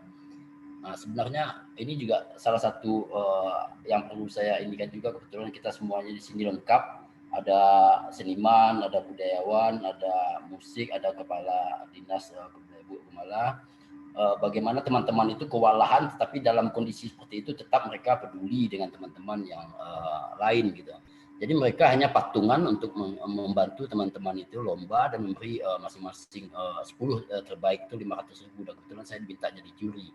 Dan ini sangat memperhatinkan, saya pikir juga kerja kolaborasi ini buat tidak di kesenian tapi juga tentu dengan teman-teman yang lain. Ya saya sangat salut sekali dengan Pak Fasli yang tidak pernah letih untuk membantu kita seniman, walaupun tanpa dari kantong pribadi pun kadang-kadang dikeluarkan. Tapi ya inilah yang saya minimal mungkin teman-teman yang lain bisa tergerak juga bagaimana kita mengadakan Minangkabau Cultural Festival 2 kali di tim itu. Yang kesenian yang sebenarnya untuk menghidupkan Minangkabau sendiri, tapi kita sendiri kewalahan untuk mencari salah satunya, misalnya salah satu contoh ketika saya datang, saya cerita dengan Pak Fasli, saya datang ke tempat Pak Fahmi Idris, tiba-tiba pengusaha tidak bisa ini karena lagi membangun di Mande yang itu ujungnya juga usaha lain. Maksud saya ini kan sangat sulit sekali buat kita, dan alhamdulillah ini baru sebulan yang lalu saya lunas membayar utang dengan tim itu 25 juta saya dengan IDEO itu patungan untuk membayar utang kita di sana. Jadi baru lunas sebulan yang lalu Pak. Dan itu berkat bantuan juga dari pihak tim yang mengurangi pajak. Sebenarnya pajak sendiri 15 juta. Karena udah berapa tahun ya, jadi pajaknya sangat besar.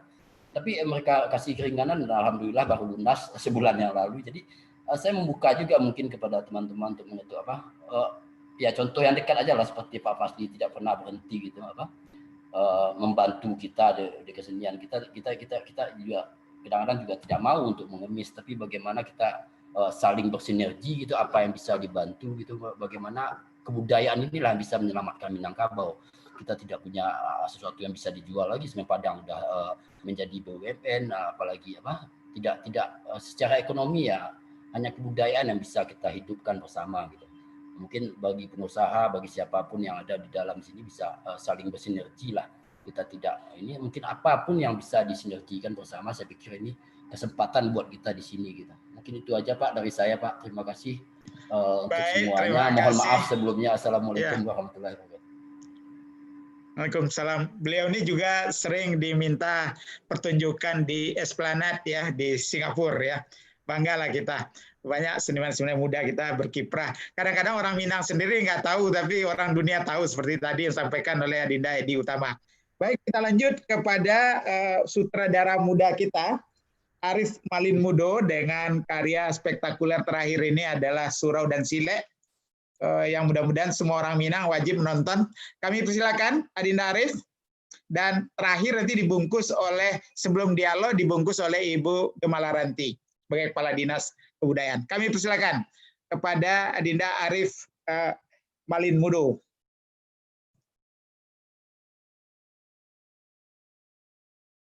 Bisa bergabung, Adinda Arif? Ya, Assalamualaikum warahmatullahi wabarakatuh. Waalaikumsalam warahmatullahi wabarakatuh. Saya masih ingat waktu premier film kedua saya, Liam dan Laila, ngundang Prof. Fasli, memberanikan diri untuk mengundang ya Prof.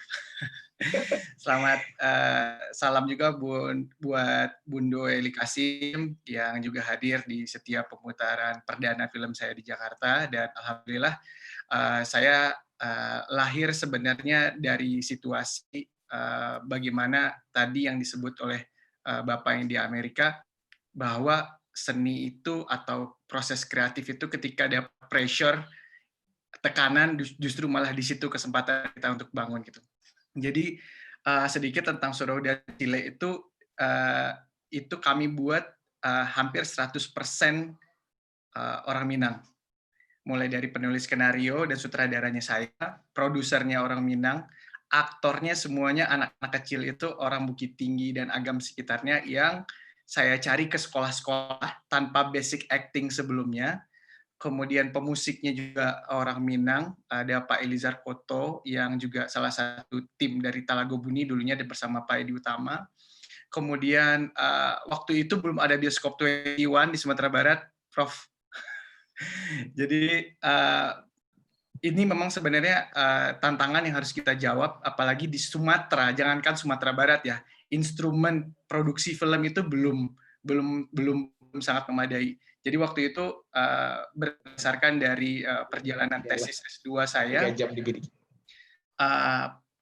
akhirnya tesis S2 itu berkembang menjadi film panjang pertama bagi saya juga yang mengantarkan saya sendiri dan film itu sendiri mengelilingi 5 benua ditayangkan. Mulai dari Indonesia yang rilis tahun 2017 sampai terakhir tahun 2019 dipilih oleh Kementerian Kebudayaan sebagai salah satu film yang dianggap sebagai pionir di diplomasi budaya lewat film. Sebenarnya dan selain pada itu bagaimana hubungan dengan luar negeri adalah ketika film bisa memotong banyak hal ketika misalnya ada festival-festival film yang sedikit berbeda dengan pertunjukan yang harus berangkat bersama-sama karena film ini adalah seni paling bungsu ya Pak. Jadi dengan satu file film itu biasanya yang mengundang cuma membutuhkan sutradara atau produser datang untuk berbagi atau berbicara tentang konteks di balik film itu sendiri. Jadi alhamdulillah dan Sile sudah berkeliling dari Asia, Amerika, Eropa, Afrika di Aljazair, dan tahun kemarin di Marseille, Perancis. Sebenarnya saya udah janji ketemuan sama Profesor Ros, tapi beliau sedang di Baku untuk Sawah Lunto diakui UNESCO. Masuk topik kita ini soal bagaimana tantangan di era pandemi ini. Alhamdulillah film kedua saya yang judulnya Liam dan Laila pada hari kedua Lebaran kemarin itu dengan memanfaatkan teknologi itu diputarkan di 6 kampus di Amerika serentak di jam yang sama. Jadi waktu Indonesianya jam 7.30 malam, waktu di Indonesianya karena yang diundang itu adalah saya, terus aktrisnya ada Nirina Zubir juga orang Minang, kemudian aktornya ada Jonathan Serada orang Perancis. Itu diputar serentak di Yale University, University of Michigan, Johns Hopkins University, UCLA, Cornell University, dan University of Hawaii. Jadi ternyata dengan memanfaatkan dunia teknologi dan kesempatan menawarkan pemikiran lewat film, ternyata jalan itu sangat ada. Dan tadi saya mendengar paparan dari Uni Sony juga, konser virtual juga sudah sangat menjadi jawaban untuk era ini. Dan melihat bagaimana Minangkabau di mata orang luar, khususnya di orang luar negeri adalah ketika mereka melihat sebuah orisinalitas konteks kekayaan sebenarnya gitu. Jadi menurut saya maupun karya tari, karya lukis, rupa, musik itu sebenarnya sudah menjadi bagian penting yang akan menurut Om Edi Utama tadi dijual Tabali atau Tabali terjual. Jadi itu sedikit tentang memanfaatkan teknologi di era pandemi. Kemudian saat ini saya juga baru selesai syuting film ketiga, Prof. Itu judulnya Perjalanan Pertama. Saya sedikit menyinggung apa yang disampaikan oleh Kakanda Ali Umar, bahwasanya sinergitas yang kita bangun itu tidak lagi sinergitas antar sesama Minang, tetapi mencakup Asia atau Melayu lah secara serumpun. Itu di film ketiga ini saya alhamdulillah syutingnya sudah selesai. Itu melibatkan 2 negara dan rukun budaya. Aktor utamanya adalah namanya Bapak Ahmad Tamimi Siregar, aktor legendaris Malaysia. Kemudian aktor Indonesia itu namanya Muzakirawan, yang salah satu karyanya itu dia pengisi suara kartun Islami Nusa dan Rara. Jadi dengan koneksi 2 budaya ini, maka skalanya itu sedikit diangkat tuh. Kalau 2 film sebelumnya Surau dan Sile, Liam dan Laila, saya berbicara tentang Minangkabau. Di film ketiga ini saya mencoba untuk membahasakan lewat film itu tentang Melayu. Bagaimana tutur Melayu, bagaimana dialektika Melayu dalam mengantarkan pesan-pesan kemanusiaan. Kebetulan filmnya bercerita tentang bagaimana seorang kakek yang tiba-tiba hanya hidup berdua dengan cucunya, dan dalam perjalanan pemikiran si cucunya juga bertanya, kenapa kita hanya bisa berdua saja di negeri ini gitu. Mana ayah saya, mana ibu saya, bagaimana saya bisa terdidik hanya dengan seorang kakek. Dan itu perjalanannya, insya Allah setelah pandemi ini akan kita rilis di festival film di luar negeri, baru kita akan kembali ke Indonesia. Itu beberapa catatan kecil saya. Luar biasa. Anak muda kita ya, tapi karyanya sudah sangat senior dan melalang buana ke dunia. Kita ucapkan selamat dan doa. Mungkin satu kan untuk menyambung saudara Bapak yang di Sydney tadi, itu ternyata film juga bisa tidak hanya untuk pure bisnis, Prof. Memang film akan bergerak ketika bisnisnya jalan. Tapi di sini kami melihat sejak awal menggarap Surau dan Sile bahwa misi sosial juga harus kita jalankan. Saya mencatat tanggal 22 Juli tahun 2017, itu Surau dan Sile itu ditayangkan di 6 kota di Australia. Salah satu kotanya itu kita singgah di Sydney, dan pada sebuah malam diadakanlah penggalangan dana untuk Surau Sydney, yang alhamdulillah pada saat itu mencatat penggalangan dana sebanyak 100.000 dolar Australia. Yes, alhamdulillah. Dan itu semuanya kita sumbangkan ke Surau Sydney, yang saat ini masih berjuang. Iya. Alhamdulillah, Adinda Arif, Surau Sydney-nya sudah dibeli oleh teman-teman kita. Jadi kita udah punya, tinggal nanti kita launching bersama-sama dan kita bayar utang-utang yang sedang dengan gagah berani dibuat oleh teman-teman di Australia ya. Dan cukup banyak lah. Terima kasih atas dengan dukungan Arif. Mohon maaf kalau ada salah-salah kata. Ya, baik. Kita lanjut kepada Ibu Gemala Ranti ya. Beliau Kepala Dinas Kebudayaan Provinsi Sumatera Barat. Saya tahu beliau ini lama berkarir, pernah di Bapeda, pernah di berbagai bidang, dan beliau juga adalah putri dari budayawan terkenal kita, Bapak Adi Akbar Nafis. Kami persilakan, Dinda Ranti. Terima kasih Pak Fasli. Assalamualaikum warahmatullahi wabarakatuh. Waalaikumsalam warahmatullahi wabarakatuh. Terima kasih semuanya yang ada di sini. Saya banyak sekali ingat wajah-wajah yang punya kenangan indah di semua yang hadir di sini, dan pasti Pak Fasli juga, karena kami dulu waktu Pak Fasli di kesehatan saya ikut jadi peneliti masih waktu mahasiswa. Dan Dambur Malis ya sudah mengontak kami, dan banyak ada Arif yang juga sudah membantu memfasilitasi, memberi semangat kepada yang muda-muda di Padang waktu itu ya, sebagai narasumber waktu kita minta juga untuk membuat seniman-seniman kita lebih semangat. Dan tidak bisa disebut, ada banyak orang sekali, ada semuanya, ada Pak Ismet Fanani, Pak Ranti, Pak, ketemu lagi, senang hati. Semua ada Tante Eli, ada banyak. Maaf sekali saya nggak bisa sebut satu-satu. Yang harus disebut banyak sekali. Di sini selaku kepala dinas menyampaikan bahwa kita di pemerintah di Sumatera Barat, di Dinas Kebudayaan itu punya kewenangan untuk sesuai dengan Perda nomor 6 tahun 2015 bahwa kita itu menguatkan lembaga adat, melestarikan nilai-nilai budaya. Itu sinkron dengan Undang-Undang Pemajuan Kebudayaan nomor 5 tahun 2017 tentang pemajuan kebudayaan. Kita punya kewenangan melestarikan, mengembangkan, memanfaatkan, melakukan pembinaan. Apa yang semua narasumber yang sudah bilangkan tadi itu adalah pelestarian, pengembangan, pembinaan, dan pemanfaatan. Itu klop sekali, sudah ada yang sudah kita kerjakan, misalnya saja tadi Pak Surya mengatakan begini, apakah melestarikan melestarikan nilai-nilai budaya, banyak sekali chat-chatnya tadi. Itu kita sekarang sedang merevitalisasi karya seniman-seniman atau karya-karya seni yang hampir punah. Itu sedang kita revitalisasi, apalagi maestro-maestronya sudah ada tua-tua sekali, sudah malahan ahli-ahlinya itu tinggal seorang. Misalnya alat musik sampelong dari Payakumbuh, itu ahlinya cuma pemainnya adalah pelakunya tinggal satu orang dan sudah tua. Itu kita revitalisasi.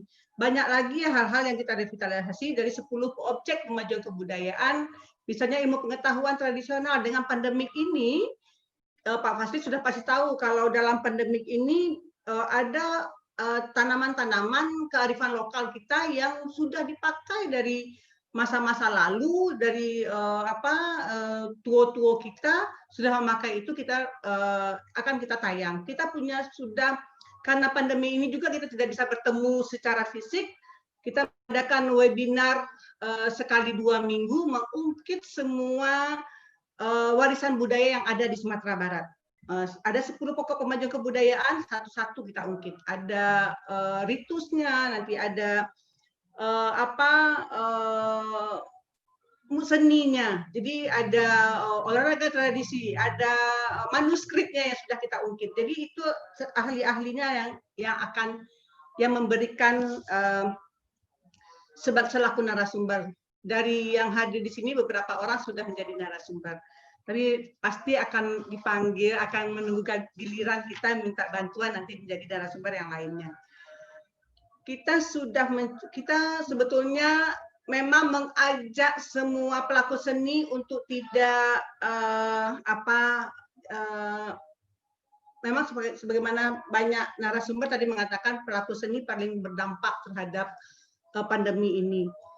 Namun tantangannya adalah era revolusi industri 4.0 dan transformasi society 5.0 itu juga harus menjadi kita kejar.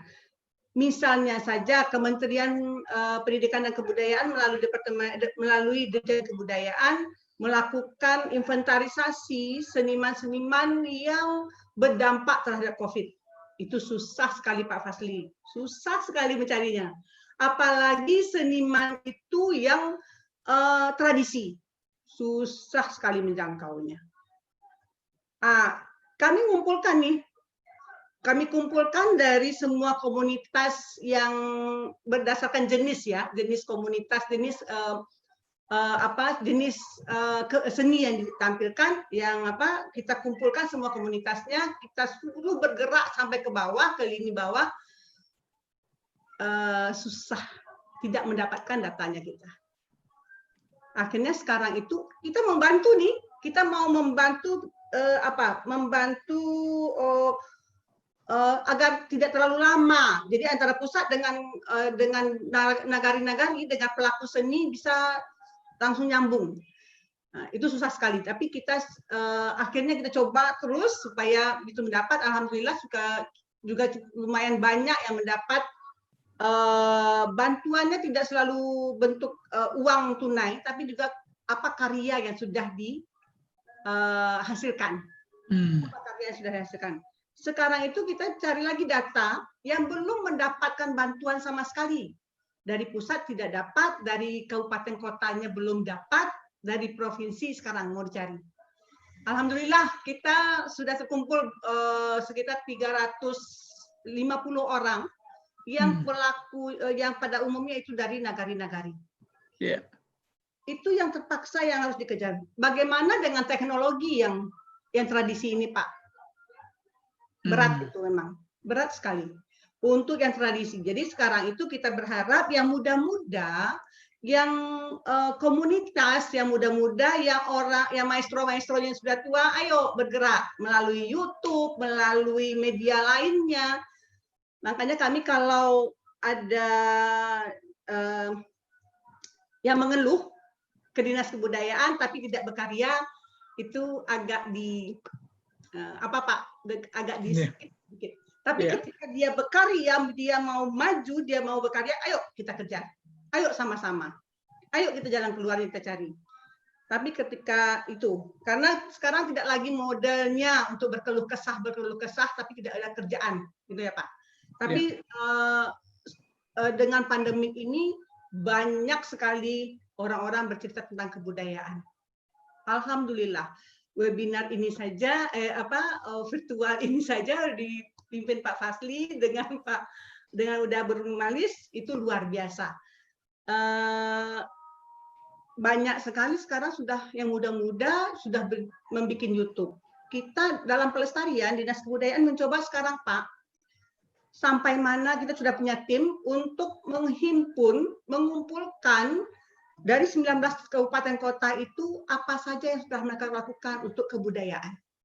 Kalau kita bercerita kebudayaan kita begini-begini, seperti Pak Fasli tadi katakan, tadi sudah si Uda Jeffriyadi sudah melalang buana kemana-mana, tapi kita nggak tahu. Indra Utama juga sudah kemana-mana, tapi kita nggak tahu. Orang sudah bikin apa-apa, informasinya belum sampai. Kalaupun sudah sampai, kita tutup mata karena kita malas lihat orang yang lebih maju. Itu yang agak mirisnya Pak di situ. Tapi kita mengejar yang muda-muda untuk ikut memajukan kebudayaan kita di Sumatera Barat. Harus memfasilitasi. Tadi Sony juga bilang, kalau kita gaptek tidak tahu dengan apa yang ada perkembangan tentang kesenian, tentang apa ada NGO yang akan membiayai, kita kan jadi tertinggal. Dan yang pasti bahwa kebudayaan itu harus dengan ekosistem mengerjakannya. Kita sama-sama. Kalau pemerintah saja dibandingkan dengan Jogja, jangan dibandingkan dengan Jogja, Pak Ali Umar, jangan. Kita sebagian kecil dari Jogja duitnya. Nah, jadi kalau Jogja sih saya kalau melihat semangat ke Jogja saya melihatnya. Tapi kalau melihat uang enggak ya Pak Fasli. Jangan ke Jogja. Tapi bisa melihat yang akan setara-setara lah. Tapi pasti sekarang alhamdulillah teman-teman yang Minang yang dulu di Jogja sekarang pulang kampung bikin event mungkin event tapi karena pandemi bikin pameran. Rencana kita fasilitasi saja di Tri Arga, tapi karena pandemi undur tahun depan. Nah, jadi begitu-begitu kita bisa fasilitasi hal-hal yang karena pemerintah yang memfasilitasi. Jadi kita fasilitasi, tapi memang iya kalau untuk tahun depan jangan tahun depan juga ngomongnya gitu. Tapi kalau tahun depan kita harus mana nih yang berdampak penting, yang berdampak besar terhadap kebudayaan Sumatera Barat, kita akan bantu. Pasti. Tapi jelas dengan virtual kita sekali ini banyak yang dari luar. Ayo jangan kita ngajak bagaimana orang lain itu pun datang ke Sumatera Barat. Jadi dampaknya juga luar biasa ketika kita juga membawa mereka ke sini. Itu kebudayaan melakukan itu Pak, pelestarian, pengembangan, pemanfaatan dan pembinaan. Itu barangkali kita bisa kerjasama, bisa juga harus bekerjasama, dan yang pasti bahwa kebudayaan itu diurus oleh dengan cara ekosistem. Terima kasih Pak. Baik, terima kasih Ibu Pranda Gemalaranti Master ya. Dan beliau ini adalah birokrat lama tapi juga darah seninya luar biasa. Bu Ranti, saya mendahului sedikit. Sekarang kan kita tahu ya, di Australia itu kan sudah banyak orang Minang. Mudah-mudahan perantau baru akan mengalir makin banyak, diterima di sana. Karena ini jangan-jangan ini menjadi Minang kedua ya di luar negeri ya, selain dari Sumatera Barat. Dan salah satu mimpi kita adalah bagaimana memunculkan kembali kesenian Minang yang utuh di Sydney Opera. Dan teman-teman di Australia, di Sydney, dan maupun dibantu oleh Melbourne, waktu kita pertemuan Minang sedunia kemarin, sudah bahu-membahu. Nah, tolong nanti gimana kira-kira memprogramkan, ya karena kita tahu biaya kan sangat terbatas Sumatera Barat. Tapi kalau kita gabung nanti dukungan dari Pemda-Pemda kabupaten kota tertentu, mungkin nanti universitas dia bisa juga mengirim orangnya, isi misalnya atau UNAN. Jadi kita kroyok sehingga nanti waktu datangnya ke Sydney itu sudah bagian persiapan perjalanan sudah ditanggung dan tinggal lagi board and lodging ya selama di sana. Nanti bagaimana mengakses ke Sydney Opera dan pertunjukan-pertunjukan di kota-kota lain di sana, dan mereka bisa juga itu menjadi bagian dari fundraising-nya, itu bisa kita koordinasikan sehingga sekali merangkul dayung beberapa pulau terlampaui. Dan tadi saya pagi dengan Pak Abdal dan Pak Gubernur juga bicara di Amerika, dan mereka luar biasa. Dan mungkin agak sekali nanti kita siapkan lagi Muhibah dari Minang. bisa juga kita membawa sekolah-sekolah yang saya lihat sekolah-sekolah yang agak maju, yang orang tuanya punya kemampuan dan anaknya ingin dapat pengalaman ke luar negeri, mereka mau membayar, tapi mereka ingin dapat pengalaman yang berharga. Nah, di samping tadi mengekspresikan seni dan budaya Minang, tapi nanti berkunjung ke sekolah, melihat bagaimana universitas di sana. Jadi apalagi tadi Bu Neneng tadi udah menawarkan, mungkin satu kali nanti ini dengan Pak Surya Rosa di Eropa, didukung oleh Paris dan Prancis dan Belanda, mungkin nanti kita bisa jadikan ini 3 kegiatan sementara dulu, Bu. Nah, kami dari Minang Diaspora nanti ikutlah cawe-cawe, dan ini kita jadikan kerja bersama ya, tinggal membagi tahunnya. Nah, kedua, saya melihat tadi yang agak dekat, bagaimana segera kita bisa melakukan semalam di Ranah Minang atau budaya Minang melalui online ini. Ini ada 2 pilihan. Tadi saya bicara dengan Pak Gubernur. Pak Gubernur sekarang kan mau mengundang wisatawan kembali ke Sumatera Barat karena Sumatera Barat sudah terkontrol COVID-nya. Para wisata adalah bagian penting dari hidupnya ekonomi Sumatera Barat, dan kita bisa Gubernur sudah menawarkan siapa saja yang datang di Bandara Minang mau diperiksa, silakan ada tes PCR gratis yang kalau di luar itu bisa lebih dari 2 juta, ini gratis. Dan hari besoknya sudah dapat diketahui hasilnya. Dan kalau positif pun diantar ke Mande, diantar ke Pulau Sikuai, dan isolasi mandirinya menikmati pantai gitu. Bayangkan, kita positif tapi menikmati ya, dijemput oleh Sumatera Barat. Dan ada paket-paket teman-teman semua yang mau ke Sumatera Barat itu hotel-hotel dipotong, ada yang separuh, ada yang sepertiga. Demi tadi untuk menghidupkan. Nah, apakah bisa virtual ini kita buat 2? Pertama dengan Zoom dan live streaming. Nanti kami YARSI bisa sampai 1000 dan juga nanti kita minta juga seniman-seniman dari Amerika berapa menit, dari Belanda, selain dari Ranah dan dari Rantau. Nanti Uni Eli dan Uni Erni bersama dengan Sastri kan, Dinda Sastri bisa mempaket ini kita buat. Nah, saya melihat juga kalau kita bisa buying time ke TVRI agak 2 jam, kita isi di TVRI tapi online, tapi disiarkan oleh TVRI. Gimana kira-kira semangat dari Pemda Sumbar? Kita sudah siap juga Pak, Dinas Kebudayaan sudah siap loh Pak dengan virtual orang. Sudah ya. Pak, kita sudah webinar, kita setiap webinar tentang khasanah warisan budaya di Sumatera Barat itu 2 kali sebulan. Ya. 2 kali sebulan setiap minggu, Jumat pertama dan Jumat ketiga, jam 2.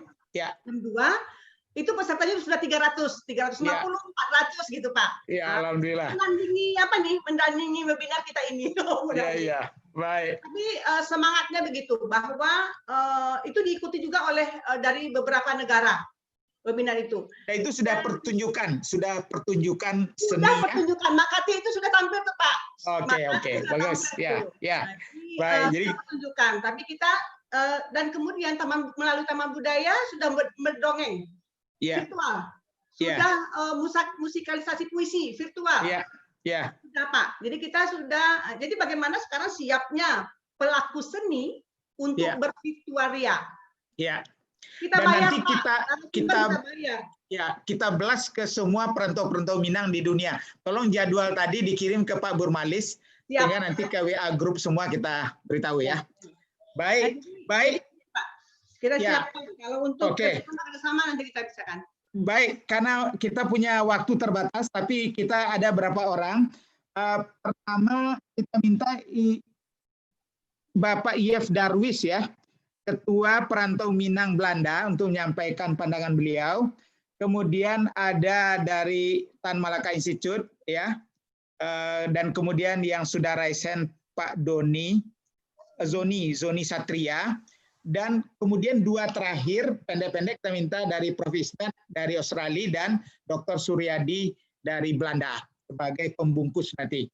Kami persilakan dulu kepada Pak IF Darwis dari Ketua Perantau Minang Belanda. Kami persilakan.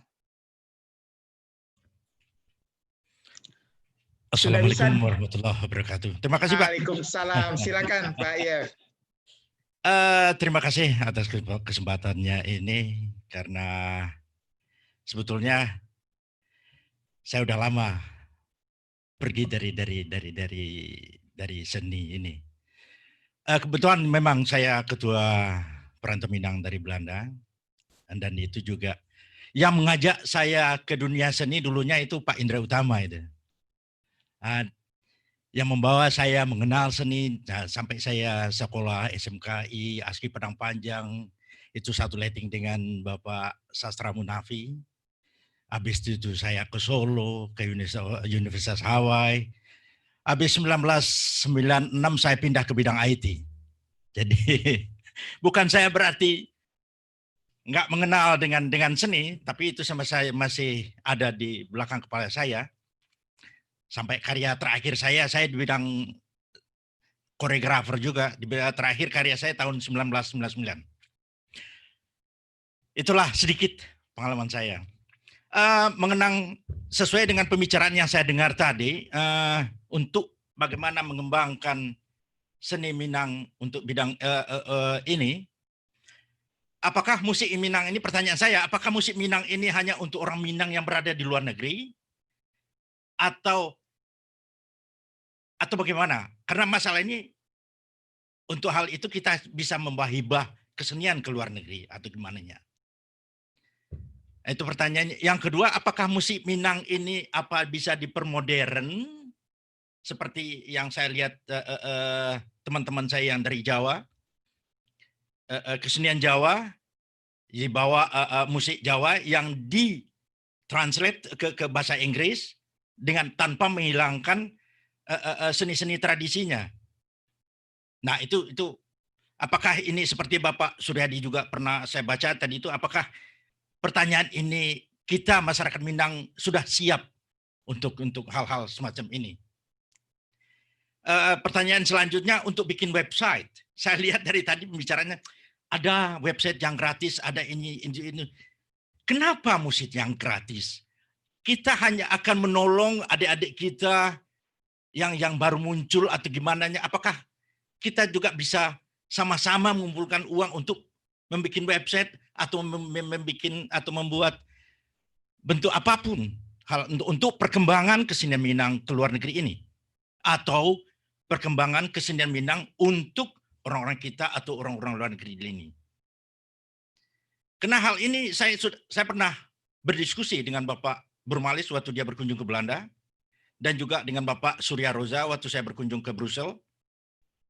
Dan hal-hal ini saya harap di sini atau bagi teman-teman yang seniman yang lainnya atau yang karyawan cerdik pandai yang ada di sini, ya bisa memikirkan hal-hal ini demi adik-adik kita yang baru muncul, untuk perkembangan, terutama untuk mengembangkan seni Minang di arah Nusantara atau luar negeri atau gimana nya. Pertanyaan saya cuma itu aja. Baik. Terima kasih atas kesempatan ini. Pak Yes. Baik, kita lanjut dulu kepada Pak Asmun dari Tan Malaka Institute. Kemudian kalau Pak Zoni Satria bersiap-siap ya, kalau masih tadi raise hand ya. Silakan Pak Asmun dulu.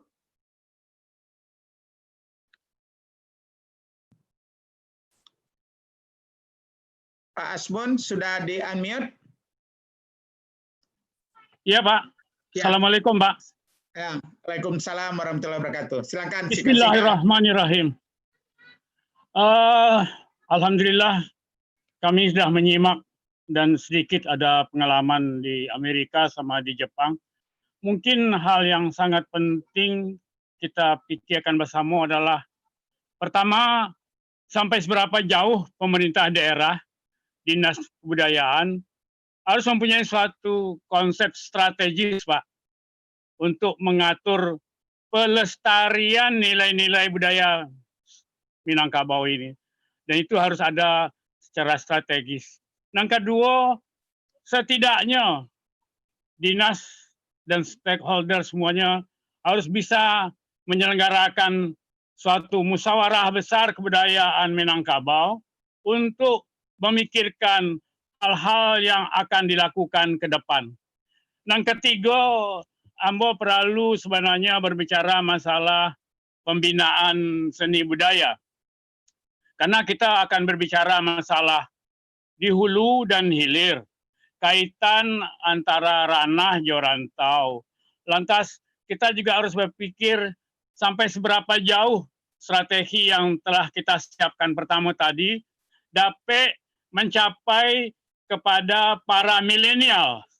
Nah, ini barangkali perlu kita pikirkan bersama cara-cara pendekatan bagaimana Iko bisa sampai ke anak-anak muda supaya pelestarian seni budaya Minang Iko tetap berlanjut gitu.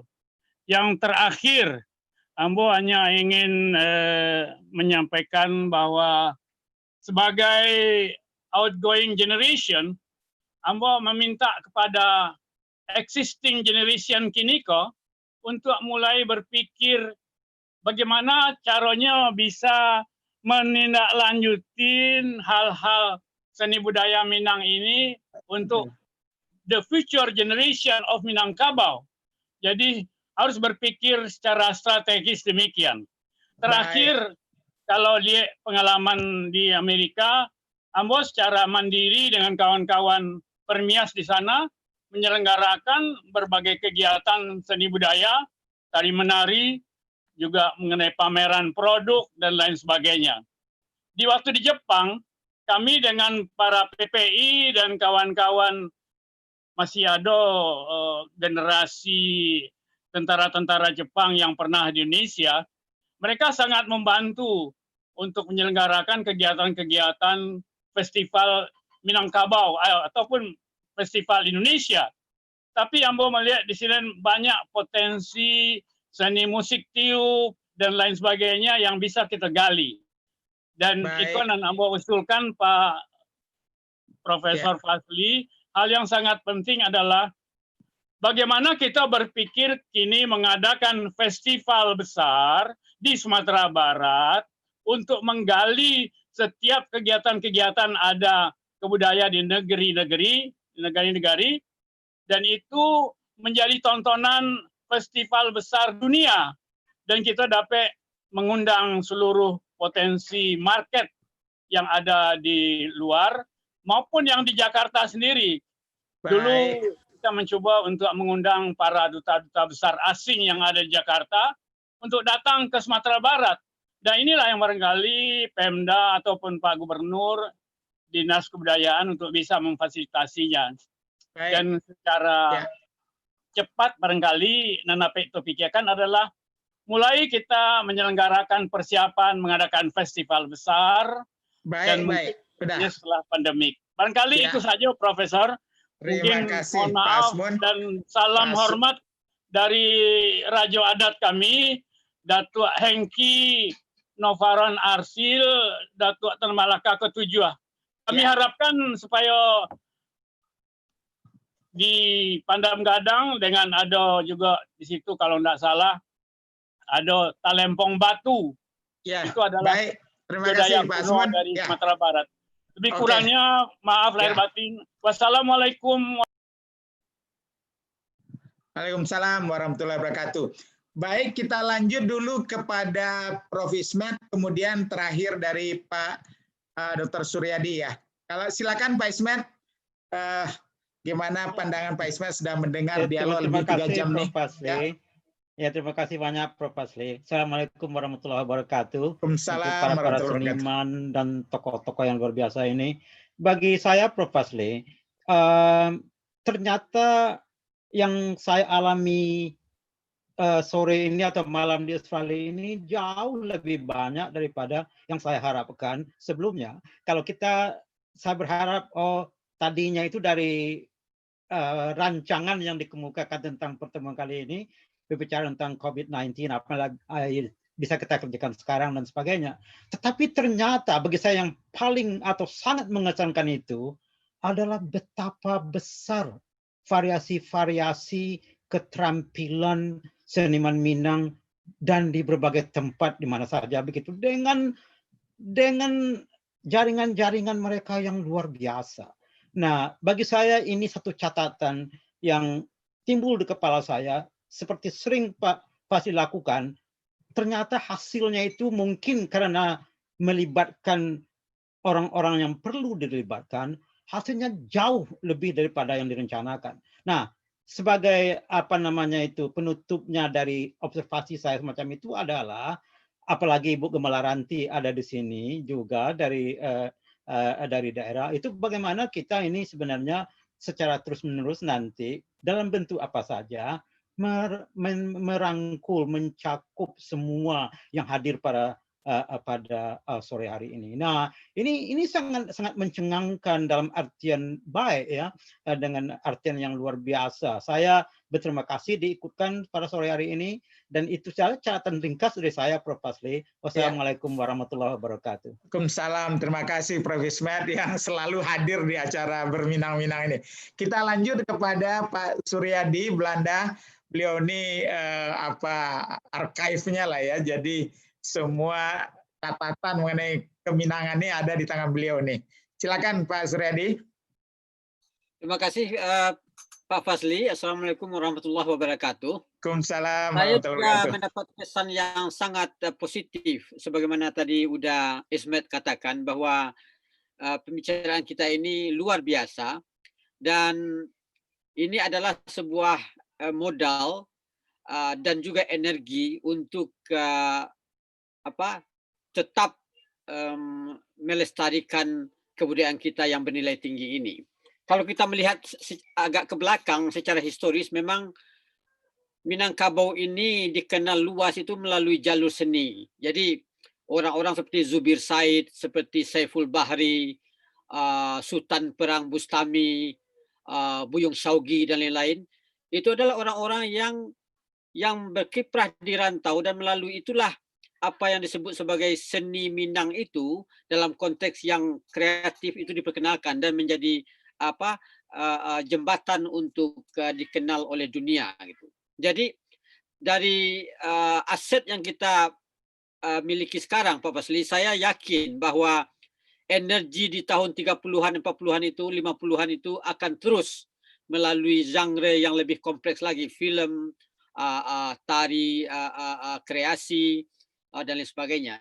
Tapi seperti tadi dikatakan oleh Ibu Gemala bahwa memang sebaiknya juga tadi menjawab apa yang ditanyakan oleh Saudara Yev, sebaiknya kita terus membuat kreasi baru, dan itu sesuatu yang memang perlu mengikuti tuntutan zaman, tetapi genre-genre tradisional itu sebaiknya memang harus kita pertahankan juga. Mungkin ia tidak populer, tetapi paling tidak ada orang yang berminat. Jadi alangkah ruginya kita kalau genre seperti Si Jobang, seperti Bataram, seperti Uluambe, Dendang Pauh, Rabak Pariaman, Rabak Pesisir, Indang dan lain sebagainya itu yang saya kira harus kita perkenalkan kembali kepada generasi muda kita, mungkin melalui cara yang baru sehingga mereka tertarik. Saya memikirkan bahwa isi kita di Padang Panjang mempunyai ruang bagi seniman-seniman tradisi itu, Bu Gemala atau kawan-kawan yang terkait dengan isi tadi, dengan isi, menjadikan mereka sebagai dosen tamu apalah gitu, tapi tentu saja dengan jadi mereka diundang ke isi dan mereka mempertunjukkan Dendang Pauh misalnya, sehingga ada satu dua yang berminat, dan kalau ada yang berminat itu kita subsidi, kita support secara moral dan finansial. Misalnya kepandaian yang luar biasa dari almarhum Harun Rajo Bujang misalnya, tukang Dendang Pauh yang menjadi topik skripsi saya, Pak Fazli, itu bermalam-malam saya ikut di Kalumbuak, di mana-mana, itu luar biasa itu. Dan sekarang apa yang disebut sebagai kekayaan perpustakaan itu hilang, tidak diturunkan kepada siapapun. Jadi itu satu hal yang mesti diperhatikan, dan ini tentu harus ada kerjasama antara pemerintah dan juga masyarakat.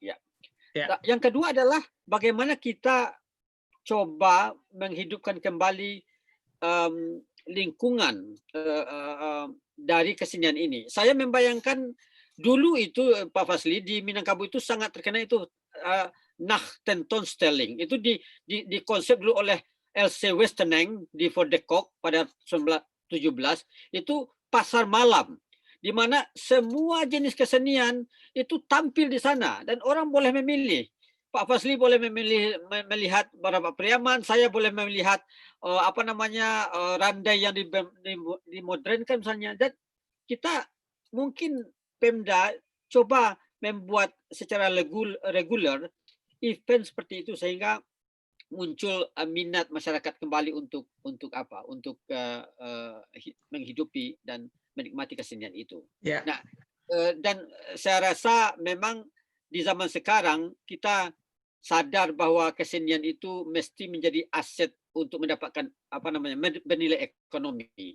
Saya melihat itu Pak Fasli, Singapura itu sudah luar biasa. Singapura itu setiap tahun meminjam naskah-naskah dari Leiden dengan nilai jutaan dolar, dengan security, dengan insurance yang luar biasa untuk dipamerkan di Singapura. Itu bayangkan. Jadi Singapura itu sekarang merevitalisasi kampung Gelam, kampung Cina, kampung Melayu dan lain sebagainya untuk pariwisata. Nah, saya kira di Padang kita punya itu dan mengaitkannya dengan kesenian sehingga vitalitas kesenian itu hidup, dan dengan itu kita bisa mengundang orang asing berminat datang ke kita. Kalau kita jemput bola terus tanpa ada efeknya kebalik, seperti tadi dikatakan mengunjungi Sumatera Barat, itu kurang menurut saya. Itu saja dari saya, Pak Fasli. Baik. Terima kasih Pak Suryadi, ini perlu tindak lanjuti. Dan kita berikan kesempatan kepada para panelis ya, yang memang merasa masih ada yang mau disampaikan 1 sampai 2 menit. Kita mulai dari Uni Eli dulu. Uni Eli, ada yang Uni Eli mau sampaikan? Uni, silakan. Dan bersiap-siap nanti Pak Sastra di situ. Silakan Uni Eli. Ya, Uni terlebih dulu Uni mengucapkan terima kasih pada Fas selama mengundang Uni untuk webinar hari ini. Dan Uni senang sekali bagaimana pembicara finalis kita ini untuk kemajuan dan budaya Sumatera Barat, Minangkabau. Kemudian tadi udah Uni lupa ya namanya Adinda yang sebelum berapa ini.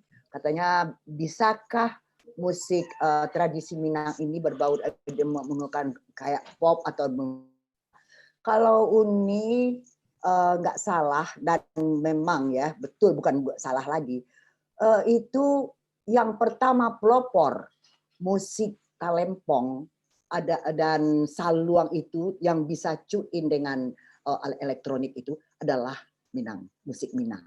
Itu pertama Uni tampilkan di istana dulu sampai orang-orang yang daerah lain itu terkagum-kagum. Kok bisa gabung talempong dengan ini? Itu yang pertama kita.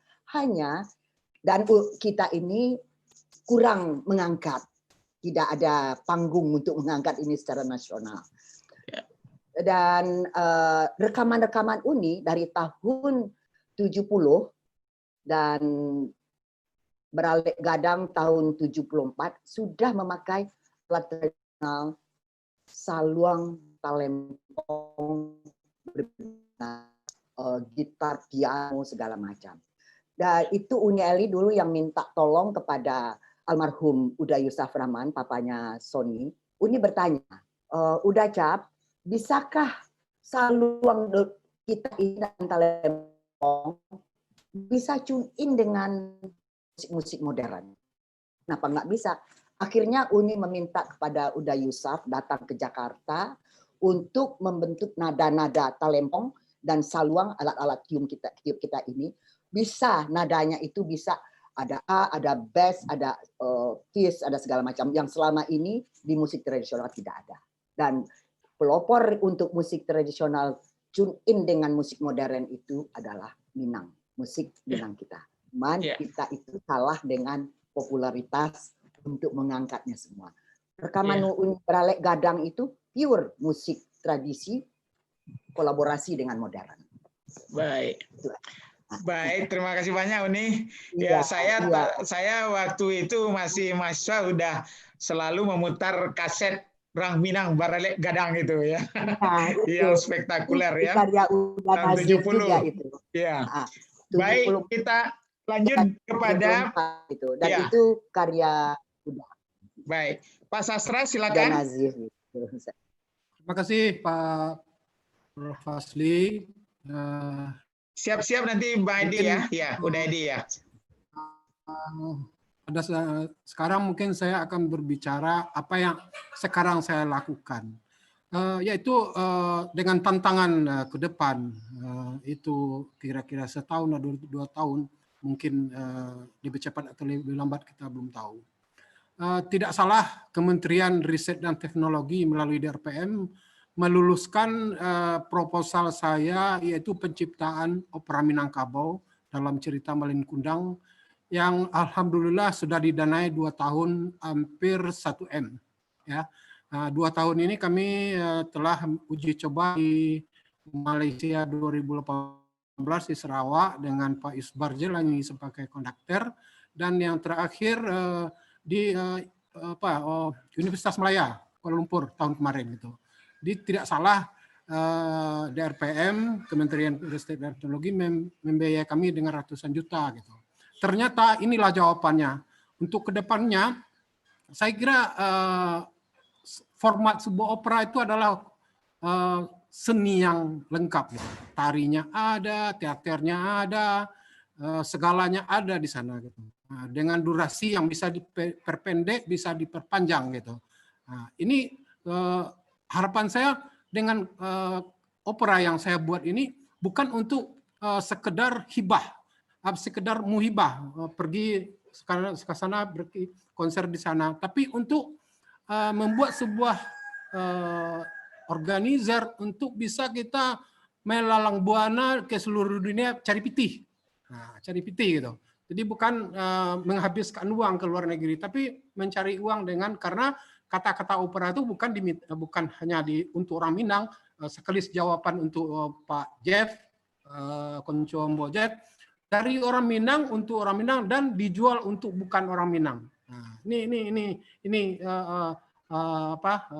tujuan saya membuat opera ini yang berasal dari cerita rakyat yang melegenda. Mungkin Unieli juga sudah membuat operetnya gitu. Saya melanjutkan dengan yang lebih besar dengan operanya.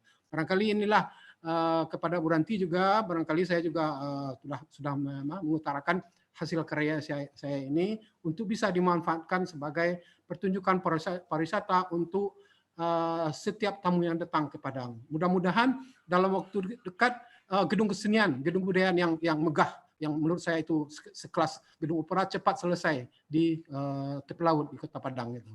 Amin, amin. Baik, terima kasih Pak Sastra. Selamat berkreasi terus. Nanti kita nikmati yang sudah diproduksi ini disebarluaskan di Nusantara dan juga di dunia, insya Allah. Kita lanjut dulu kepada Bung Edi Utama. Kami persilakan, nanti siap-siap Adinda Sastri yang tadi agak terputus boleh nambahin. Silakan Adinda Edi. Ya, terima kasih Damas. Mungkin hanya memberi kesimpulan dari apa yang mau sampaikan tadi saja. Maksud memang gagasan tentang diplomasi budaya itu menurut aku sangat penting di dalam memposisikan seniman-seniman Minangkabau di dalam pergaulan dunia yang baru itu. Nah, kita berharap sebenarnya jaringan diaspora Minang itu bisa menjadi semacam ujung tombak juga untuk membantu terjadinya diplomasi budaya itu. Nah, mungkin kelompok yang kita sabui tadi itu adalah semacam semacam ujung tombak untuk mempengaruhi pandangan dan selera orang untuk bisa menjadi Minangkabau sebagai salah satu sentrum dari pertumbuhan seni dan budaya di dunia global bentuk gini gitu. Mungkin aja Mas apanya berharap bisa dibicarakan satu sesi yang khusus bicara tentang diplomasi nanti ya. Baik. Nanti kita detailkan nanti ide ini. Baik, kita lanjut dulu kepada Adinda Sastri. Kami persilakan. Mudah-mudahan konektivitas sudah lebih baik. Adinda Sas, masih ada bersama kita? Iya.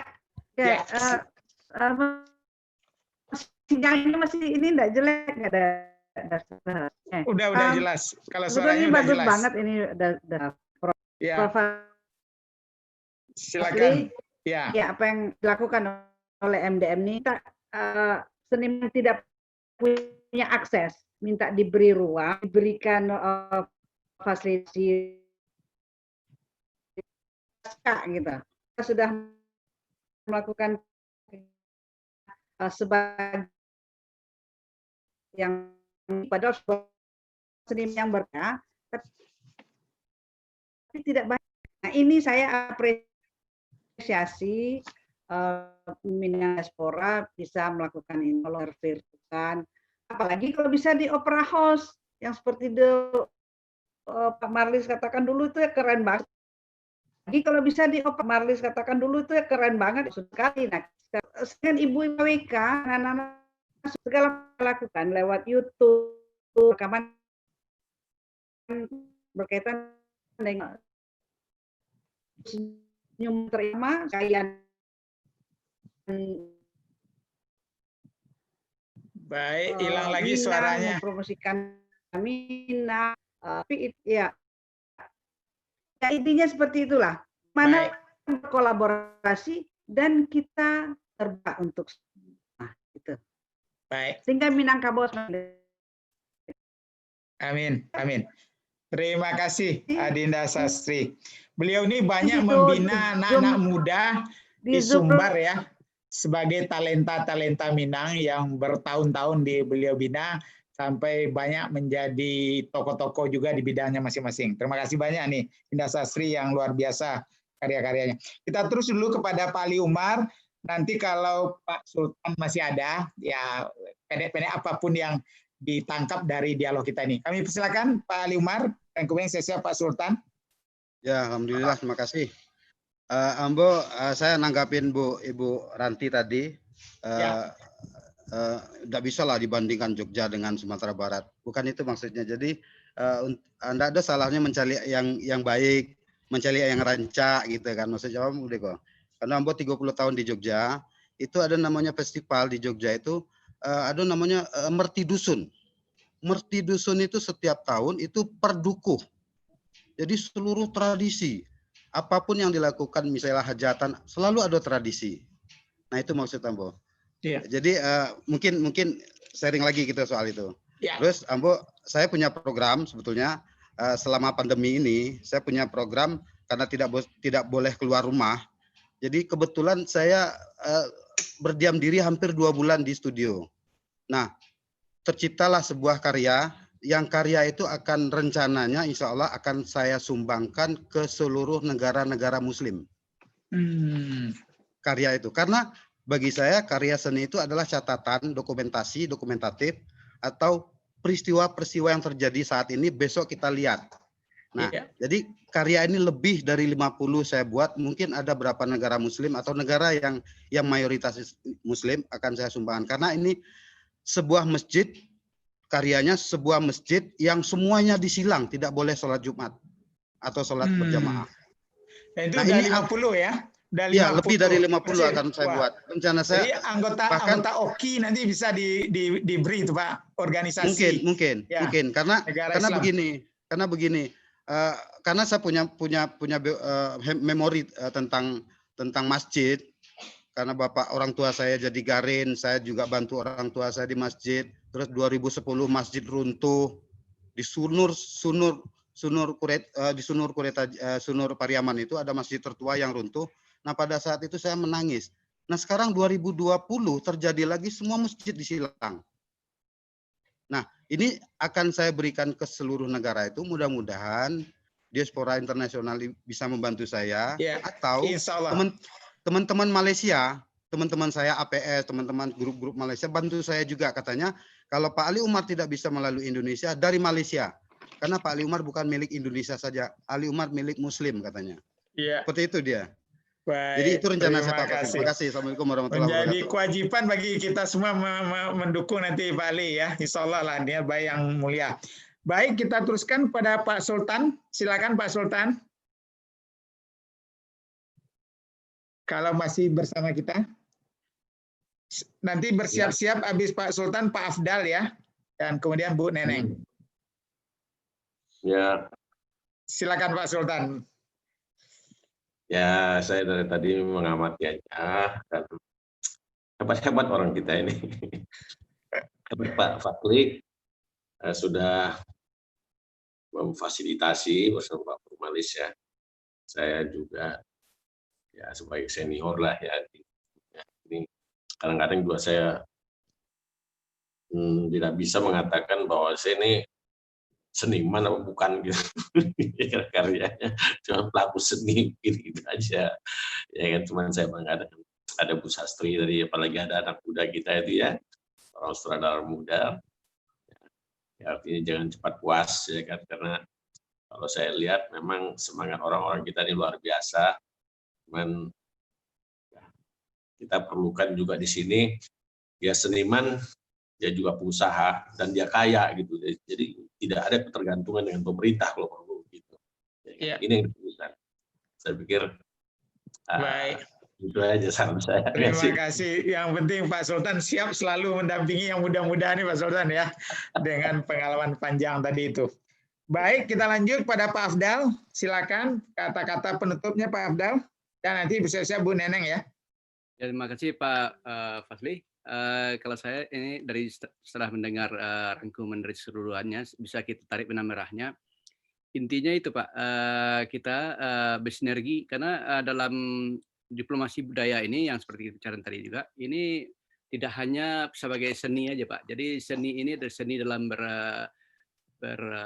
berinteraksi, seni berkolaborasi. Jadi semuanya art itu sangat unik Pak. Jadi orang menganggap art itu hanya bermain musik atau melukis, tidak Pak. Jadi seni itu kan adanya misalnya kan science and art itu Pak. Jadi memang art itu udah mempadai, itu masalah kalau jatuhnya art itu kalau dalam bahasa Jawa itu Pak udah ke makrifatnya Pak. Jadi ini harus, jadi seniman kita ini tidak bisa lagi yang seperti ini, harus masuk kepada dari ke semua lini berseni ini.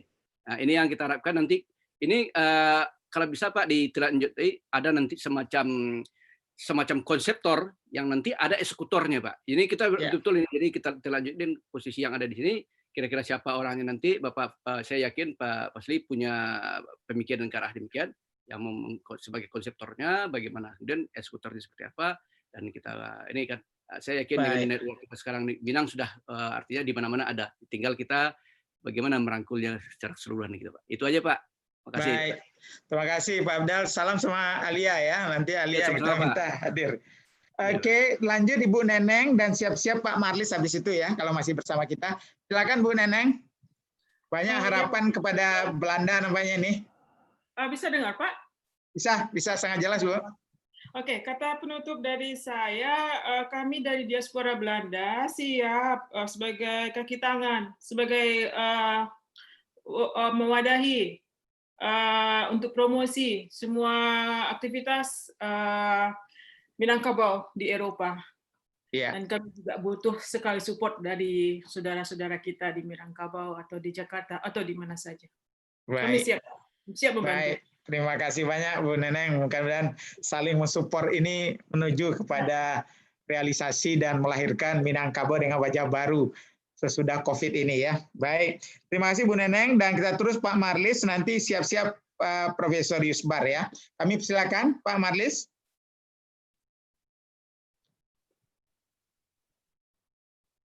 Halo Pak Fazli ya.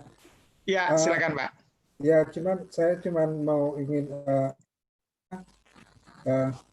menghimbau pada pemerintah supaya pencipta-pencipta lagu atau penyanyi-penyanyi itu dengan hukum Pak. Jadi nggak sembarangan mengambil hasil karya lagu orang itu gitu.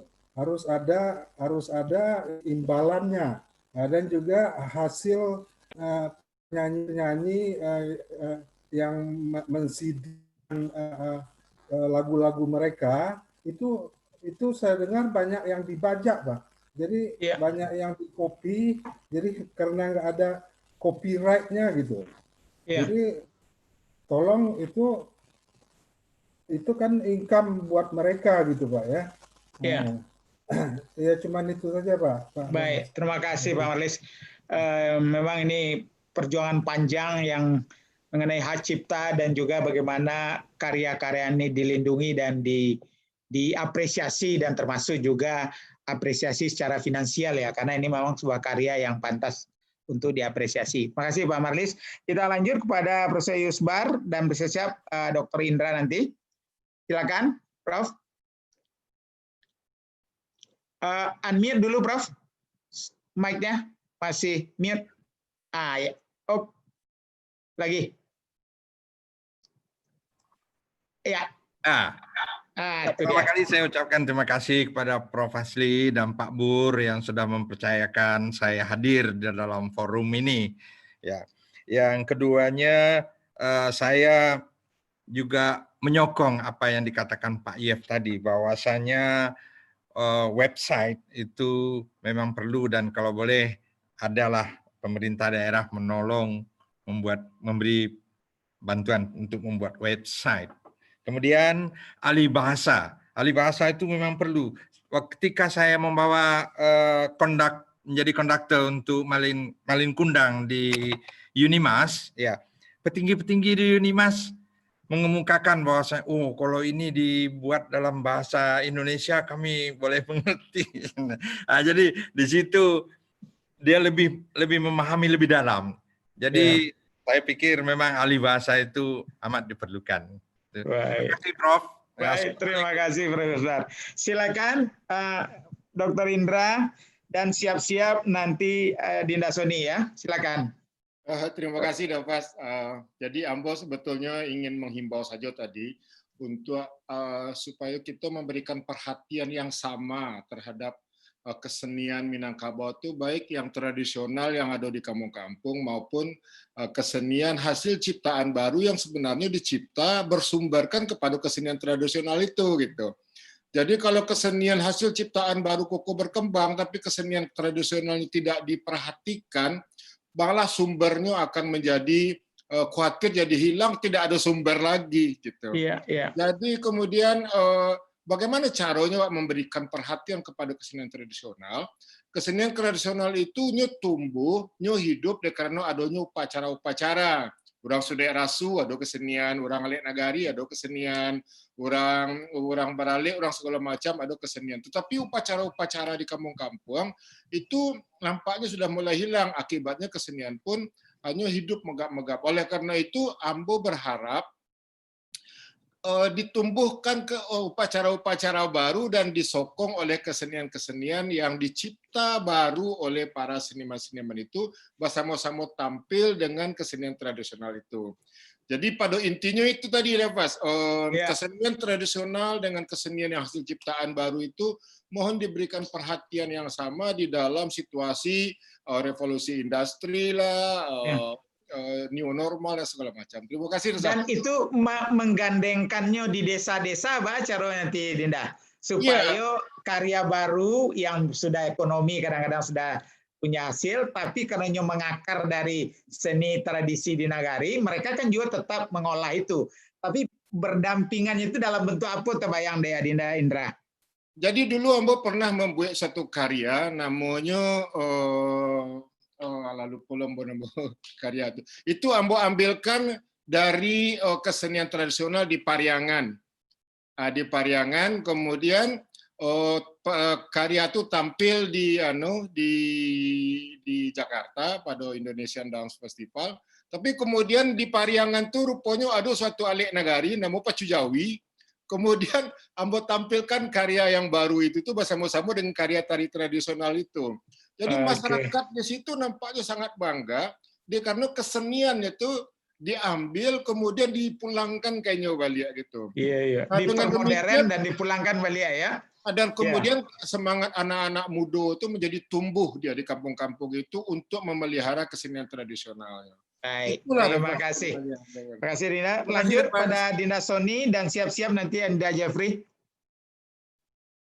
Silakan Dinda Soni. Masih bersama kita? Ya, masih. Silakan. Oke.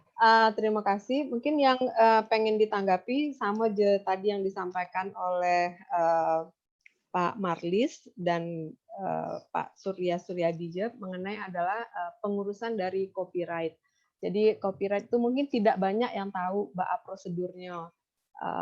Kalau di YouTube inilah ada proses yang baru mungkin dari pemerintah atau organisasi yang tahu untuk mengedukasi Iko cara mendaftar. Iko cara dulu waktu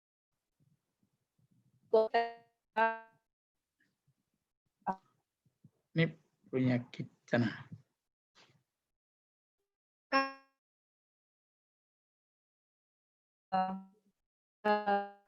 Hilang-hilang timbul Dina Sundi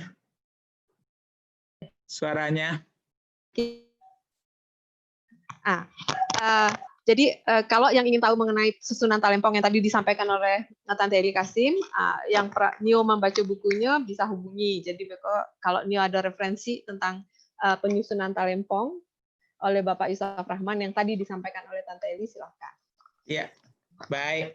Dan yang menarik dulu Ambo sempat dengan Uni Sofiani melihat kecenderungan kalau di sekolah-sekolah di DKI dulu tuh dari berbagai sekolah itu kalau ada pertunjukan kesenian selalu adalah kesenian Minang, kalau enggak tari piring, kalau enggak tari payung dan kemudian indang ya. Tapi lama-lama mulai hilang, kalah Dek Saman dan segala macam lah, makin hilang dia. Jadi kami diskusikan itu Uni Sofiani dan beliau menyediakan diri melatih guru-guru kesenian sekolah-sekolah di DKI ya. Sempat ratusan juga yang dilatih untuk menyegarkan mereka. Seni Minanggo ternyata masih tetap kompetitif, tidak kalah lah dengan tari Saman dan seterusnya. Terima kasih. Salam ke Uni Sofiani. Baik, lanjut kepada Adinda Jeffrey dan siap-siap nanti Adinda Arif ya. Silakan.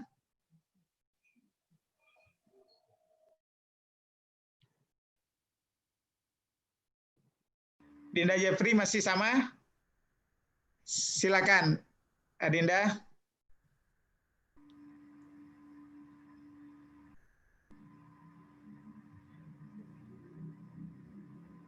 Ini sudah di-unmute suaranya aja lagi. Silakan Adinda Jeffrey.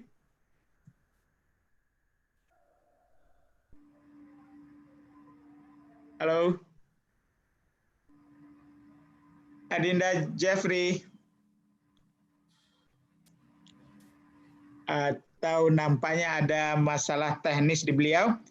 Kita udah bisa, silakan Adinda Jeff. Di unmute dulu, ya. Oke Pak, sedikit aja mungkin buat teman-teman yang mau berurusan dengan hak kekayaan intelektual. Saya kebetulan kan juga mengurus ini Pak di Asosiasi Seniman Tari Indonesia. Jadi saya juga punya link buat di Sony atau yang lain-lain kalau ingin bisa chat saya, bisa ini saya, Jeffrey saya nanti akan bantu karena saya udah punya akses ke dalam situ. Yang tadinya katanya setahun atau apa bisa kita lebih gampang sebenarnya. Yang penting punya akses. Di Indonesia semuanya gampang. Yang penting punya. Tidak ada yang sulit, tidak ada yang tidak bisa. Ya, mungkin itu aja Pak. Ya, apa yang perlu saya tambahin buat teman-teman yang lain. Dan terima kasih dan buat Pak Bus jangan kapok mengundang saya dan mungkin juga teman-teman yang lain juga perlu saya masukkan juga nanti karena teman-teman sastra juga tidak banyak di sini karena kita punya seniman-seniman sastra yang luar biasa sekarang di dunia internasional dan nasional gitu ya. Ya, baik. Terima kasih Adinda Jeffrey. Lanjut kepada Adinda kita Arif Malinmudo. Kami persilakan. Terima kasih Prof. Mungkin sedikit yang ingin saya tanggapi di sini tentang yang disampaikan oleh Pak Profesor Yusbar Jailani tentang alih bahasa. Itu mungkin kalau di dunia pertunjukan baik lagu itu mungkin bisa ketika mengganti bahasa Minang dengan bahasa lain dianggap akan melunturkan nilainya. Mungkin ke depan ada semacam interdisiplin ilmu yang membantu pertunjukan itu tetap bisa dinikmati oleh penonton yang non-Minang. Apakah di layar belakangnya itu ada subtitle? Kalau di film, alhamdulillah kami telah mencoba menerapkannya, Prof. Itu film Surau dan Sile itu sudah diterjemahkan ke bahasa Arab, Prancis, Itali, dan Inggris. Gitu. Dan insya Allah saya berharap di seni pertunjukan hal tersebut bisa juga dilakukan karena teknologi sekarang sangat mendukung untuk membantu para penonton yang tidak menonton dengan bahasa ibunya. Kemudian ya sedikit lagi tentang bagaimana mewariskan nilai-nilai kepada generasi kedua, ketiga, keempat Minangkabau yang berada di luar negeri. Itu barusan saya dapat chat dari produser saya yang kebetulan menayangkan Sore dan Sile itu di Amerika, waktu itu di Houston, Washington, New York, dan Houston. Itu banyak orang-orang Minang generasi pertama yang mempertanyakan kayak sepertinya kita perlu literasi atau literatur baik itu film, musik, teater yang mengenalkan generasi kedua ketiganya dengan budaya Minang, karena tidak semua diaspora itu bisa kembali ke Indonesia, karena banyak juga yang tidak sempat mengurus surat-surat dan lain-lain. Jadi waktu itu ada keinginan dari masyarakat Minang di Amerika untuk berharap film itu bisa dibuatkan DVD. Tapi waktu itu kami sepakat bahwasanya kami tidak akan merilis DVD karena pembajakan itu sangat marak sekali kalau sudah ada DVD. Nah sekarang ternyata dunia live streaming itu sudah memudahkan, karena film, musik, dokumenter itu juga sekarang sudah ada istilahnya streaming platform, ada over the top namanya, saluran tontonan seperti Netflix, iFlix, dan lain-lain itu yang bisa diakses oleh berbagai negara. Nah kebetulan kabar baiknya untuk Surau dan Sile, kemudian Liam dan Laila, itu untuk wilayah Asia Pasifik sudah bisa ditonton secara gratis di streaming platform bernama iFlix. Yang untuk Eropa dan Amerika bersabar dulu Bapak-bapak. Terima kasih Pak Profesor dan Kanda Burma. Sebagai pembicara termuda, saya takut banyak salah. Mohon maaf. Udah bagus sekali. Mohon dukung terima kasih. film berikutnya. Saya pernah menyaksikan dulu ikatan ke UKM, unit kegiatan mahasiswa Minang di ITB. Jadi dia waktu presentasi ini, waktu dia performance, itu mereka buat running test kayak hologram di belakangnya. Jadi semua berjalan terus. Jadi menarik juga ini karena anak-anak ITB. Jadi walaupun bahasa Minang, karena yang adil banyak juga orang-orang Minang, teman-teman mereka, tapi semua bisa menyaksikan dan menikmati karena ada ahli bahasa itu. Dan itu langsung kayak running text, tapi dibuat mereka kayak hologram, jadi menarik juga. Wah, menarik. Oke, baik Bapak-bapak dan Ibu, terima kasih banyak nih semua. Tapi dua hal yang harus kita kerjakan segera. Iya, Bu, maaf sebelum tutup ini Bu Ranti dulu kembali kita bungkus sama beliau sebelum kita tutup. Silakan Bu Ranti. Oh, makasih Pak Fazli. Saya cuman menyampaikan bahwa diplomasi budaya itu berdampak kepada ketahanan budaya. Dan ketahanan budaya itu pasti menjadi harapan kita semua agar Indonesia bahagia, dan kita semua selalu berupaya untuk mengungkit para seniman dan budayawan kita tetap menaikkan harkatnya dan karya-karyanya menjadi hal yang ekonomis bagi mereka. Ya. Baik, terima kasih Bu Ranti. Jadi dua tugas segera kita ini, pertama adalah tadi gimana nanti dengan platform yang ada di Dinas Kebudayaan, kita lakukan konser online besar ini. Dan juga menariknya nanti ada berapa menit dari Belanda, ada seniman di Australia, ada yang dari Amerika, ditambah dengan Dirana dari rantau Indonesia. Nah tadi kalau memang untuk mengundang kembali wisatawan-wisatawan, terutama dalam negeri. Tadi saya bicara dengan Pak Gubernur dan Kepala Dinas Pariwisata. Mungkin kalau konsep ini kita matangkan, Bu Ranti, bisa kita lakukan di TVRI. Tinggal lagi mencari waktunya kapan dan kemudian bagaimana nanti orang lihat kok seniman Minang ini dari berbagai penjuru dunia bisa membuat semacam orkestrasi bersama lah gitu ya. Dan kalau ini ada yang di live streaming dan YouTube ini kita lakukan, tinggal lagi nanti bagaimana Bu Ranti menjadi tuan rumahnya, kami mendukung nanti. Terus siapa nanti yang menjadi manajer dari acaranya? Ini ada Bu Sastri di sini, nanti Nelly bisa membantu ya, dan beberapa orang. Dan kemudian tadi yang ke TVRI itu. Dan kemudian mari kita mimpi-mimpikan, mana tahu tadi 3 wilayah besar tadi Bu Ranti, Australia, ya, Sydney Opera, dan juga dengan berbagai kontak dengan masyarakat Minang di Australia yang belasan ribu itu, dan kemudian Eropa, tadi Ibu Neneng dengan segala dukungan beliau, dan kita dukung beliau untuk tetap memerankan menjadi pusat di Eropa, dan ada Pak Surya Rosa tadi ya sebagai dubes, beliau tentu banyak bisa membantu. Kemudian Amerika yang saya lihat generasi keduanya ini canggih-canggih dan sangat berminat, dan ada Pak Afdal dengan istri dan beberapa tokoh-tokoh kita di sana. Jadi baik teman-teman semua, terima kasih banyak, ini luar biasa, ini sudah lebih dari 4 jam ya, 4 jam, tapi saya kira karena topiknya memang bagi saya sih menikmati benar, belajar banyak. Terima kasih kepada narasumber dan semua yang hadir. Semoga ini menjadi semangat bagi kita bahwa it can be done, bisa kita lakukan. Jalan masih panjang, tapi di tengah hentakan COVID ini kita melenting, kata istilah Pak Indra tadi ya, kita melenting, memanfaatkan kesempatan, dan dengan kesempatan ini kita maju, sehingga ada atau tidak ada COVID lagi nanti, kesenian Minang tetap berjaya di mana-mana, insya Allah. Billahi taufiq wal hidayah, wassalamualaikum warahmatullahi wabarakatuh. Ya. Apa yang penting, khususnya program tersebut bagus atau tidak.